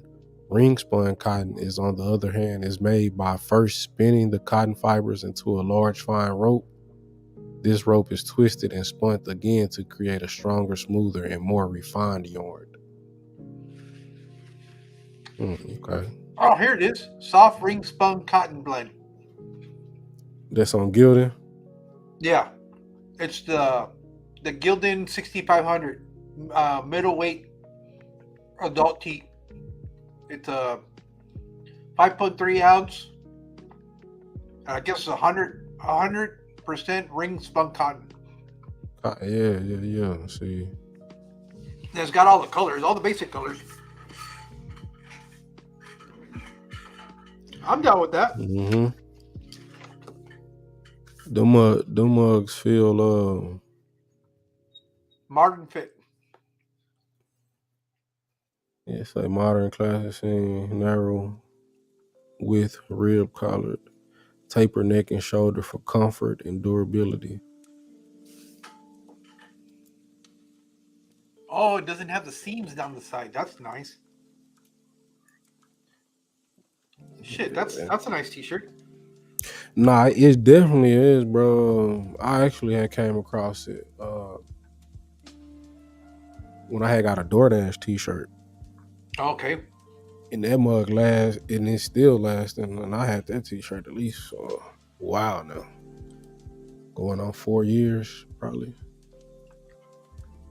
3 years, probably. And I wonder if I can send you the t-shirt that I want to make. On what? What you got? It's I commissioned a guy to do the drawing for me. Mm-hmm.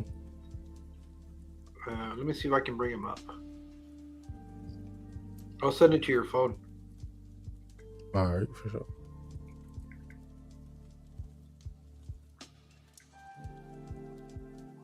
You ever seen? Of course you have. That famous painting of Biggie Smalls. The crown is heavy. Mm-hmm. Well, I had him do that image and replace Biggie with a Mabuna puffer. Yeah. It came out nice. That mug, that's the one you say you think will sell? Yeah. Oh, yeah, for sure. Because it's hobby related, but it's also iconic. Yep. Yeah. Well, I showed it to Funk, and he immediately knew what it was. Exactly. Are you on Instagram? Yeah. Okay, let me look for you. Under Coro or Car? Yeah. Core the category. There it is. I just sent it to your Instagram. All right, but Guy did a pretty good job on it. So you see, to me, it would appeal like people like you and I and stuff like that are familiar with hip hop, but it would also appeal to people that are in the fish community.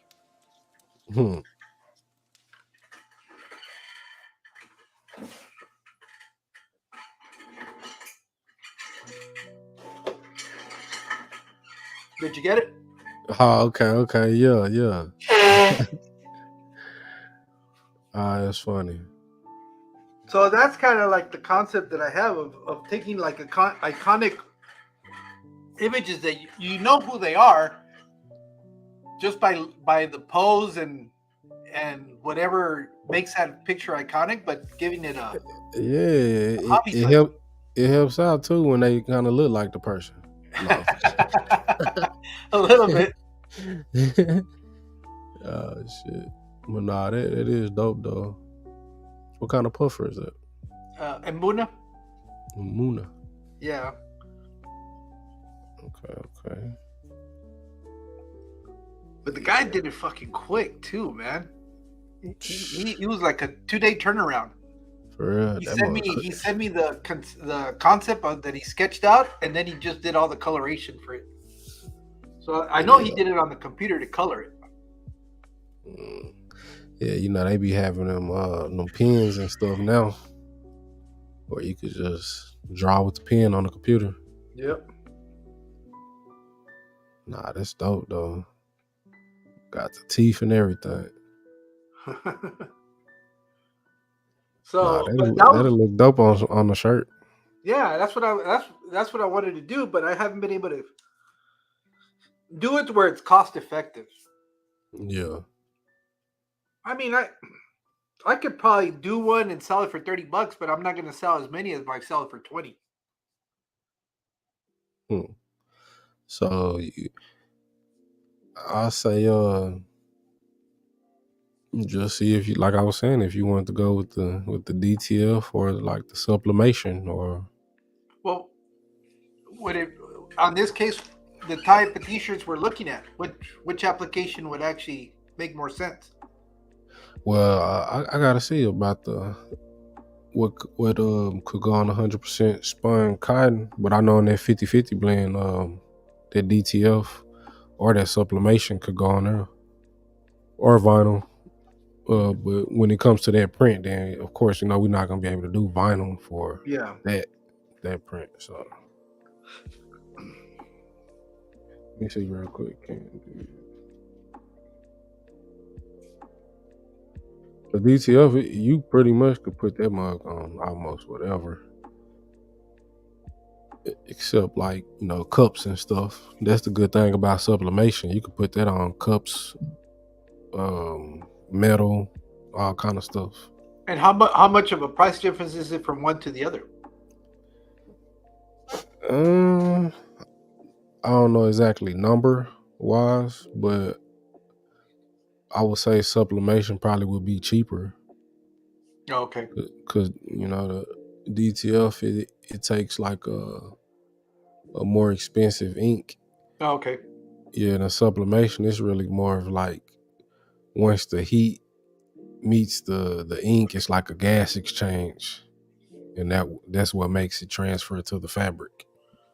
Versus the DTF is like the ink on top of the film paper, and then you press it on the shirt, and that image goes to the shirt. Which one holds up better though? Sublimation is in the fabric. Oh, okay. You know what I'm saying? DTF is kind of like it's kind of it's kind of like iron like on, a fancy iron on. yeah, but it's still iron on. But sublimation is in the fabric, so that's why I say it's like a gas exchange, and it goes inside of the fabric. So you won't be able to like scratch it or feel it or anything. But DTF is like vinyl, you'll be able to feel that and you can scratch that. So that's the difference. And then, like I say, sublimation could go on a lot of different products. Well, if the price is not that much of a difference, then go with the better quality, I guess. Quality, yeah. People usually like DTF more because the colors pop more. Oh, okay. Yeah. Depending on what kind of shirt or whatever you had it on. But yeah, DTF it pops a little more. It's just the image may have a little weight.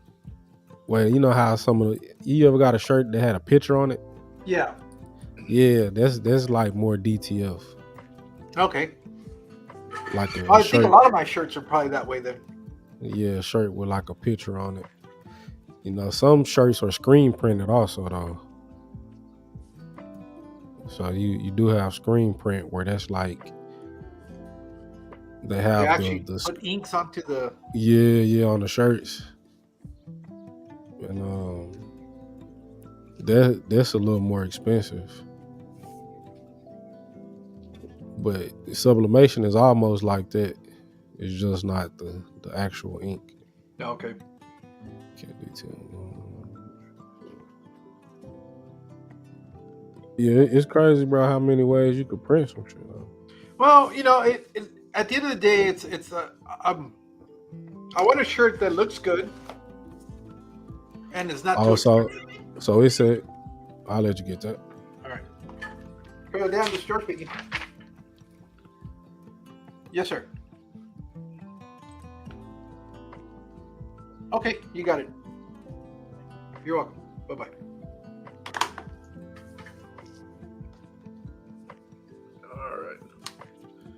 let's change that. So I make a change on that.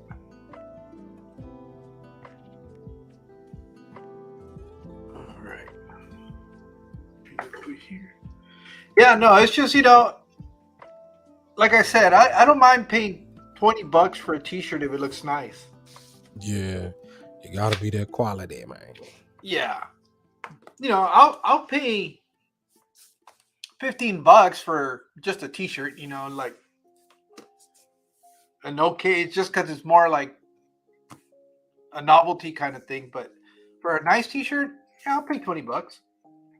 I don't know if I can pay $30 though for a t-shirt.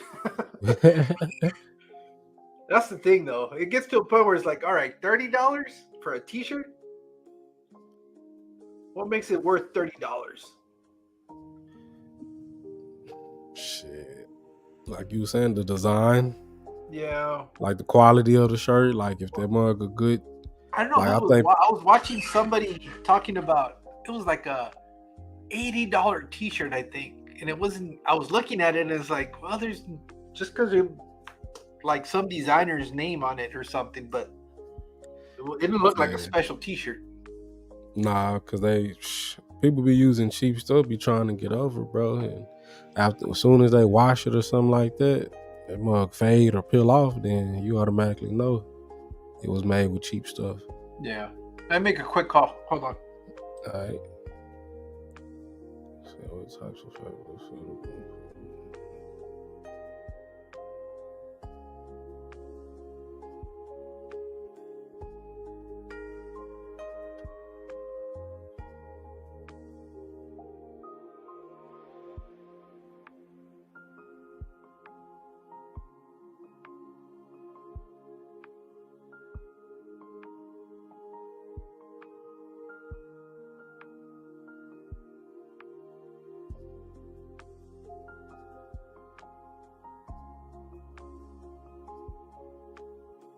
All right.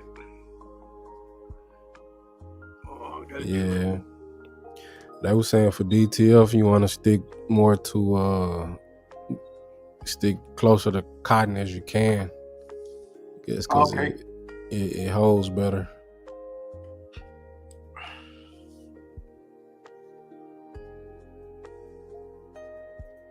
Yeah, bro. It's so many different ways though to print stuff, man.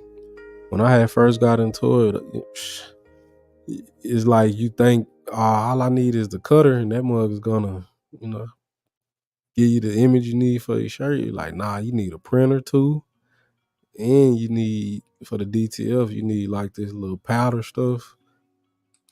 You gotta put them mugs in the oven. Like it's a process. Put them in the oven. Yeah, or like, you can put them under your heat press to heat them up to 300 degrees. Cause that's what makes that powder binds with the ink. It's the powder stuff is like adhesive. Oh. So when you go to press it on the shirt, it sticks on the shirt. So yeah, you can't just go straight from the printer to the shirt. You gotta add some adhesive on it and then heat press it. Oh, okay. Yeah, so it's a whole process. That's DTF.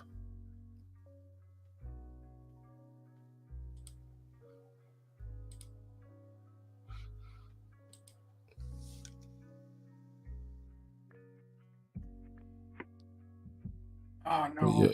we didn't do that.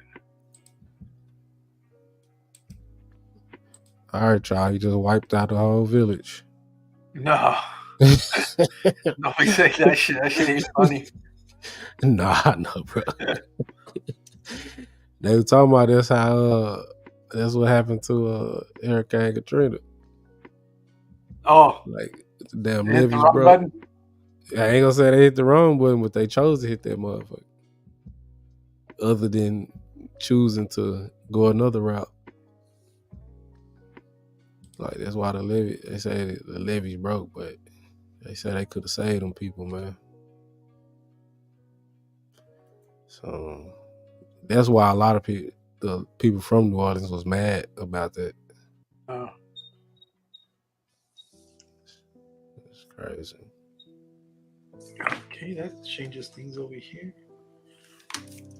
So, all right.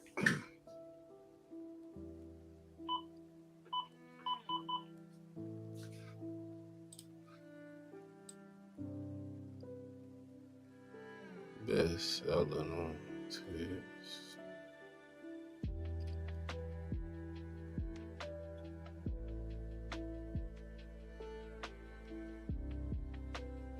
You don't rock with the V-necks, man?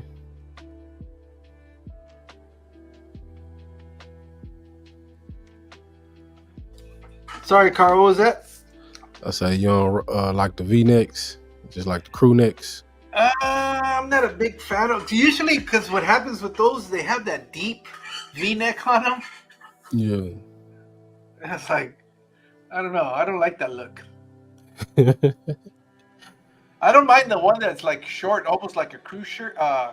Crew neck, but it's got a little bit of taper down to it. Those are fine, but I don't know how to pick those.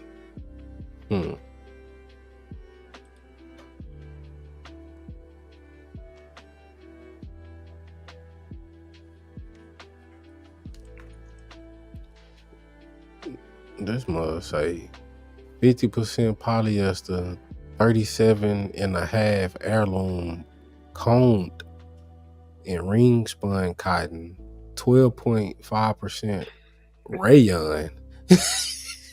God damn. That's one of these. That's one of them Bella Canvas t-shirts. Oh. $36.50. You like those t-shirts?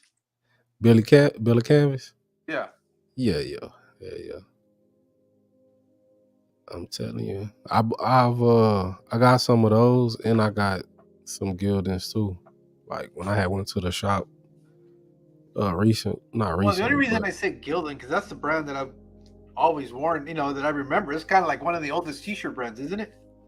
Yeah, that I know of, but besides Hanes and Fruity the Looms and but nah, Bella Canvas on their neck though. If you ask like probably any fashion person, they'll choose a Bella Canvas over a Gildan any day. Well, shit, maybe we'll mess around with those. Any day, yeah. Like I know Gildan has some good shirts, and I think they had like a chart comparison of I guess if you what you was doing with the shirt, you could either get this shirt like a Gildan 5000 or a Bella Canvas. Like they was giving you options, so they neck and neck. Yeah, they neck and neck. So you just might, have to check it out for yourself to see.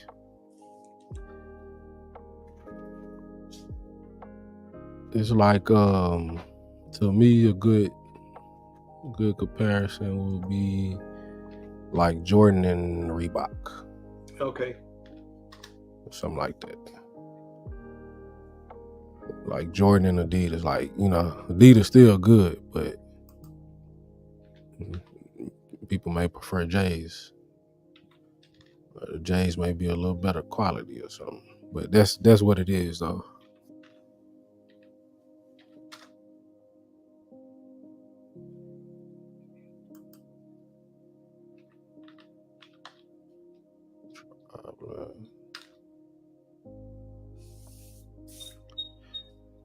Change that there. Okay, that's going over here 200. So what the hell is heirloom? Heirloom, it just means like it's like old cotton. Nah, not old cotton, but it's just like the seeds are not the genetic modified seeds. They're like the real seeds of cotton. They're not generic. So I don't know if that cotton feels different or. So they're not generic, huh? No. They're not generic. Shit. I'm surprised they're not doing more hemp stuff. Oh, hemp this, hemp that. I ain't gonna let you live that one down. Yeah, I know. And rightly so. I don't care. He said, I don't care. Hemp was made to make, I think, one of the first cars, bro. Oh yeah, with Henry Ford. Yeah. Instead of carbon fiber, they were using hemp. Hemp, even with the buildings, because I guess as it dries, it hardens harder than whatever they was using.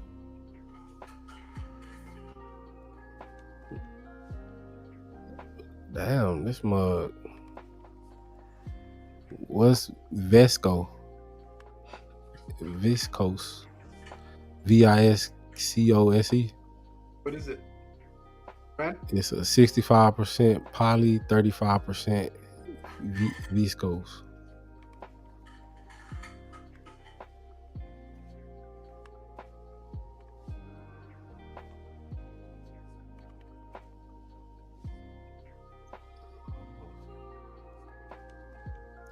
See, they got some whole different fibers, bro. Yeah, the more you start going down that rabbit hole. It's just rayon. Also, no, that's all it is, rayon. See, that's they call it something fancy. Huh? Yeah, I'm about to say that's their problem. They trying to be too fancy. Cause on the other shirt you said rayon, so why wouldn't you just call this one rayon too? Because they can add a few more dollars to that name. Till you find out, bruh, I could have bought number 3008. It was the same shit. But yeah. But this one they'll put a name that you have a hard time pronouncing, so it sounds fancier. Exactly, and they know people still gonna buy that shit. They can't. Shit, if I can't pronounce it, it must be good. It must be good. That's how they was doing during COVID. When it was like they made that dude rich. Yep. That Gucci and all them people, cause they was just going in the store getting that PPP money and buying up shit they ain't never had before, man. That shit wild. Well, got to talking about that somebody said they were going to vote earlier. I asked the chat who they were voting. Shit, a few people left like a motherfucker. They're gonna go vote? Yeah, somebody was saying that they was going to vote or some shit. And I was asking people, I was like, who y'all vote for? I was like, you ain't gotta answer if you don't want to. But, you know, people don't be want to get into that debate, political shit. Well, the problem is there really isn't anybody really. I mean, it's at this point it's pick the lesser of two evils. Yeah. There isn't like a clear candidate that you can say, yeah, this person is definitely the person to go with. Yeah. That's wild. It must say when they can't touch the person you've become, they'll try to dig up who you used to be. That's some good one.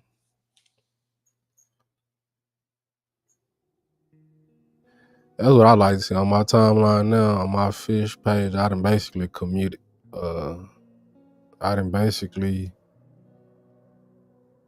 made it to where this mug just quotes and memes and fish. That's all I see. Positive quotes, memes, and fish. I don't see no rump shaking, none of that. That should be distracting on Instagram. They got the bird box meme on it. Shopping at the fish store. For one thing, you went. Man, is there anybody still with us? I don't know, G. Or are we solo? It say one on the tube. Let me see who on Rumble. Oh, that's probably me on Rumble. Nah, that was on the tube. I'm saying I'm finna see who on Rumble. No, I'm also, I have the Rumble stream up streaming. Oh, okay. Let me see.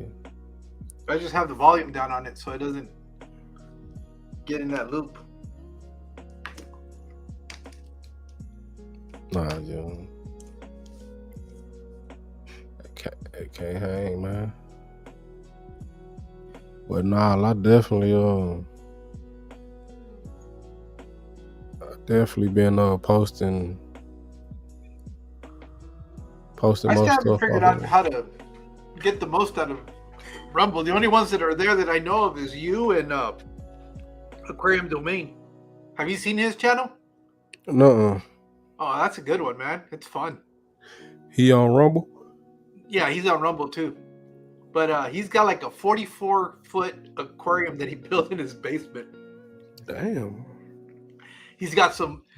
I've never really liked seeing the peacock basses and the Oscars in most aquariums, but in his aquarium, they're happy because the coloration on those fish is colors I've never seen before.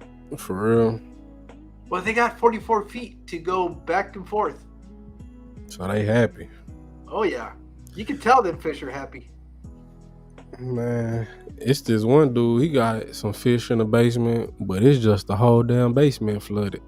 Like, he just got the whole basement with water down there. Oh, you're talking, no, isn't it like a storm or green? I don't know. Some like shit. Yeah. Yeah, He's got sturgeons in there? And some damn eels or something. Yeah. Yeah. Cal something is his name. I forget what it is. Yeah, that shit cool. Him and then that one dude, Canadian Ants. You ever seen him? Canadian Ant? Yeah. No. Where he built like a what is it, a vivarium or some shit in his crib. And he got like a whole goddamn jungle in there, bro.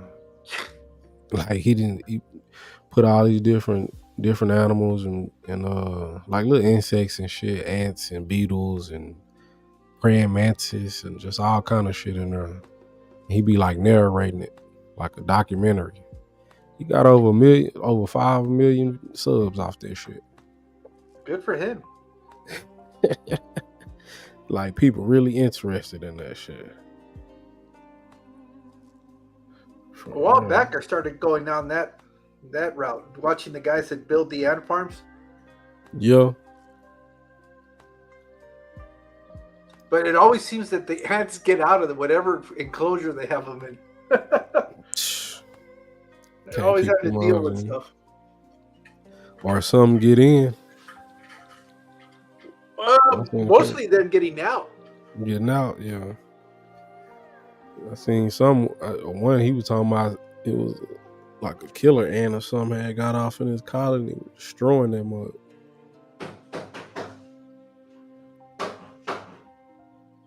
Nah, they straight.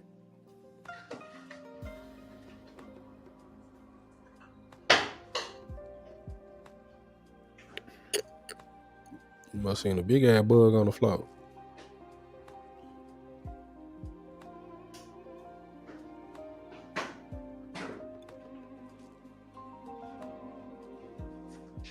Had to go brew another cup of coffee. It sounded like you seen a big ass camel spider or something on the floor. No. Stomping a bug out or something. No, I was slamming the damn cabinet where we store our stuff. Shit. You ever seen one of them camel spiders? Yeah. Them up big. Oh, no, wait. No, not the big ass ones that you see up there in the Middle East. No. Mm-hmm. Like the size of a dinner plate. I don't know if it was really that big though, but I don't know how much of it is just kind of like the old fisherman trick. Yeah. Nah, they got videos now, shit.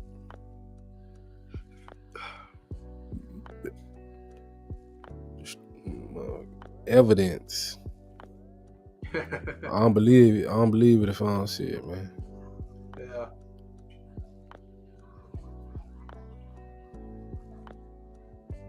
I don't believe that shit. But yeah, bro, I've been doing you don't be posting shorts? Yeah, lately I have. What's going on right now is I got this thing on Instagram. It's like a challenge. You have 5 days to do 5 posts or something like that. Mm-hmm. And everything that it's basically Instagram's all shorts. So whenever I post there, I turn around and post it on on the shorts for YouTube. Yeah. The same footage. I'll change the music. Sometimes I'll change the music. Yeah. But it's, and I was doing that for a while, where I was going to, whenever I posted on Instagram, I put it there, Facebook, TikTok, and YouTube. Shit, they finna try to ban TikTok over here. Oh yeah. Yeah. When I got my new phone, I didn't download the app anymore. Yeah, they trying to. There's not. I mean, there's a couple of fish people that go live down there, but it's a whole different. It's kind of like the new vertical live streaming that you do here now on YouTube, where you get a lot of trolls and a lot of shit talkers, but it's like stupid things. It's not even. Yeah, it's wild. And I was like, I don't want to deal with that shit. Yeah, they had some big thing too with the music, like the labels wanted TikTok to pay them instead of paying the artist, and TikTok was like, we'd rather pay the artist. And so they took off a lot of music like that was from I think Universal and the Universal Music Group and all of them, like big name labels. Did they do that on Instagram too? I'm not for sure. Because there's certain labels or certain bands that I can't seem to get music from them anymore. Yeah, probably so. If it was on there and they took it off, that's probably what it was. They don't want the platforms to pay the artists. They want the platforms to pay the labels first, and then the labels pay the artists. They like shit. This their music. They get a cut into this. Hell yeah. Oh, that's fucked up, man. Like, say Michael Jackson was with Universal or with Sony. Well, Sony getting paid before Michael Jackson's getting paid. Oh, yeah, I know that. I know the regular standard, but in the platform, they're paying directly to the artist? Yeah, that's what they want to do. Oh, okay. They want to pay directly to the artist, but the labels don't want that. But that's how it should be, because if I recorded the music and it's my music, then I should be getting the funds for it, not the label. Yep. But the label, they want their hands on your YouTube money, your royalties, your masters, all that shit. Dirty. But I'm saying, like, if Mike was still here, then TikTok should be paying Mike, not Sony. You know what I'm saying? Contracts, isn't it? Shit, kinda. But you gotta think, a lot of artists, some of this stuff wasn't around when they signed their contract. You had somebody like Meek Mill sign a contract at 18 years old. Yeah. A lot of that TikTok and shit wasn't around back then. Oh, that's true. So now, like, they'll either have to write up a new contract or they'll be battling what they battling now. Well, nah, pay us since he our artist, and the artist like, nah, pay me, it's my music. So the artists were loving the fact that they were using their music on the platforms because they were getting the direct money. Hell nah, the labels get that money. Cause if you sign to a label and then the label put your music on a streaming platform, then the money still goes to the label. The only way the money go directly to you, or if you're independent. If you're not owned by a label. The whole fight that Prince had with the record labels? All them big people, they was saying, because back then, it was CD sales. So they was only getting pennies damn near on $1. So they may get 17 million sales at, I don't know what, $5, $10 a piece of CD, but they wasn't getting that many millions of dollars. So the record label keeping all that shit. At $10.99 a CD, and they done sold 17 million of them, or however many numbers they done did. You done went platinum. You done sold out 50 tour states. You come back and you only got $100,000, 50,000. Some shit like that, and the label done got 10 million off of you. but they tell you they gotta recoup. They had to recoup for your hotel rooms, for your recording studios, for your meals you ate. And they try to tell you all that was worth $3 million. So right now, the only artists that are really making money are the self-made artists that kind of came out of the platforms. Exactly. Like some people's favorite artist is really broke. They might have necklaces, chains on, and all that shit, and they don't have no money. They be broke because say if you owe somebody, say if somebody give you $1 million advance, meaning that advance you have to pay back, then you really don't have $1 million at that point. Yeah, you don't. You owe $1 million. You owe $1 million. So if you don't do nothing smart with that money, then shit, you fucked. Which a lot of them don't. They go buy expensive ass cars, go get a house, go buy their mama a house. You know, everybody chains and shit. Party, before you know it, they ain't got no funds, and now you stuck in the studio trying to make music to repay back this money. Shit, it's better to stay independent, bro, and just grind for that shit. Like build a fan base, kind of like how we doing on here. Like this is building a core fan base. So artists like, I know Connor Price. He's been totally independent. I started watching videos from this kid that this is how long I've been out of fucking the music industry that I don't know a lot of these new names, but one that popped up and I thought was kind of funny. I thought it was a joke, but it's Jack Harlow. Yeah, from Kentucky.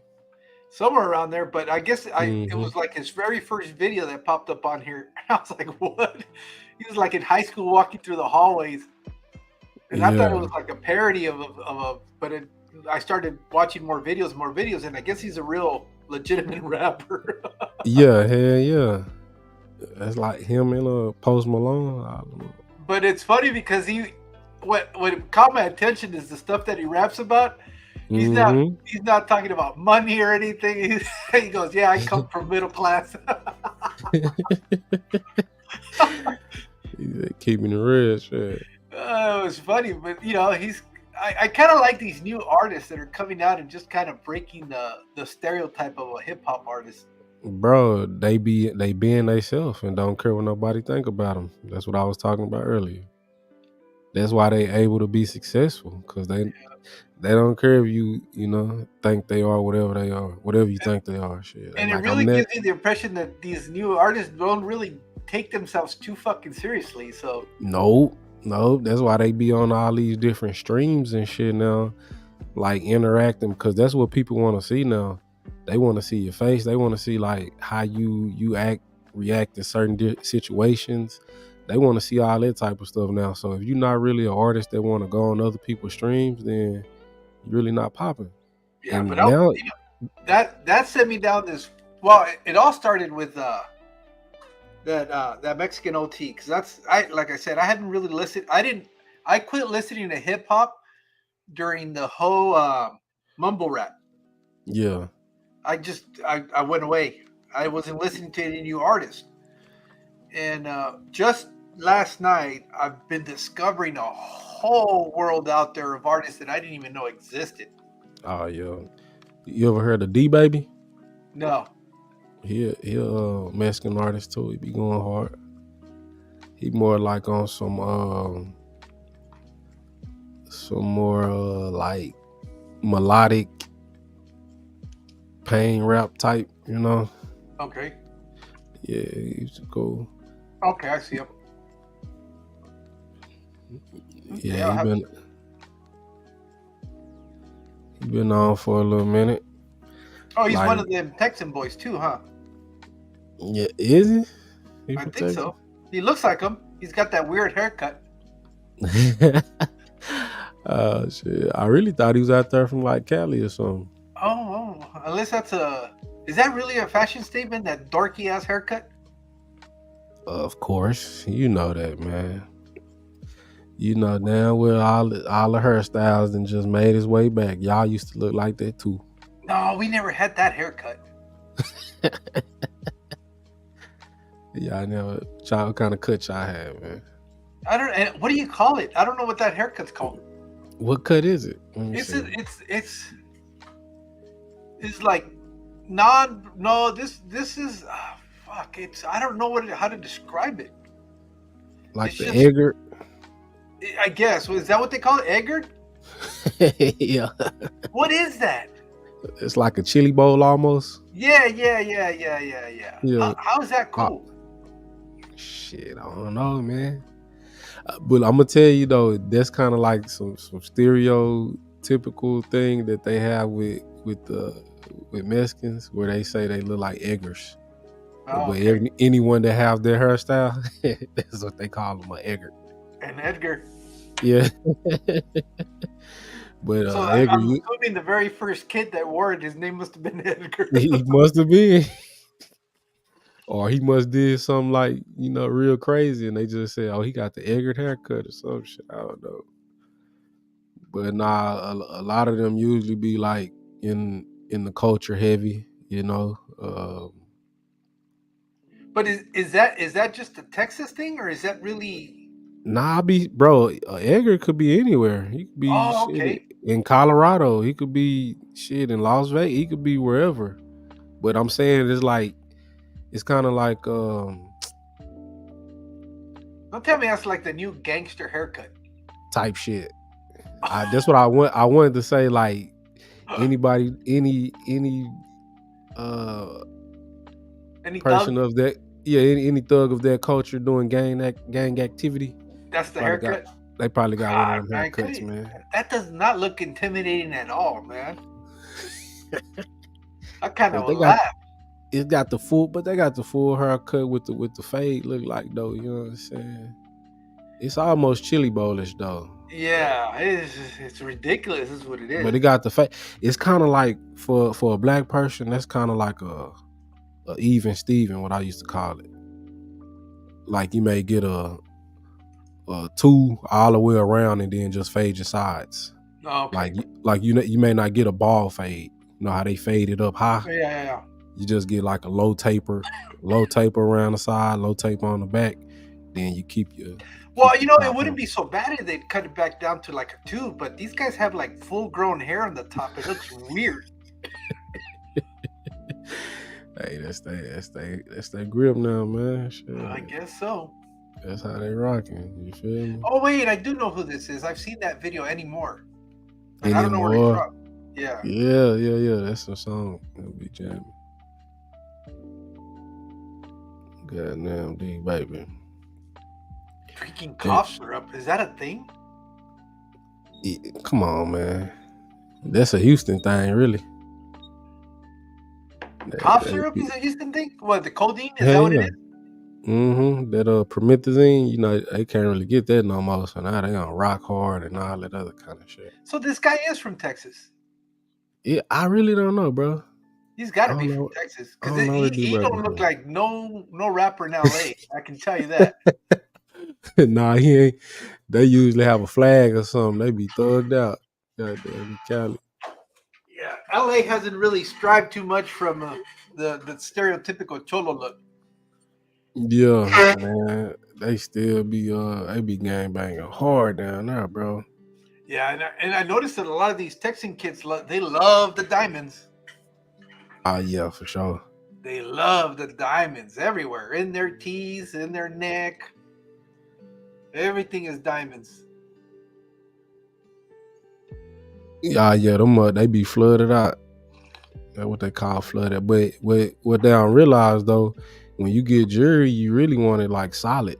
Because when you drill a watch like what's the watches they be getting? The Rolexes and all that. When you drill them to put the diamonds in them, they make it lose weight. So it don't cost that much on that. And then your gold chains, if you put diamonds in it, it lessens the weight. But if it's solid gold, now you got you some you can get appraised and Yeah, but I don't get it. It's just, I guess to each their own. I mean, you don't get what? that whole excessive jewelry, but Jewelry and shit, yeah. yeah. It really be a statement. Yeah, And I guess it's young gun kind of stuff. yeah. Well, you gotta think Flavor Flav and them had big ass chain, LL Cool J and them.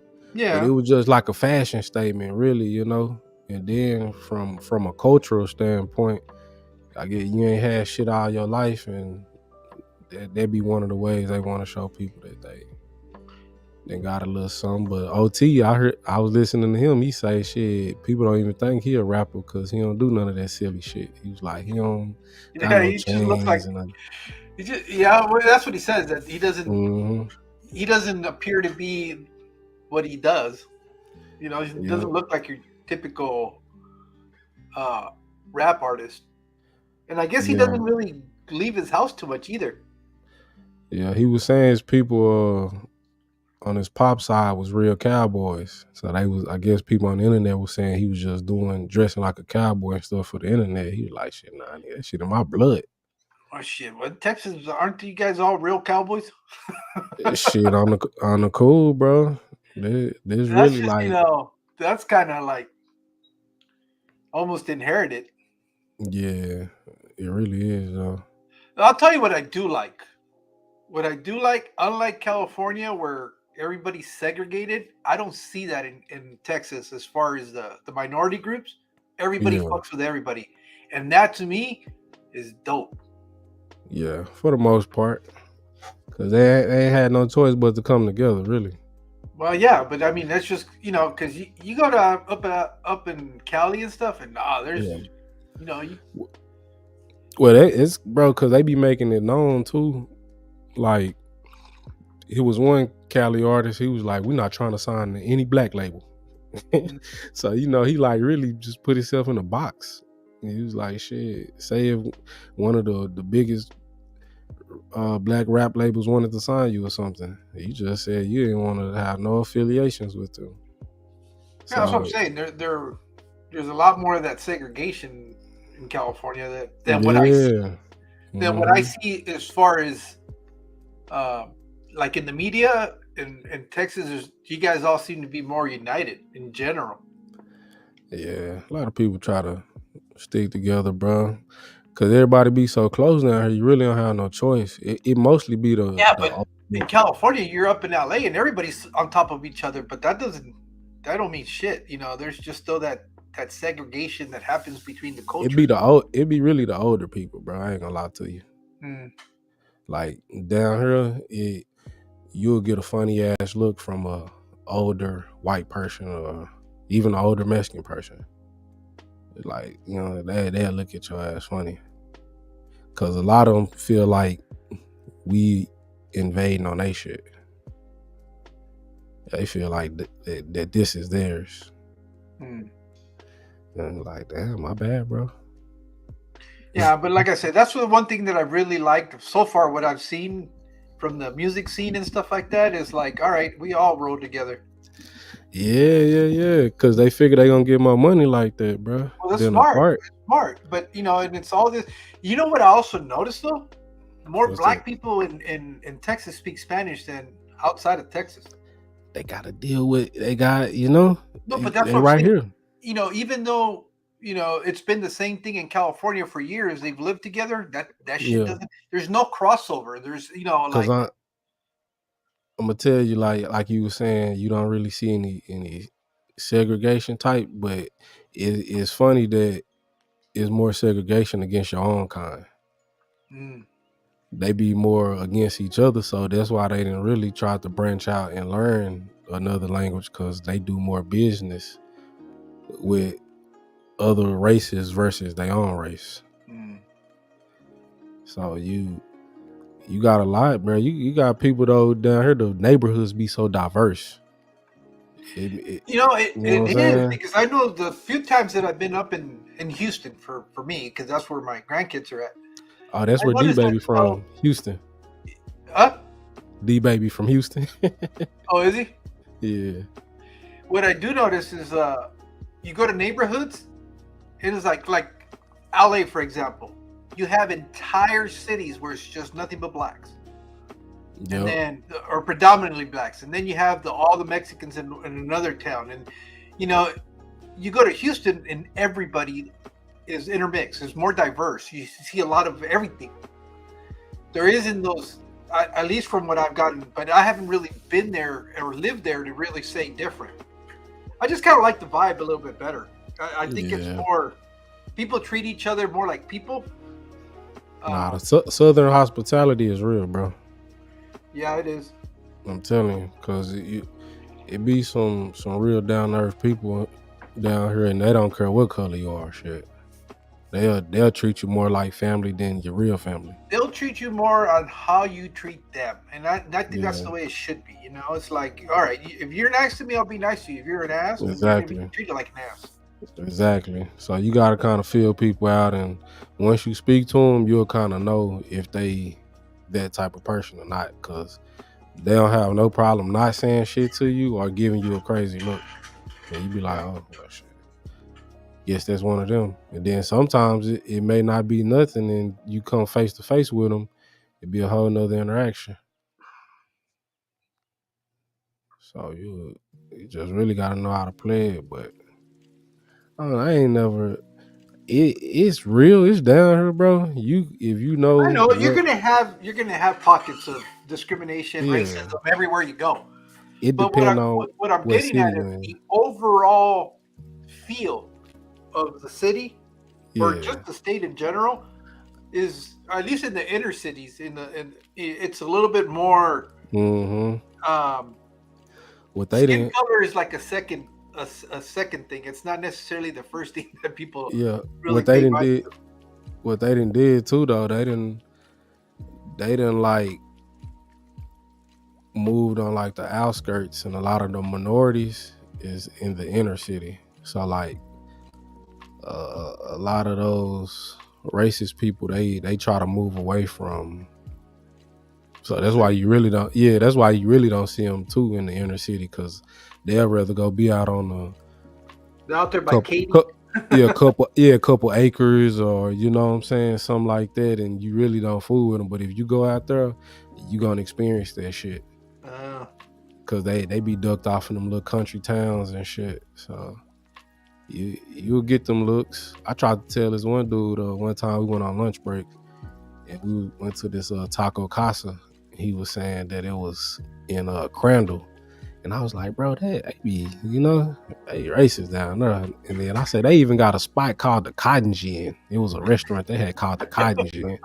I was like, bro, I don't supposed to be nowhere near where they talking about cotton. I was just joking. You know what I'm saying? Talking about shit.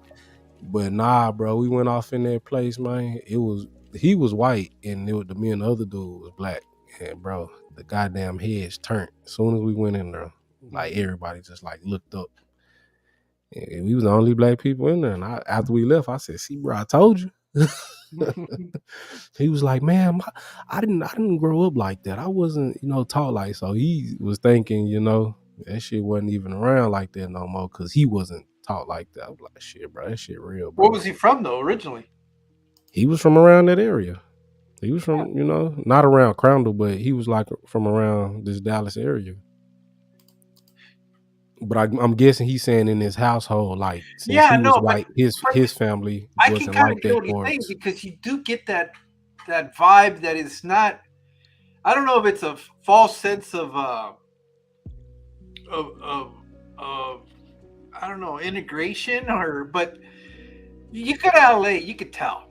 It's just it's blatant out there. It's just the racial tensions are thick. Yeah.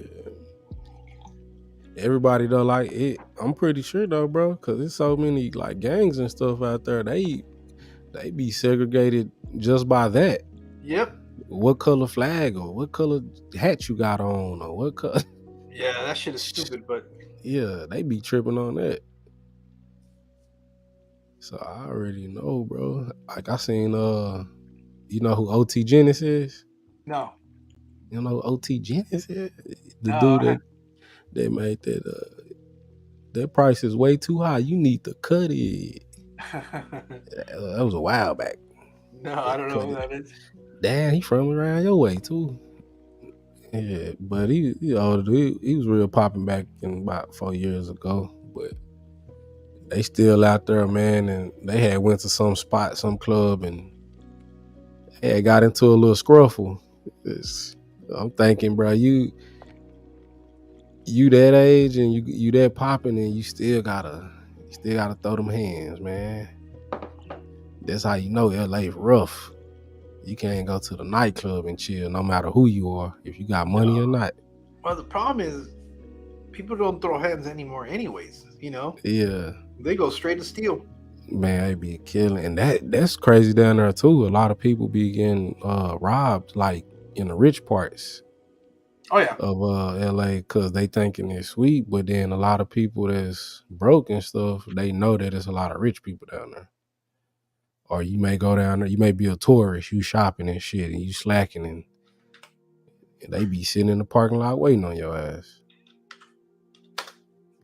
Yeah, it's a whole different ball game, bro. We lost a lot of good people. There's a lot of places in LA where I don't even fucking go.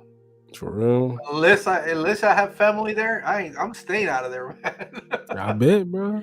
But if you're not from there, then you're not really knowing. So you just thinking you finna pull up to a Roscoe's Chicken and Waffles and shit. Next thing you know, you ain't leaving out there, bitch.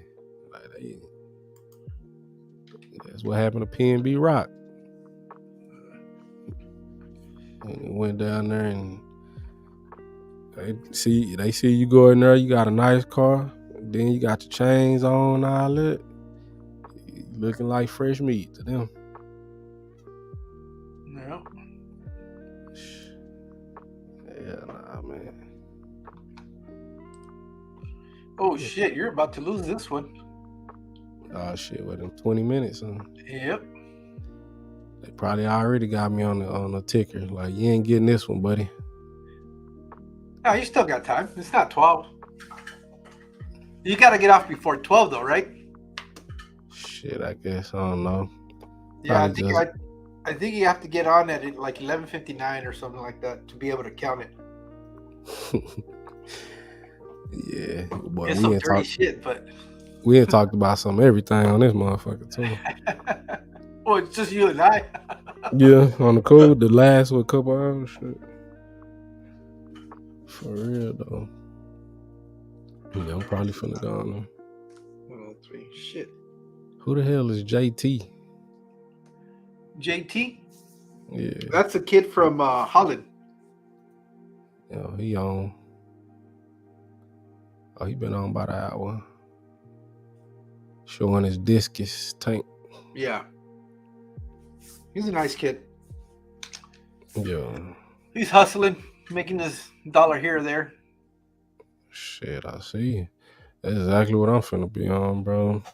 I'm finna be just really mashing. Cause I gotta get these shirt sales, and then we be making candles too. Oh, okay. Yeah, I be making candles. So I got an inventory of candles that I need to get off of also. I had made the logo. Had created some of the scents was already made, but then we like mixed some and created some. So we got like 18 different scents. Are you making your own scents, or? Well, some of them be like already made, and then I may mix some to create a scent. Okay. Yeah, so are you melting your own wax and doing all that stuff, or? Yeah. Melt the wax and put the weigh up how many ounces of fragrance can go in there, and shit, let it dry, let it cure, and yeah. How many ounces of the candles that you guys are doing? We got 4, 8, 16, and 32. Okay, you got the big candles. Yeah, we got some big candles too, and are you selling them in the jars, or are you selling them just the candle itself? We got like some vessels. They call it, the jars are called vessels. Okay. But, they some white vessels with the wood tops. Oh, okay, nice. Oh, so they actually do look nice. Oh, yeah. No, it's a pretty nice candle, bro. It ain't no. Do you have a website bullshit for that, or? I had a website, but I didn't have enough like traffic. Oh, So okay. yeah. I didn't want to just keep paying for that website, but I So, had built the whole website though. So that's where I got my website skills from building that website. And it was like a six tab website where I had all the flavors on there, all that. So I'm just gonna do some on a smaller scale, like a landing page, where it'll just be one page with the scents on there and everything, and people will just be able to order from there. oh, okay. That's the difference between like a whole website and just a landing page. A landing page is just one So page. for example, for us, if we wanted to do the t-shirts and stuff like that, all we need is a landing page then, right? We don't need an Exactly. actual website. Nah, you don't too much need a website. You can just have a landing page with whatever items you got. So you may only have 3 or 4 items. I don't know what all you want to do, shirts, hats, or what, but you just have those items on there. Now, say if you wanted a website where you showed different pictures of the items, and you told her about me, about yourself, and all that. That's usually what that multi-page be for. Oh, okay. Multi-page website. So they might have a about me section. You might have a blog section. You might have clearance section. You might have a new arrival section. You might have it just be different tabs. Got it. And that's kind of how the website I had built was. It had different tabs, but I think just starting out a good landing page would be good. Because that's basically all it be if you order on like Shopify. It just be, something like that. Oh, okay. Those are called landing sites? Mm-hmm. That'll just be landing pages. Now, for the hats, do you also get access to wholesale prices? We have wholesaler warehouses out here. Oh, okay.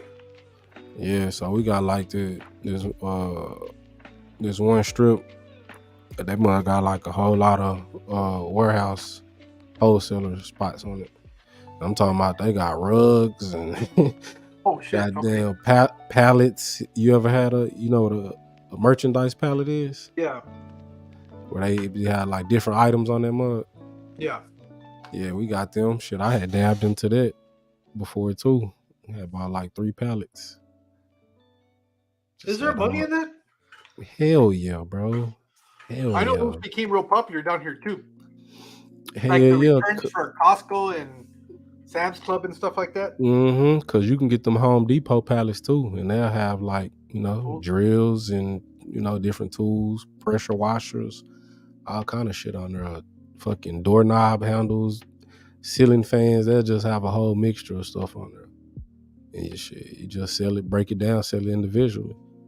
So say they may want 1,200 for one pallet, but then if you getting multiple, he might knock it down to 900 a pallet, 800. But so then you kind of able to break your profit down a little more, because one item on there could be worth $200. So you done damn near got most of your money back.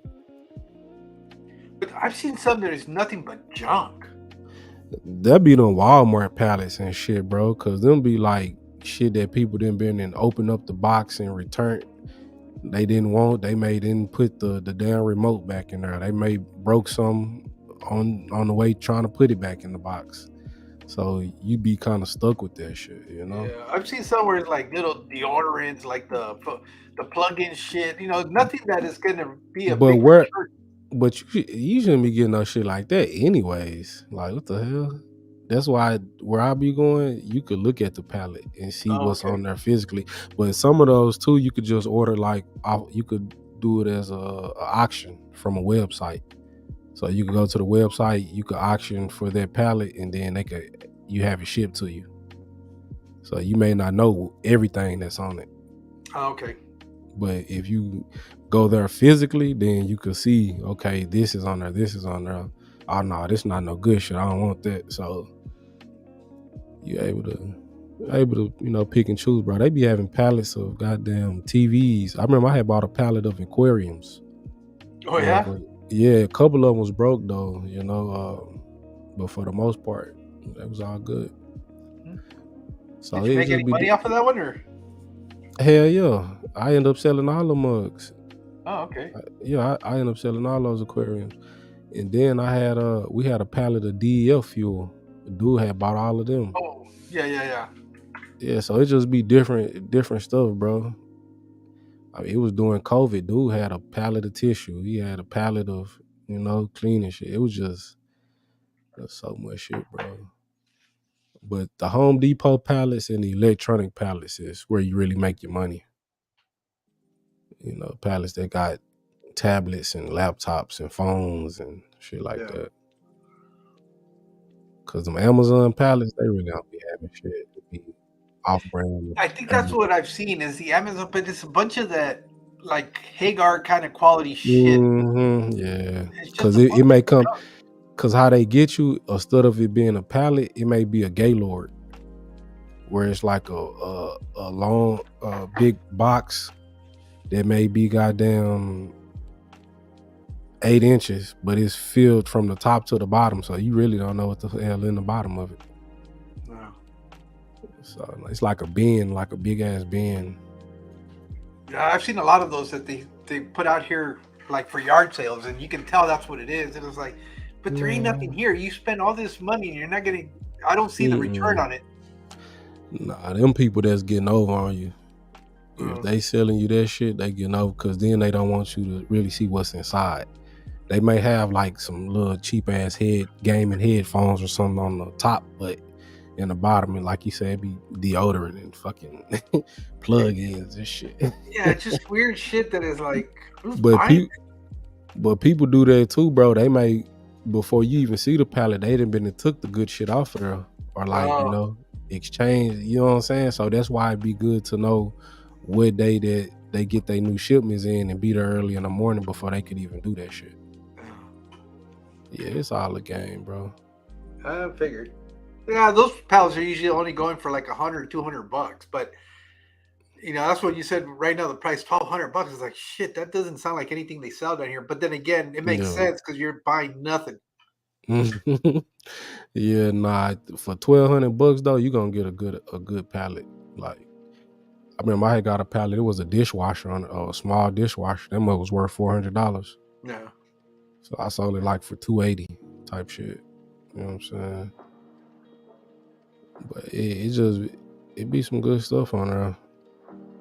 Goddamn, especially if you say you just moved into a house or something, you go get one of them pallets. It may have different dishes and air fryers. A lot of them Walmart pallets, some of those be good like that too, where they have like air fryers and microwaves, the little bitty college refrigerators and stuff like that.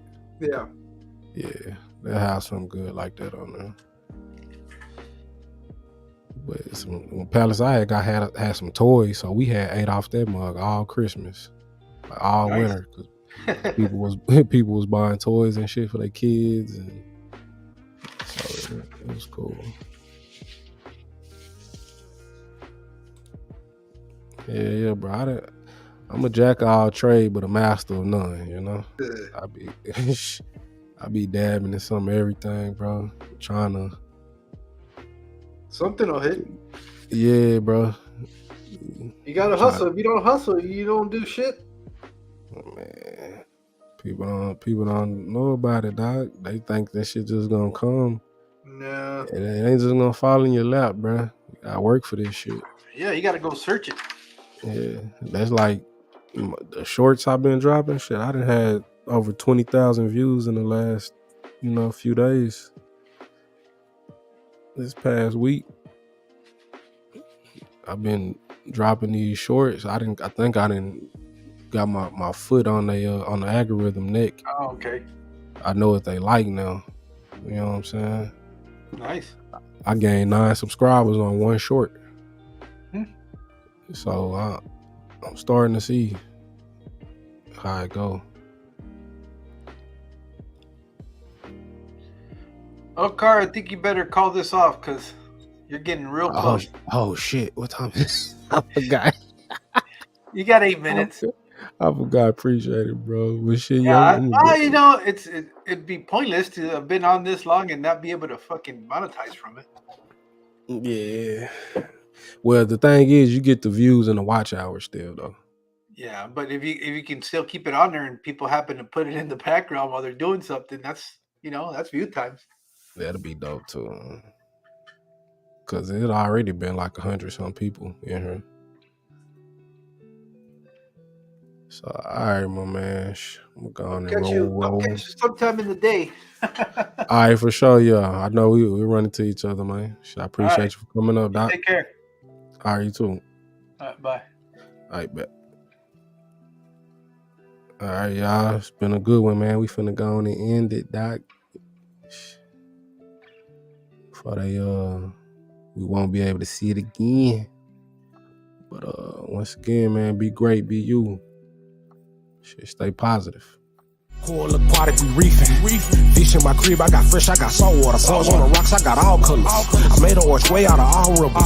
Protein skimmer make all bubbles. Got fish for sale, I'm finna place the order. If it's rare enough, I'll cross the border. Perimeter checks, is levels to this. Macro lens, you see in the pattern. Snail shells, Museum of the Vatican.